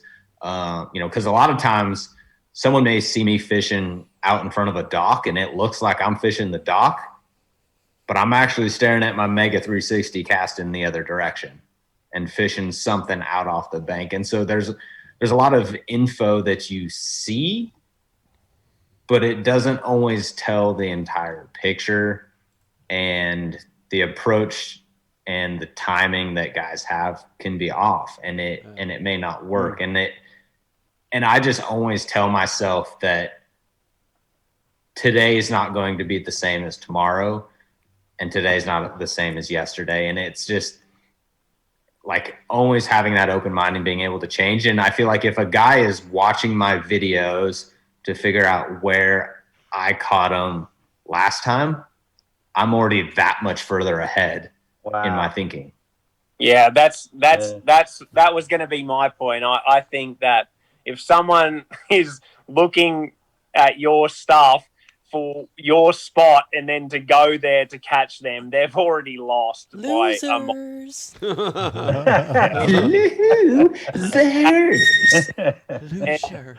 Like, don't be when you catch them, it's usually like you're winding this bait and then you're feeling the grass and you're seeing that edge on 360 and you're killing it off the edge of that grass and letting it fall, and then you're making a pop at the end and burning it and then getting a bite. Like, it's not like they just roll up and they're going to start catching them. It's just, there's usually so much into that technique, and it happens to all of us, Brandon and I work together, and I work with Gussie, and Brandon can say I'm catching him on a DT10, and I'm like, he can tell me everything, but he knows the little tiny details of what that. And if I don't understand it, or if I'm not in the boat with him right then and there, it's nearly impossible to figure out. That's why, like, you've just always got to find your own fish. Yeah. Otherwise, Yeah, I hear you, and I agree with that. But what I worry about is the complications of drawing people into the area.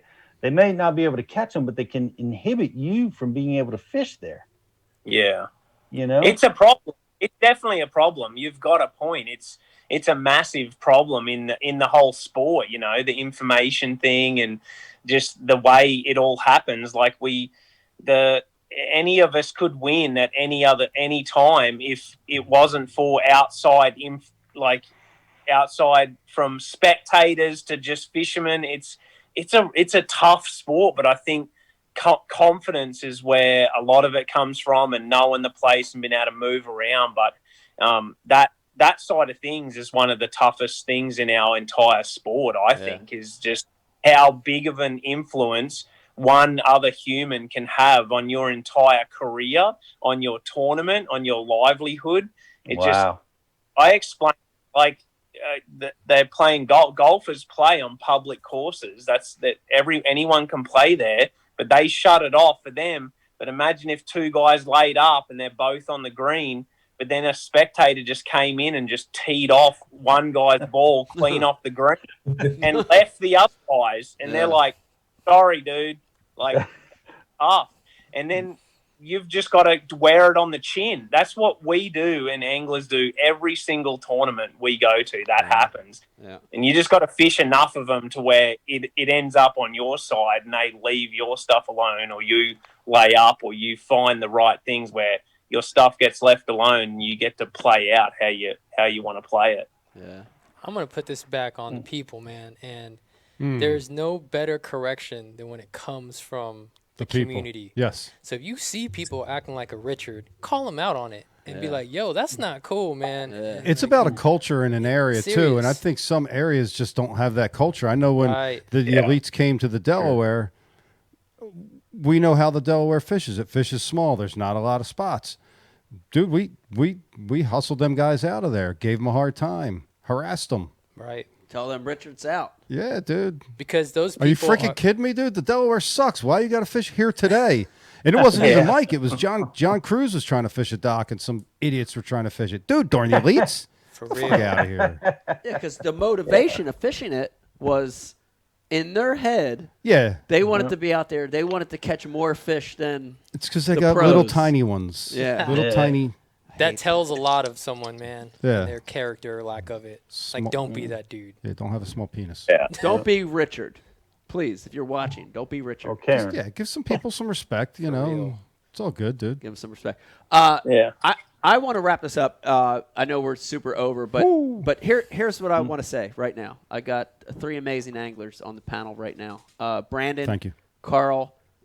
Awesome luck. I wish you tremendous success in the elites in 2021. Oliver, wish you tremendous success in the 2021 Opens. Dude, I hope you guys, go for it, win tournaments, live your dreams. I can't wait to watch it unfold. It's going to be awesome. And thank you guys for joining us in the panel and staying so late with us. That was awesome. You made this show a treat tonight for us, man. Thank you guys. Appreciate you having me on. Man, I'm excited to see what you're going to do in 21. Oh, let's talk about that. Throw it at him, Brandon. Well, mystery man over there. I mean, all right. Well, let's first off, thank you. Well, let me go ahead and make it. Thank you for everything you've done. Thank you. And give the man his roses, man. Thank you for everything you've done, because I don't know what direction you're going. So thank you, hats Brandon. off to you for everything that you've done in the sport. I appreciate that. And I'm excited to see what is next, right? More time with Vegas, the Hammer, and, whatever it may be. I'm excited to see it because I know it'll be good things. Thank you, guys. I appreciate that. It means a lot, and definitely I'm going to miss being in the mix, but I'm going to be watching you guys every week, and I'm going to make an announcement right now. If you're one of the lucky ones still watching all these hours in, we're almost over 4 hours. I'm here to tell you that for the first time, I'm going to announce that on next week's Ike Live show, I will make the announcement. So you'll have to tune in to next week's show. Got him. Got me. Dude, Carl-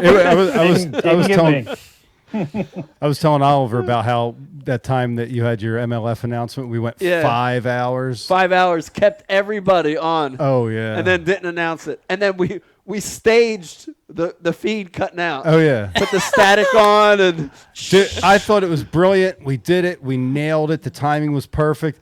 I jumped out of the producer's booth. Mike threw his headset off. We like flew and chest bumped and hugged. Yeah, we were happy. We were so happy. It was just because it was shots. It was great. 5 hours. We had Duckett on. We had Bill Taylor and who do we have from Bass? Chase. Do we have Chase? Was it Chase? No. Bruce? Y'all are ridiculous, man. Shit, I forgot. I can't remember either. But it was like an epic long show with and then we ended it like that. Thought it was amazing. And then like 40 minutes later, started reading the comments.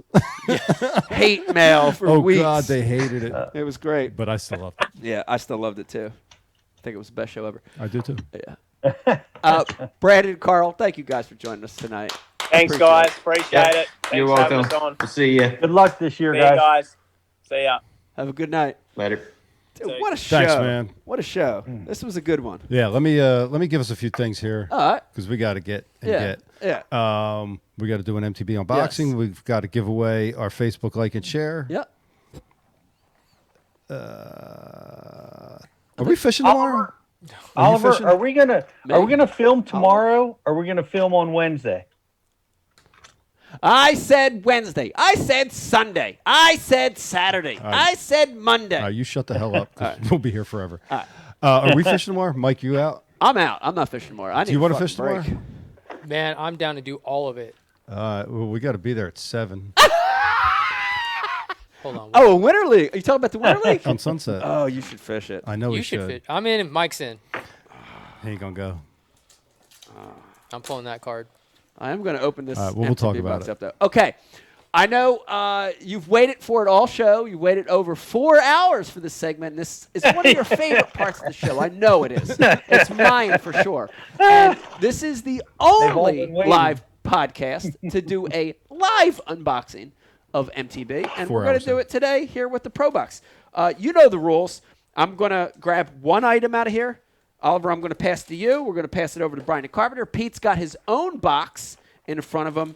And we're going to pick out one item to just review. Just say, hey, this is cool, or, you know, this is unusual or whatever. And all right, there you go. I'm going to pick mine. Okay, hand it to Oliver. Let me start describing mine while Oliver's picking his. All right, Pete, look at this. This is no joke right here. I actually think this is pretty cool and genius. This is a bait by Bagley's. Bagley's is an old lure company. They're still making balsa baits. This is like... I would call it a thinner prop style bait.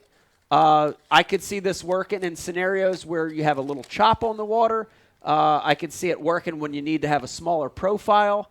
You know, I use Rapala stuff, but I could see this working. So smaller prop bait than you would normally throw, but in certain situations that might work for you. So that's a cool bait. That's a cool bait. I like that Prop one. bait. Oliver, what do you got? Y'all ready for this? Y'all ready for this? Oh, no. You know, in my long career of fishing, I've figured out at least one thing. I need one of these A to hook! accomplish my dreams. Look at that. Oh, There's a We've hook got in a that box. 3/0 offset worm hook. And this is actually one of my favorite hook styles of all time. I grew up as a Texas rig fisherman, 6 and 7 inch hand poured California plastics. Yeah. 3/16 ounce lead bullet weight because I usually couldn't afford the brass. It was too expensive. And a 3/0 worm hook, just like this. Yeah. I tell you what. Bring back the Texas rig. The good thing about 3/0, and Pete, agree with me or disagree with me on this. If you're going to pick one worm hook size to try to do it all, that's a pretty good one, right? 3/0. Really, it's true. Yeah. Yeah. That can fit. That can fit the ribbon tails and the little baits. You can make it work on a little bait. It's good. You're right. It's good all around size. Yeah. Brian Carpenter, you want to pick one out of here? What do you got, Pete? Let's do yours, and then we'll have Brian All right. Carpenter. I got something I haven't seen before. Okay. it looks like a straight tail kind of bait, like a stick bait of some kind. Relatively new to fishing, I think. It's a Weston stick bait. Got ribs, unique edges to it. This is my kind of bait. By Weston. Weston. Huh. Interesting. There it is. How about Black. The only argument I have is it's got blue fleck in it. Are you not a fan of blue fleck? It should be straight black. Straight black. Oh, that's right. You know. Yeah, no fleck. Oh, natural. All right, Brian the Carpenter. Last but not least, what do you got in the MTB Pro Box this month? Give me something good. What do you got? Here we go. Let's see. Stank. It's a where are we at? Paddle tail worm. It's got the little cut in it. A speed worm. Speed worm.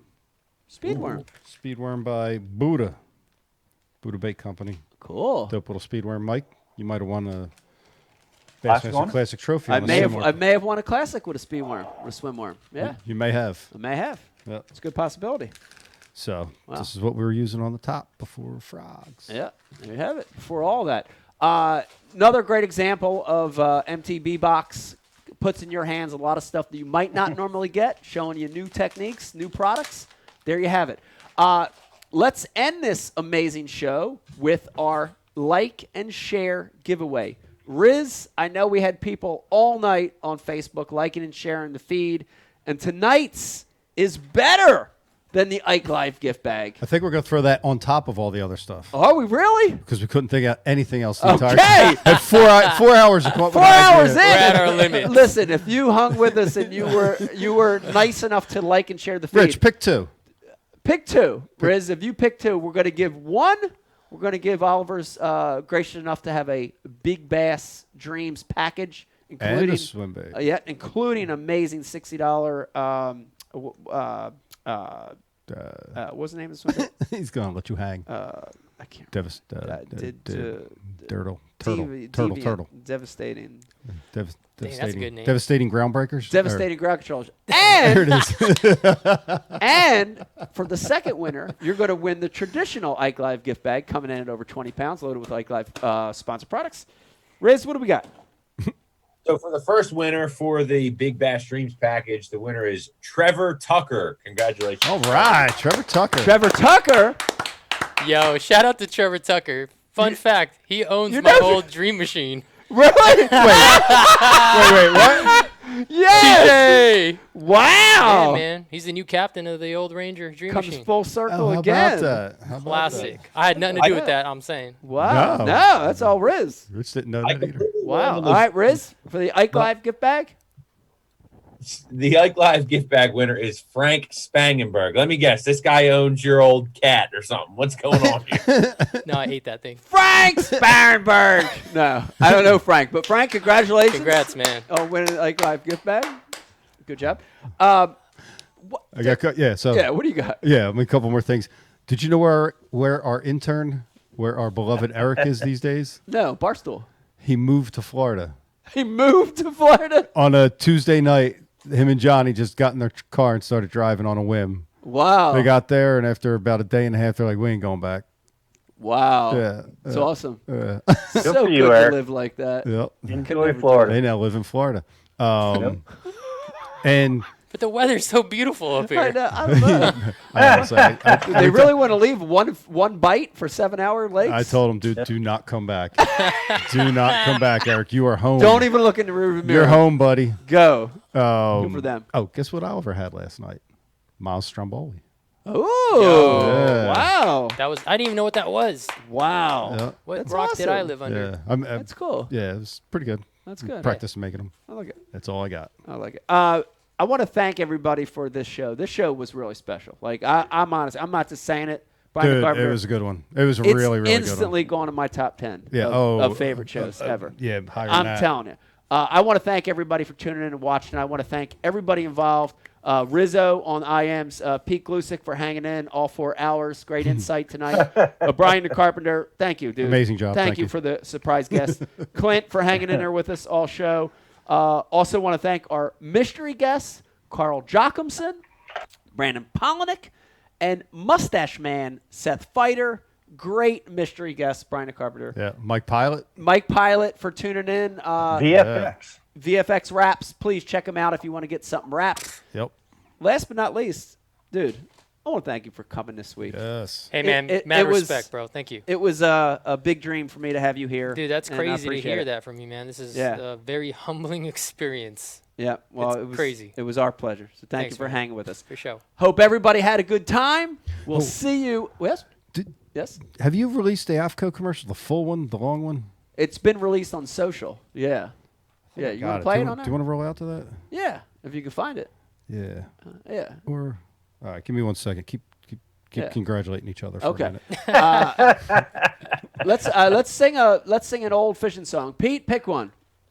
I don't have a song. No, one of the old Roland or Jimmy songs or Bill Dance or Bill Dance. Word on the street is there's some Iaconelli songs out there. I'm a going fishing too. Catch your life. Cause why it's gonna catch more fish than you. Many There it goes. Welcome to Bill Dance Outdoors. You want me to keep going? America's most popular and longest running Hey, that's the Fishing Blues, man. It's the Fishing Blues song. Yeah. You know it? Why that boy in it? That's it. All right. All right. I want to thank everybody for tuning in. We'll see you next time on Ike Live. Good night.